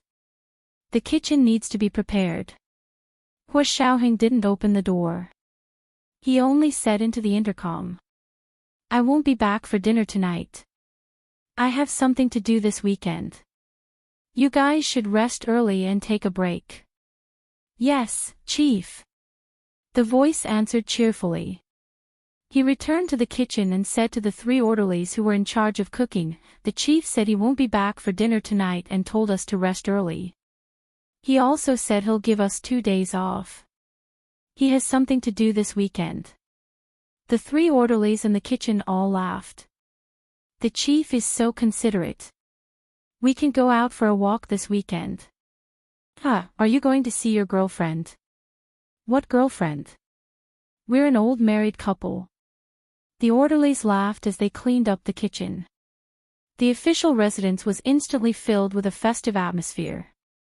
Hu Xiaoheng dealt with a few more emails in the study of the official residence. It was almost 1 in the afternoon. He then checked Gu Nianji's class schedule. She didn't have any classes this Friday afternoon. Her last class should have finished at 12 in the morning. Hu Xiaoheng casually grabbed his briefcase and put on his Bluetooth headset. He called Gu Nianji as he walked out. Gu Nianji had just finished lunch and came out of the cafeteria to ride her bike. She heard her phone ring. It was Hu Xiaoheng's exclusive ringtone. She put on her headset and answered the call as she rode. Hu Xiao. Nianji. Have you had lunch? Hu Xiaoheng opened the door to his Bentley SUV and got in. He started the car. He didn't bring any guards with him. He was going out on private business alone, so he didn't take his hongqi. I just finished. Gu Nianji was in a good mood. Her long legs kicked off the ground and the bike whizzed off. She held the handlebars with one hand and drew a beautiful arc on the bike path. Her beautiful face was brimming with youthful energy and brightness. Anyone who saw her would be in a good mood. Classmate Gu Nianji. A boy with a backpack rode up from behind on a bike. Wait. Although Gu Nianji was talking to Hu Xiaoheng through her Bluetooth headset, she could still hear the voices outside. She looked back and took off her Bluetooth headset. She stopped and smiled at the boy who caught up to her. You're from class 1 of the Faculty of Law. He looked familiar, but she didn't remember his name because they had never met before. Gu Nianji was a special presence among this year's Master of Law students at B University. She didn't have classes with this year's students. Instead, she had classes with her tutor, He Zhichu, and his doctoral students. As for the public elective classes she attended, she mingled with students from all faculties in the school, so she wasn't very familiar with the students of her level. The boys saw that Gu Nianji had stopped on her own with a sweet smile and a crisp voice. She wasn't as arrogant and unreasonable as some students said. He felt a little more confident. He asked carefully, Classmate Gu Nianji, tomorrow is the weekend, and it's Christmas Eve.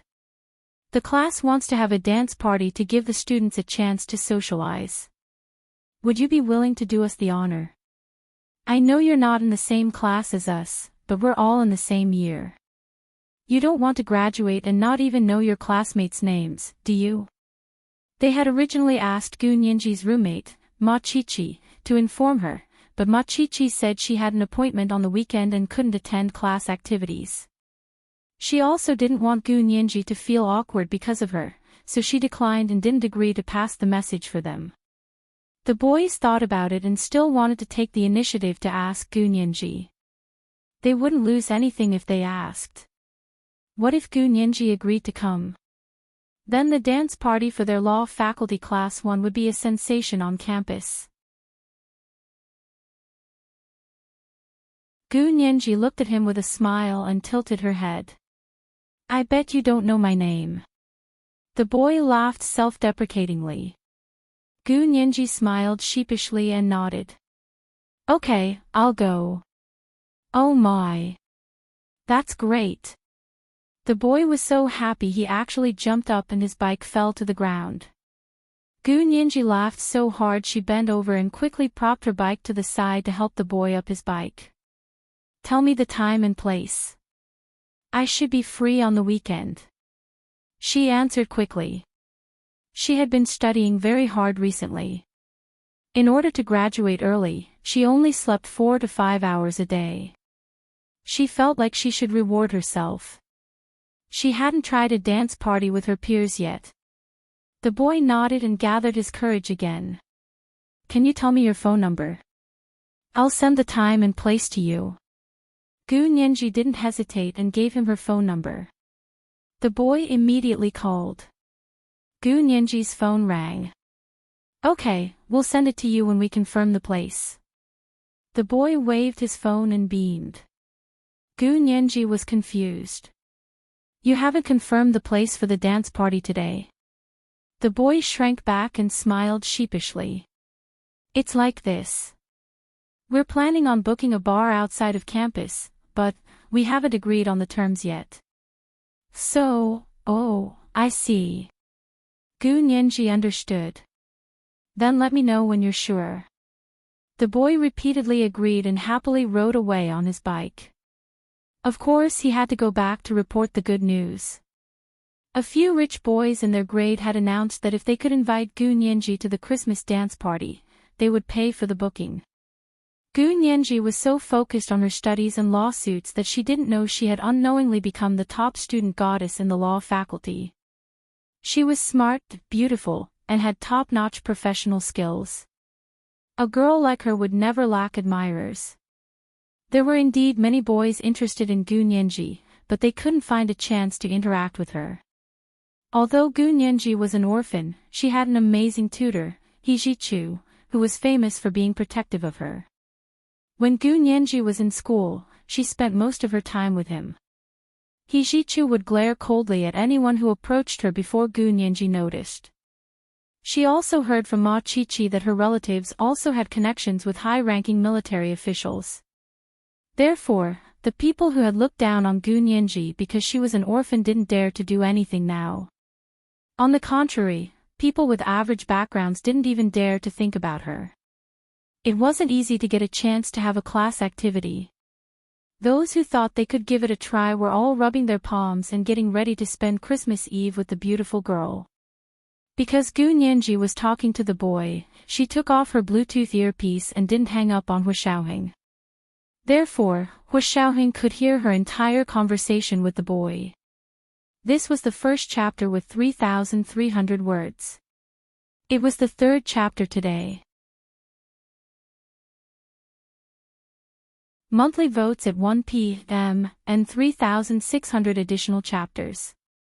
Third chapter at 7 p.m. Dear friends, the more monthly votes you give me, the more additional chapters I'll get. Isn't this a virtuous cycle?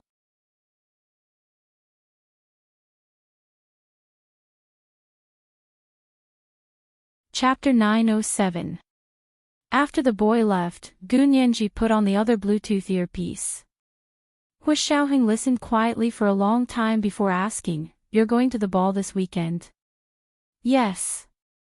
Gu Nianji answered easily. "Tomorrow is Christmas Eve," Hu Xiaoheng said, his thoughts drifting back to last year's Christmas Eve. He thought of her sitting alone at the bus stop in the middle of the night. It had been snowing that day, and he had taken a military plane from Sea City to pick her up.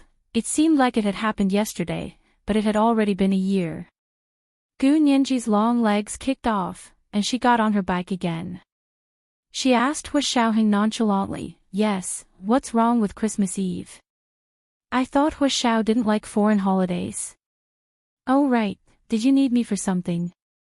It seemed like she knew him well. "Only if I need you." Hu Xiaoheng asked with a smile as he drove in the direction of Gu Nianji's school. "Did you forget that I'm pursuing you?" "Oh, I see." Gu Nianji curled her lips, and her dark eyes curved. "Good luck, Hu Xiao." Hu Xiaoheng was speechless. At that moment, Hu Xiaoheng could almost imagine Gu Nianji's sweet and playful smile.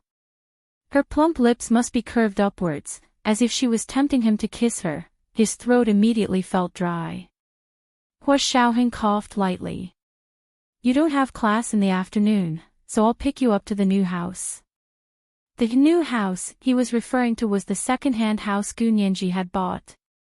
It was in the Hepingli district near her school. Gu Nianji was speechless. Although she didn't have class, she still had to study. Gu Nianji didn't respond. Hu Xiaoheng waited a while before saying, "I was watching the Senate vote yesterday and started working as soon as I got home. I haven't eaten yet."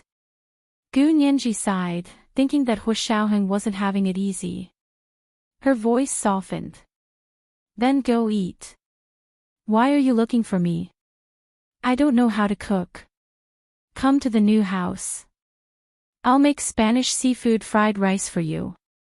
Hu Xiaoheng remembered that Gu Nianji liked it, but it was more troublesome to make it authentic. It required a special condiment, saffron. Saffron was known as the most expensive condiment on the blue planet. Of course, this was based on unit value, and there were also good and bad ones. The saffron sold on the market was of average quality. Coincidentally, Hu Xiaoheng had a field agent bring him saffron from Iran. The quality was excellent. Iran was the origin of saffron and the largest producer of saffron in the world. Although Gu Nianji liked Spanish seafood fried rice, she didn't like to eat onions. However, onions were an essential ingredient in the Spanish seafood fried rice sold in restaurants and hotels. Only Hu Xiaoheng had once figured out a way to make authentic Spanish seafood fried rice without onions. The method was more complicated, and he had been busy with work in the past. He had only done it for Gu Nianji 4 times in 6 years. Gu Nianji couldn't forget these 4 times. As expected, Gu Nianji hesitated. Hu Xiaoheng continued, "Bring your homework and computer over. I'll cook, and you can continue studying. Isn't this better? Both sides won't hold up." Gu Nianji didn't say anything, but she was already a little tempted. Hu Xiaoheng made the decision for her. "I'm already driving over. I'll pick you up right away." Gu Nianji finally agreed and said, "Then I'll be back after eating. I don't need to bring homework." Hu Xiaoheng smiled without saying anything. He hung up and drove over. Gu Nianji returned to the dorm and saw Ma Qiqi watching TV in the living room with a face mask on. "Qiqi, do you know there's a Christmas party in class tomorrow?" Gu Nianji asked as she put down her bag and changed her shoes. Ma Qiqi nodded. "I know." She continued, "They looked for me and wanted me to tell you that they invited you, but I thought you must have a date on the weekend, so I didn't tell you. What's wrong? Did they still look for you?" Gu Nianji nodded with a smile and sat on the sofa. She poked Ma Qiqi's arm. "Yes, they looked for me. But how can I have a date on the weekend? You're the one who has a date, right?" Ma Qiqi was happy as soon as she thought about it. She happily leaned over to Gu Nianji and whispered, "Brother Xiong asked me to go out tomorrow. We're going to spend Christmas Eve together. We're going to spend the night together." Gu Nianji purposely misinterpreted Ma Qiqi's words. "Do you want me to buy you 2 sets of sexy lingerie?" Ma Qiqi was speechless. "Nianji, how can you say something that's not appropriate for children?" Ma Qiqi suddenly grabbed Gu Nianji's ear. Of course, she didn't use any strength. She only pretended to be angry and wanted to teach her a lesson. Gu Nianji pushed her hand away with a smile and escaped from the sofa. "What's wrong? Are you blushing? Oh right, are you and Brother Xiong committed? He said he wants me to be his girlfriend." Ma Qiqi was a bit shy. "But we haven't really spent time together yet. You know, they're all so busy." "Yes, I know." Gu Nianji looked at Ma Qiqi and felt like she was seeing herself in the past. "Qiqi, I've been through it. Let me give you a piece of advice from the bottom of my heart. If you really love Brother Xiong and Brother Xiong loves you back, you must cherish the time you spend together. Although they're very busy and can't spend much time with you, 1 hour with them is equivalent to a month or even a year with someone else. But if the other person didn't love enough, then every minute and second they spent together was torture." Ma Qiqi was stunned and only said after a while, "Nianji, you're talking about yourself, right?" Gu Nianji laughed and smoothed her hair before turning to walk back to her dorm. "Of course not. I'm talking about you. You have to be mentally prepared to date Brother Xiong." Gu Nianji walked to her dorm room to wash her face and reapply cream. She opened the closet and saw the red Hermes Berlin bag Hu Xiaoheng had bought for her. She took it out and put her phone, wallet, and keys inside. Not long after, she heard her phone ring. It was Hu Xiaoheng coming to pick her up. Gu Nianji opened the door and said to Ma Qiqi in the living room, "I have something to do and need to go out. Don't wait for me for dinner tonight." "Got it." Ma Qiqi waved at her. "I'm going out with Brother Xiong early tomorrow morning. I won't say goodbye." Gu Nianji stayed up all night to study and revise her thesis. She would definitely sleep in tomorrow, and Ma Qiqi was already used to her routine. Gu Nianji waved back and opened the dorm door to go down. Hu Xiaoheng's low-key silver Bentley SUV was parked not far from the dorm. Gu Nianji walked over and knocked on the window. She smiled and waved at Hu Xiaoheng. Hu Xiaoheng opened the door to let her in and quickly drove out. "You didn't bring your homework and computer." Hu Xiaoheng glanced at Gu Nianji and saw she was only carrying a small bag. Fortunately, she had daily necessities and a change of clothes. Otherwise, Hu Xiaoheng wouldn't even be able to keep her for the night. Seeing her like this, Gu Nianji took out her phone and smiled mischievously. "A phone is enough. Why would I need a computer?" Hu Xiaoheng didn't look at her. He turned the steering wheel and drove into the parking lot of the Hepingli district. When she got out of the car, she saw that Hu Xiaoheng was still carrying his briefcase. She couldn't help but sympathize with him. "You still have to work overtime. Tomorrow is the weekend. I'm worried that something might happen, so it's more convenient to bring it with me," Hu Xiaoheng said vaguely as he entered the elevator with her. The room facing the elevator door was the second-hand house Gu Nianji had bought. Hu Xiaoheng swiped the key card to open the door and entered with Gu Nianji. Throwing the briefcase onto the sofa, he took off his coat and hung it up. Rolling up his sleeves, he said, "I'm going to the kitchen to prepare. Do you want to rest?" Gu Nianji thought about it and tossed her bag onto the sofa. "I'll help you." Why do you want to learn how to cook?" Hu Xiaoheng was very surprised. In the past, Gu Nianji had learned it a few times, but her cooking was still passable, so she stopped going into the kitchen. "I can't always eat what you cook, right?" Gu Nianji smiled slyly. "It's better to learn on my own. Whenever I want to eat, I can make it myself."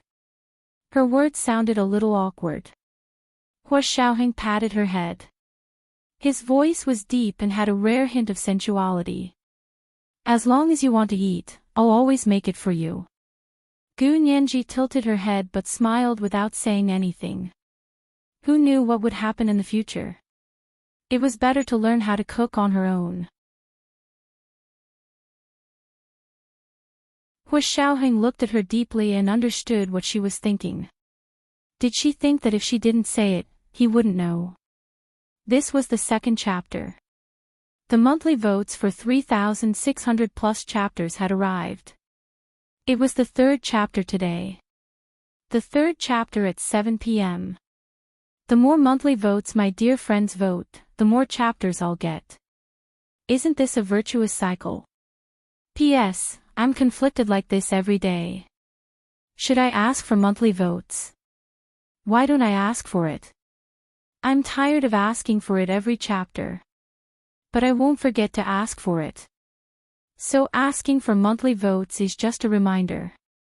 Then I'll ask for it. Looking at the monthly votes again, I'll definitely ask for it monthly votes.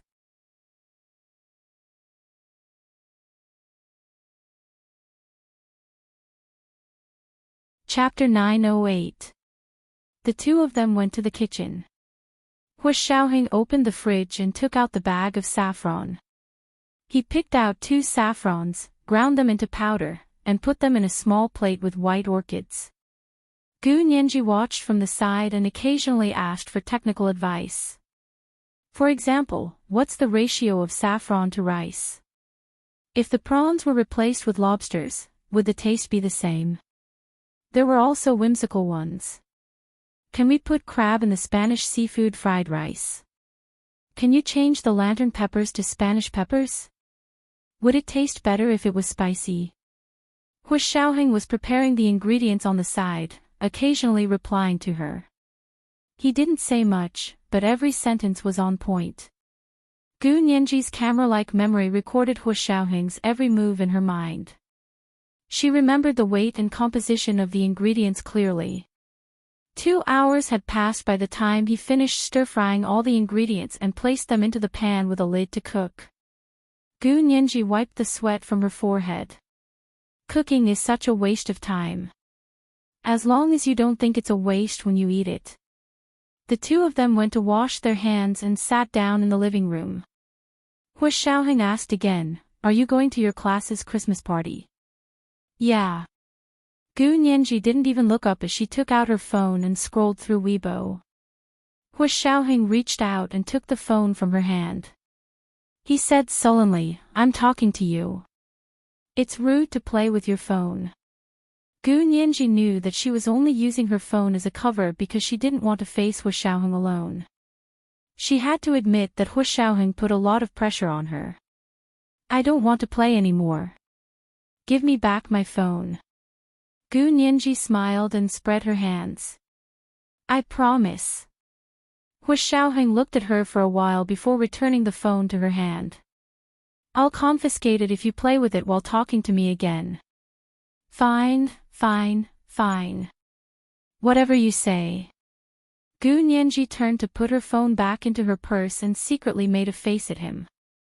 She thought that Hu Xiaoheng didn't see it, but she didn't know that Hu Xiaoheng was sitting next to her and was leaning forward to look at her. He clearly saw her little movement. By the time Gu Nianji turned around with a smile, Hu Xiaoheng had already leaned in and gently kissed her lips. Sure enough, it was as beautiful as he remembered. Once they kissed, they couldn't separate. Their lips were glued to each other.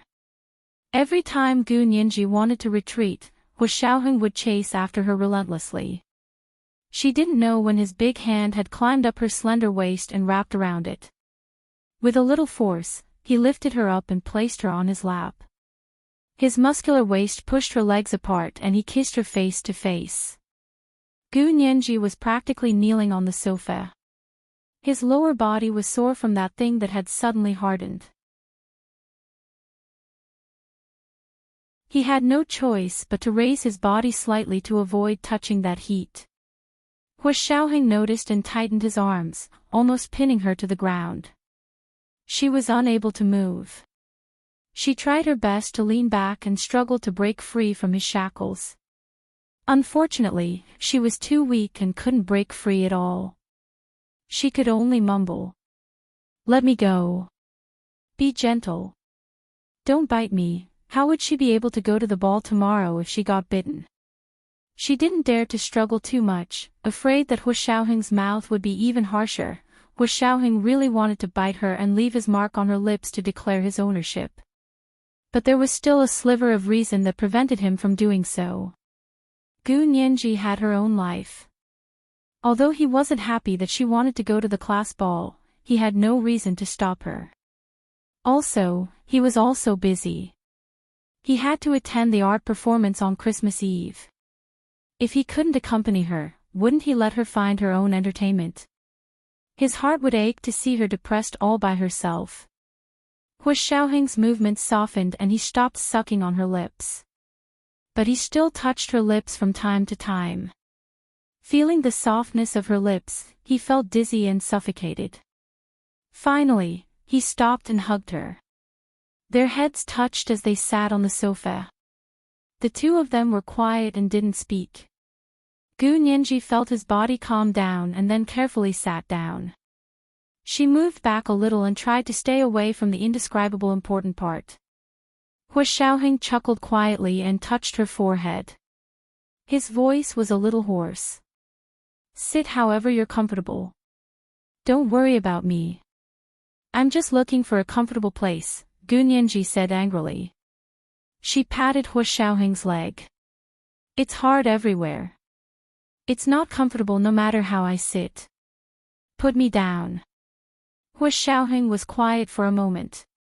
He let go and let Gu Nianji sit on the sofa beside him. He stood up. "I'll go check the kitchen. Dinner should be almost ready." When he entered the kitchen, he heard the sizzling sound of the shallow pot. The soup was already cooked, but the rice was still fragrant. He turned off the fire and waited for a while before opening the lid and filling a bowl with rice for Gunyanji. Then he took a small bowl for himself and scooped a little bit. He had actually already eaten. Not only had he eaten, but he was also very full. He could only eat for now and couldn't eat any more. However, when Hu Xiaoheng brought the rice out, Gunyanji saw that his bowl was so small. She thought he had intentionally left it for her, so she quickly gave him more than half of her rice. Eat more. You haven't eaten for so long. Your body can't take it. Hu Xiaoheng rubbed his nose and looked at the pile of Spanish seafood fried rice in front of him. He said calmly, "It's because I'm starving. I can't eat so much at once." This reason was very normal. Gu Nianji accepted it and took the rice back. She had to admit that Hu Xiaoheng's exclusive Spanish seafood fried rice was really delicious. Although she had already eaten lunch, she was a little hungry again after 2 or 3 hours. She quickly finished her bowl and went to get another. Hu Xiaoheng only ate half a bowl and stopped eating. He went to make a cup of tea and twirled it in his hands as he looked at Gunyanji. After this case, Gunyanji seemed to have lost a lot of weight. Her skin was very pale, but it was too pale. There was no color at all.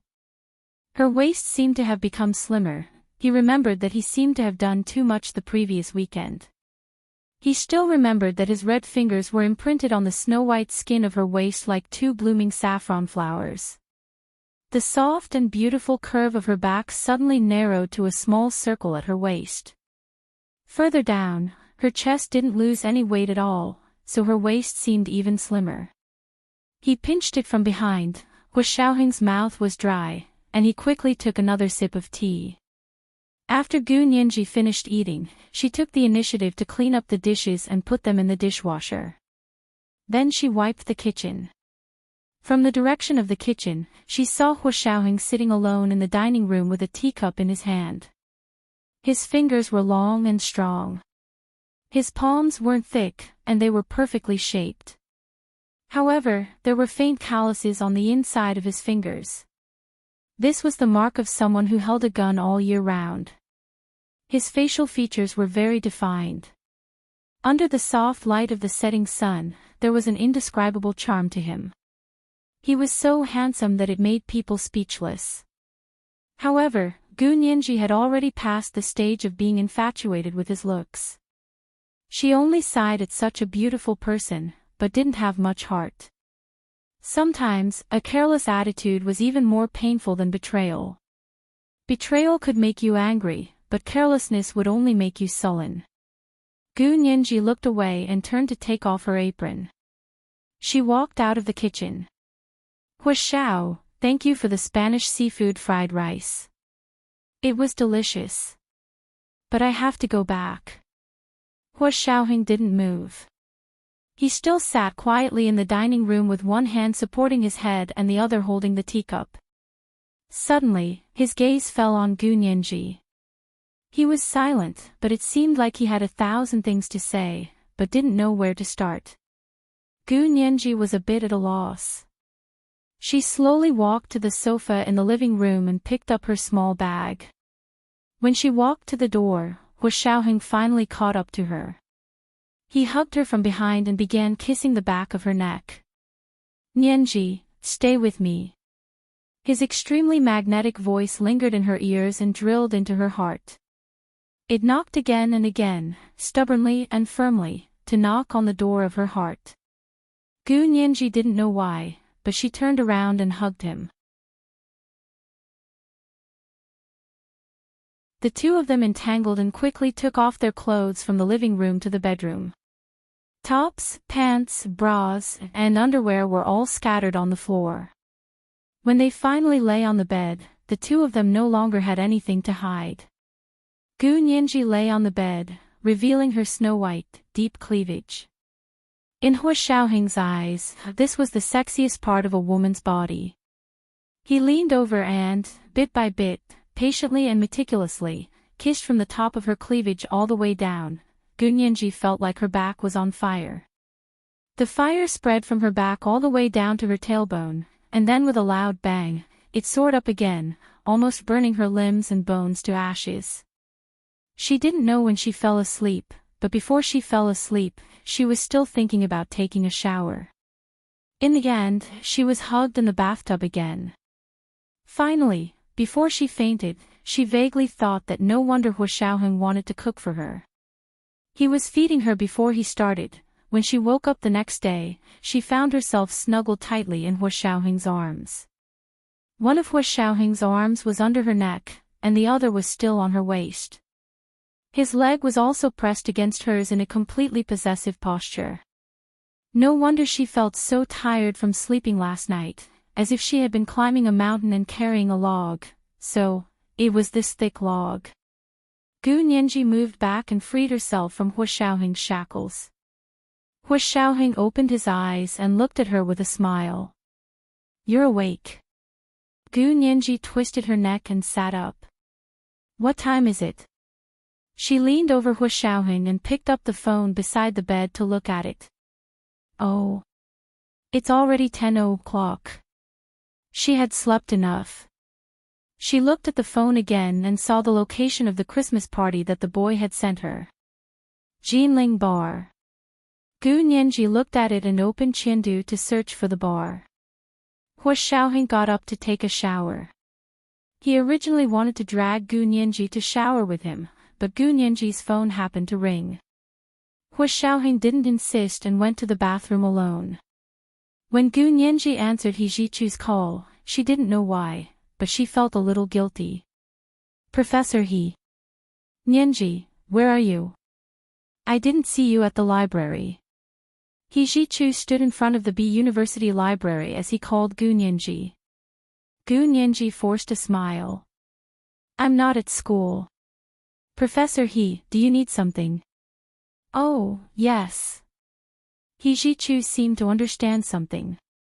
His heart felt stifled, but he didn't say anything. He waited for the discomfort to pass before saying, "I have an invitation to the military arts performance tonight. Do you want to go? If you do, I'll take you with me." Gu Nianji replied with an "oh," and quickly said, "I promised my classmates that I would go to the Christmas party tonight, so I won't be going." "Professor He, enjoy yourselves. The military arts performance will be great." When He Zichu heard that Gu Nianji was going to the Christmas party, he immediately said, "Where are you guys having the party?" "I'll go with you." "Aren't you going to the military arts performance?" Gu Nianji asked in surprise. "I'm not going." "If you're not going, what's the point of me going alone?" He Zichu refused flatly. This was the third update, 3,400 words. It was the third update today.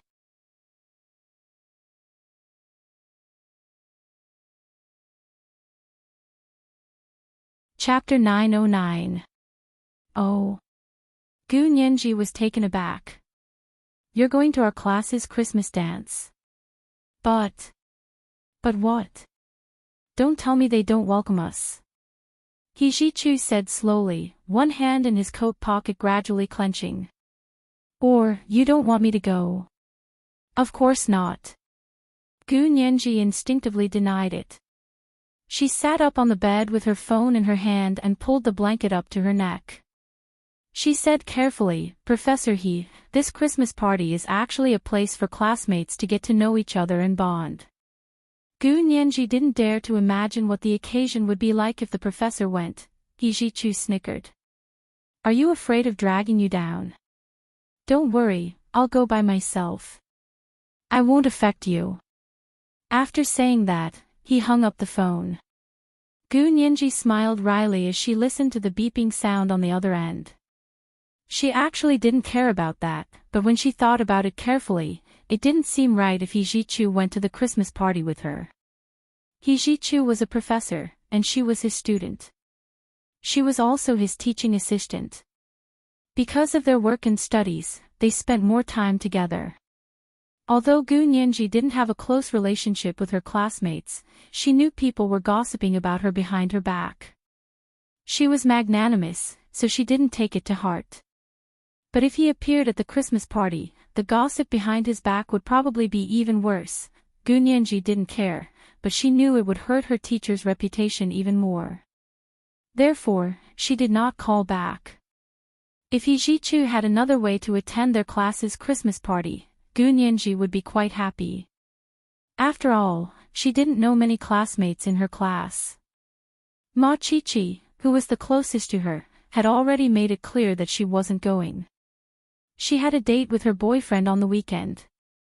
Gu Nianji was going to a Christmas party in a foreign place by herself. It was quite awkward to think about it.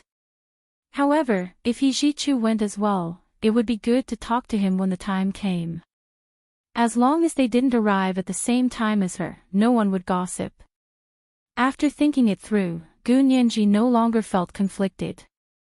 She lifted the blanket and got up from the bed. She grabbed the nightgown at the head of the bed and put it on. Then, she opened the wardrobe and picked out the clothes for the ball today. Since it was a ball, she would most likely wear a dress. Autumn and winter skirts were too thick for dancing. She rummaged in the closet for a long time and found a one-shoulder apricot silk dress with a high slit. The quality of the silk was very good. Under the light, it was as smooth as clear water. The hem of the skirt was inlaid with a few strings of lotus-colored silk flowers. It was so lifelike that it looked just like the real thing. She draped it over her body and looked at her reflection in the mirror. It made her skin look even fairer and more delicate. She shook her skirt, took off her nightgown, and casually put it on. Because she wasn't wearing a bra, as soon as she adjusted her dress, she saw two obvious bulges on her chest in the mirror. Gu Nianji, Hu Xiaoheng came out of the bathroom and leaned against the door frame. He crossed his arms and looked at her. He was dressed neatly, but not in casual attire. He was wearing a white shirt with a small collar. He couldn't tell what brand it was, but it fit him so well. It was probably custom-made. His slender trousers were straight and wrapped around his long legs. Even the leather belt around his waist gave off a sense of abstinence. Tightly bound his wild nature. Gu Nianji blinked and met Hu Xiaoheng's gaze in the mirror. She said, "How about wearing this dress to the dance tonight?" Hu Xiaoheng walked over and put a hand on her shoulder. He bent down slightly and was eye level with her. He whispered in her ear briefly but firmly. "No. Gu Nianji, why not? This dress will definitely look good dancing." Gu Nianji argued with Hu Xiaoheng and tried to reason with him. "I can also do Latin dance. Look at this opening. When I reveal my legs and kick them out, I'll definitely shock everyone." She pointed to the slanted curve near her thigh under the dress for Hu Xiaoheng to see. Hu Xiaoheng looked down and reached out to touch her thigh. He said, "Wearing this dress will only make people want to tear it apart." As he spoke, he really grabbed it.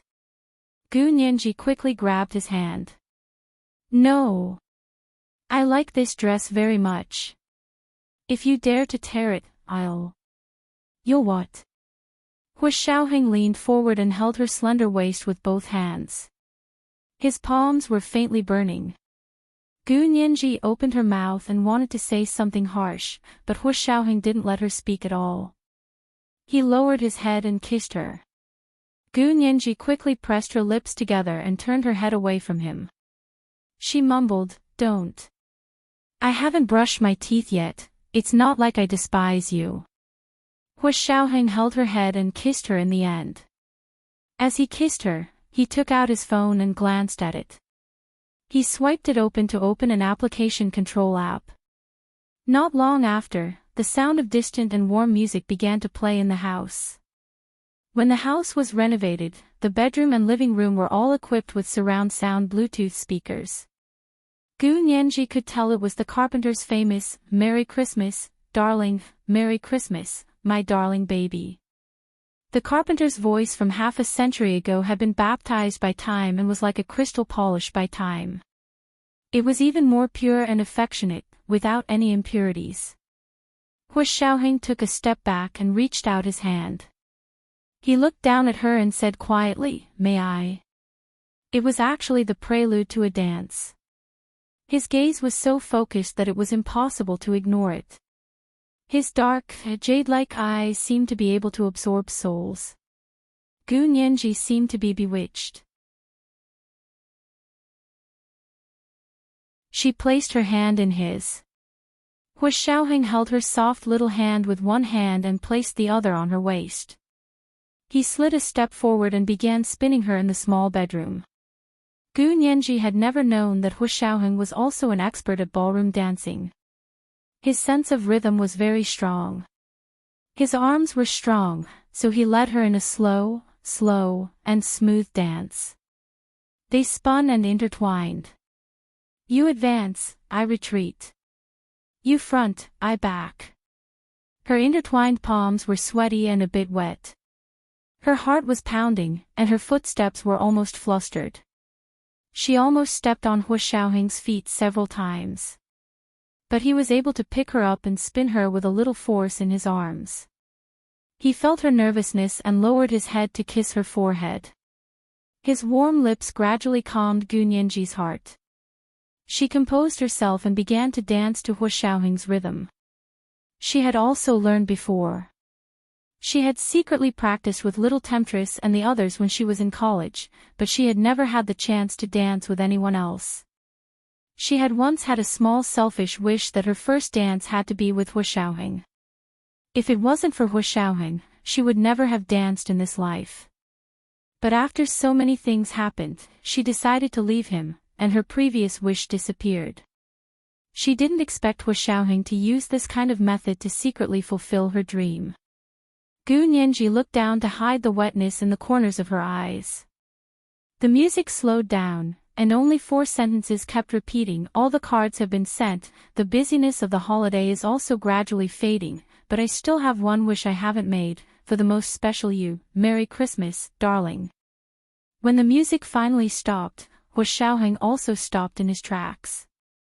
He picked Gu Nianji up and placed her feet on his. He lowered his head and whispered in her ear, "Merry Christmas, my darling." His pure Oxford accent paired with his magnetic and deep voice made Gu Nianji's heart feel like it had been rolled in powdered sugar and then poured with honey. It was so sweet that it was against the rules. Gu Nianji hugged Hu Xiaoheng's neck tightly. She was so moved that her entire body was trembling.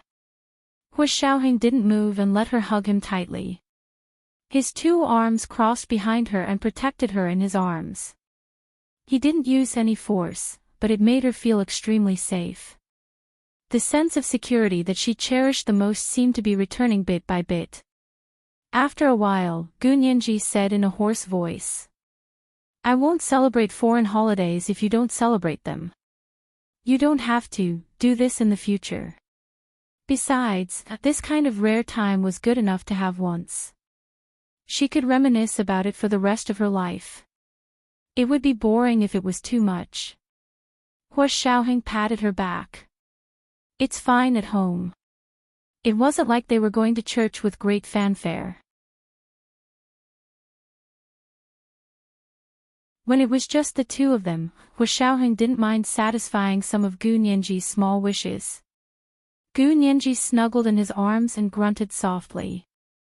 Hu Xiaoheng continued, "Leave this dress at home. Wear it when you dance with me." "Okay." Gu Nianji obediently agreed. Even if Hu Xiaoheng hadn't said it, she had planned to keep this dress as a souvenir. This was the dress they wore when they danced for the first time. It was the kind that she would remember for the rest of her life. "I'll help you pick out a dress." Hu Xiaoheng released his arms. "My Nianji is so beautiful. You'll definitely amaze the audience today." Although he sounded like he was coaxing a child, Gu Nianji enjoyed it. She followed behind Hu Xiaoheng and watched him pick out the dance dress for her tonight. Hu Xiaoheng opened her closet and looked around. He picked out a dress from the ones that still had tags on them. Gu Nianji looked at it and saw that it was a very designer red cocoon-shaped dress from Dior. The style was a bit exaggerated, especially on the chest and waist. It accentuated her high chest, slender waist, long and straight legs, and even her knees were rare and flawless. Gu Nianji was speechless. Isn't this too exaggerated? Gu Nianji was a bit uneasy. Actually, the dress was too mature and too expensive. It was obvious that it was expensive. It was enough to attend the White House dinner. It was overdressed for a small class Christmas dance. Boys dressed more normally wouldn't even dare to stand next to her. Is it as exaggerated as your dress just now? Hu Xiaoheng said calmly and went to look for jewelry for her. Gu Nianji was speechless. Gu Nianji rubbed her nose and tactfully didn't retort. When Hu Xiaoheng hung the pigeon egg-sized ruby and diamond necklace around her neck, Gu Nianji had already accepted her fate. The sparkling gold was probably for the occasion. He wanted her to be a Christmas tree. After picking out the dress, Gu Nianji went to the bathroom to wash up. Then she took a bath and did some body care. Women always felt like they didn't have enough time to take care of themselves. Fortunately, Hu Xiaoheng was also busy and didn't think it was a problem for Gu Nianji to spend 3 hours in the bathroom. He sat on the sofa in front of the bathroom and worked on his laptop while keeping an eye on Gu Nianji to make sure she didn't fall asleep in the bathtub. Gu Nianji finished cleaning up. When she came out of the bathroom, she realized it was already 2 in the afternoon. She sat in front of the vanity to dry her hair. She suddenly remembered something and asked, Hu Xiao, how can you dance so well? When did you learn? Why didn't I know? Hu Xiaoheng calmly closed his laptop and rubbed his nose. He looked around and asked, what time is your ball tonight? What do you want to eat? Golden collar bar at 6. I'm not hungry now. Gu Nianji frowned. You still haven't answered my question. Hu Xiaoheng walked over and took the hairdryer from her hand. He used his hand to dry her hair and said calmly, this is something everyone in the department has to learn. Everyone knows how to do it. If you don't believe me, you can ask Big Xiong and Little Zay. Actually, Hu Xiaoheng didn't want to tell Gu Nianji about the content of their training. It was better to avoid trouble. As a man, he naturally knew how not to cause unnecessary trouble for himself. Gu Nianji was especially smart. Not only did she have a good memory, but she could also draw inferences about other things from one instance. Hu Xiaoheng's instinct was that if he explained everything clearly, it would probably cause endless trouble in the future. Gu Nianji was indeed convinced by his answer. She smiled and said, then everyone in your department should be good at hitting on girls. Why are Brother Xiong and Brother Zay still single? Hu Xiaoheng smiled. We don't hit on girls. That's a mission.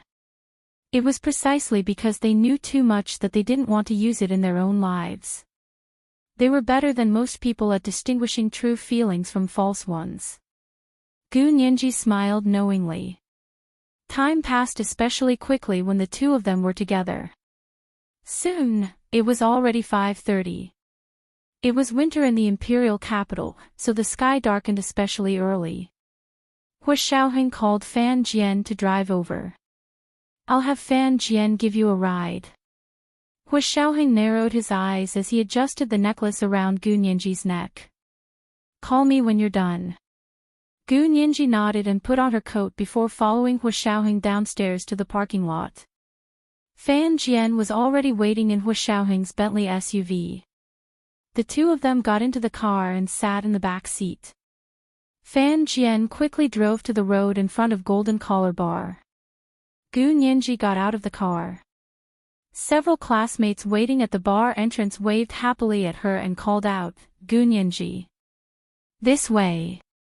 Gu Nianji smiled and was about to walk over when Hu Xiaoheng called out to her from the car. Nianji. Gu Nianji turned around and saw that the window of the Bentley had already been rolled down.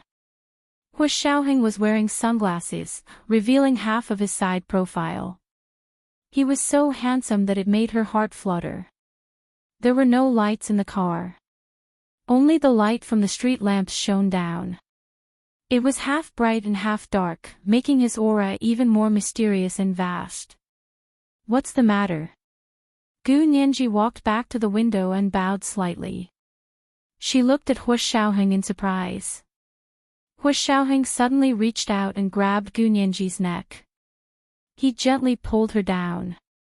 In front of Gu Nianji's classmate, under the flickering Christmas lights and faintly discernible music, he kissed her in front of the bar. This was the first chapter of the 4,000-word chapter. The second chapter at 7 p.m. Come on, hurry up and vote for the monthly and recommendation votes. It should be the third chapter tomorrow. P.S. Thank you to the leader of Enigma for tipping 10,000 Chidian coins yesterday. Mwah.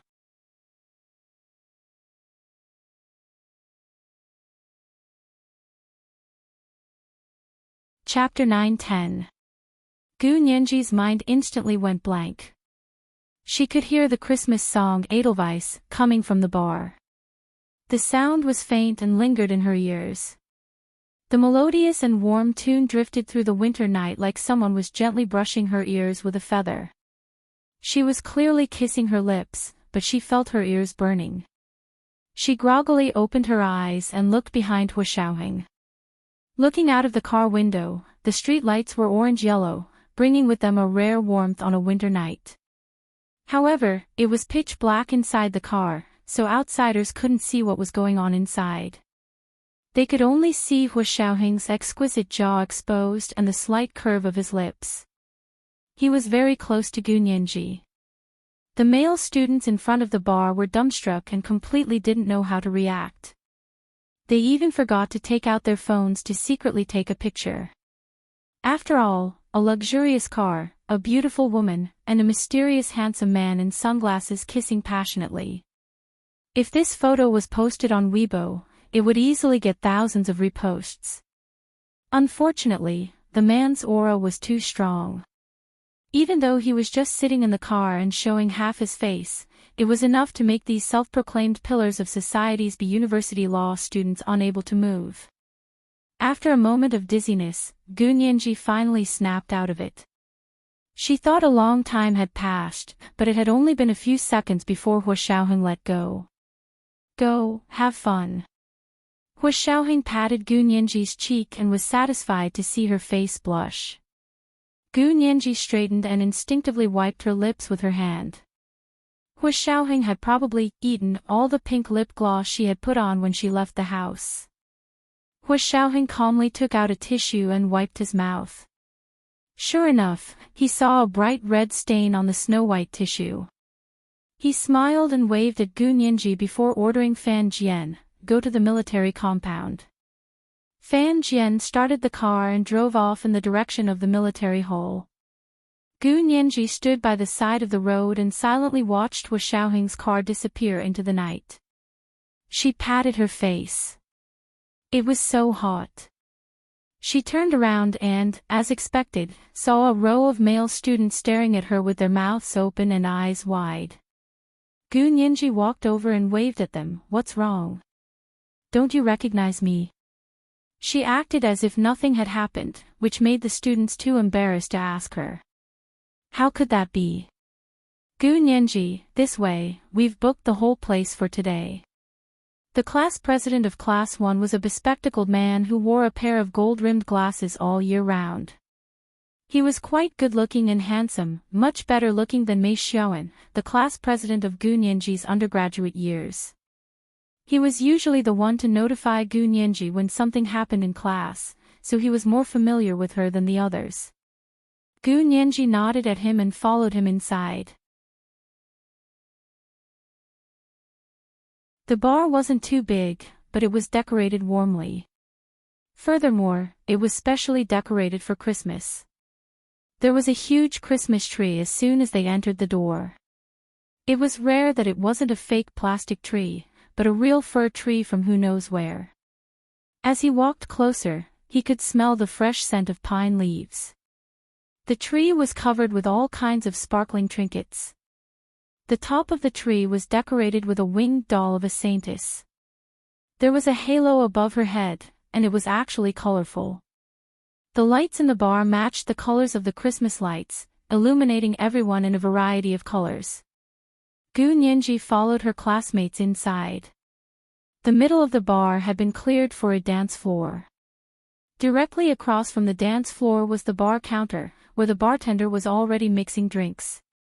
Gu Nianji looked at the bar counter and suddenly remembered when she was in Germany, she had also stayed in a bar for a few days. She pursed her lips and felt a bit strange as she slowly followed her classmates to where everyone was sitting. The dining area was separated from the dance floor by a screen, and there were several square tables in the small area. The food was on the square tables in a buffet style. Gu Nianji had already eaten her fill at home and came over. She took a quick look and only planned to eat some fruit later. She had no appetite for anything else. Gu Nianji, you came alone. Class 1's counselor, Gue Suyao, stood up with a smile. Where's Professor He? He didn't come with you. Gu Nianji's heart skipped a beat, and she secretly thought to herself that he had tricked her again. She immediately put on an even more surprised expression than Gue Suyao. Professor He. He's coming too. Gue Suyao was momentarily speechless. He Jichu had asked her about Class 1's Christmas party today and had said, intentionally or otherwise, that he was free today and wanted to see how the students celebrated Christmas. Gue Suyao was well aware at the time. Last Christmas was He Jichu's first Christmas as a lecturer at the university, and she had never seen him care about how the students celebrated Christmas. However, he was interested this year, and it was all because of Gu Nianji. Of course, she didn't expose him and said enthusiastically, "That's great. The students from Class 1 are going to Jinling Bar for a Christmas party today. If Professor He is free, you can come and visit." He Jichu didn't say he wouldn't be coming at the time. He only said he had things to do and would go see if he could finish them early. If not, he wouldn't go and told them not to wait for him. Gue Suyao only thought He Jichu was being polite, but now that Gu Nianji was here, she instinctively felt that He Jichu must be with her. However, after she said it, before Gu Nianji could deny it, one of the boys from Class 1 who had been outside earlier was already laughing mischievously. He winked and said, "Guess what we just saw outside?" Before anyone could ask, the boy already said eagerly. "We saw Gu Nianji's boyfriend." TSK, and you're still talking about Professor He. What nonsense. Gu Nianji's boyfriend is not only rich, but he's also very handsome. He's not any worse than Professor He. Gu Nianji's face flushed and then paled. She wasn't very happy, but if she reacted too strongly to this kind of gossip, it would give others the opportunity to accuse her of hiding something. Pursing her lips, Gu Nianji sat down on the sofa and said to the boy who had just spoken, "Oh. Professor He is my tutor. What nonsense are you guys talking about? Be careful or I'll sue you." They were all law students, so they didn't overdo it. As expected, everyone fell silent and didn't mention it again. Someone changed the topic and began a drinking competition with someone else. A few girls sat next to the tutor, Gue Suyao, and looked curiously at Gu Nianji's clothing and jewelry. A girl who was very interested in fashion suddenly said, "The dress Gu Nianji is wearing is from Dior's spring collection next year. Look." She took out her phone and searched for Dior's spring collection next year. The fashion industry was like this. During the winter, the next spring collection would already be held. By next summer, the winter collection would begin. It was always several months ahead of the actual season. The girl's phone indeed found a dress that was exactly the same as the one Gu Nianji was wearing. It was Dior's latest spring collection. TSK, this isn't normal. Even the A-list celebrities in the country can't get their hands on such a big brand like Dior. I heard it's only available to global VIP customers. It's not just the dress. Look at the ruby necklace around her neck. That's a standard pigeon blood ruby.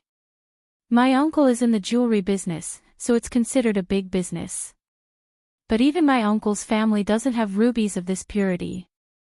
The girls sat together and studied Gu Nianji from head to toe. They weren't familiar with Gu Nianji, and Gu Nianji was dressed so extravagantly today. They weren't idiots, so they didn't want to sit next to her and look like country bumpkins. Therefore, they intentionally stayed away from her. Occasionally, they would say sarcastically, although she's dressed extravagantly, she looks old. Don't look like she's a young married woman. Tisk. The girl who was close to Ma Chichi couldn't stand it anymore. She frowned at the sarcastic girl and said, "That's enough. Watch your tongue. Nianji is only 19 and looks like a young married woman. You're already 26. What do you look like? An old woman.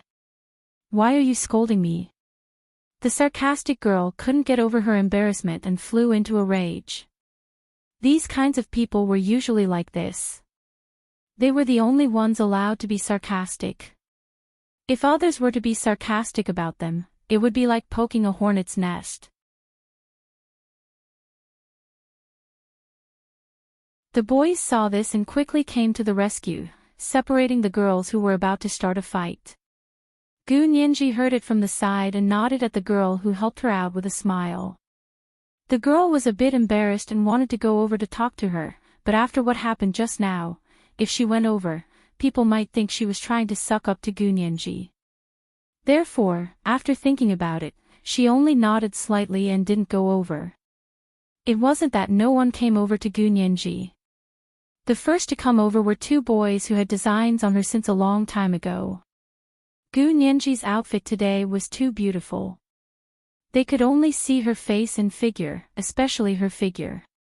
Oh my god, this dress suit made her body look like a devil. Therefore, even though they saw that Gu Nianji was already taken, they didn't want to give up. In this day and age, people could get divorced after getting married, let alone having a boyfriend. Who knew if they would break up in the future? It was always a good idea to get acquainted with her first. Also, young people were hormonal, so they didn't have as many concerns. Their families were also quite well off, so they were dressed smartly today.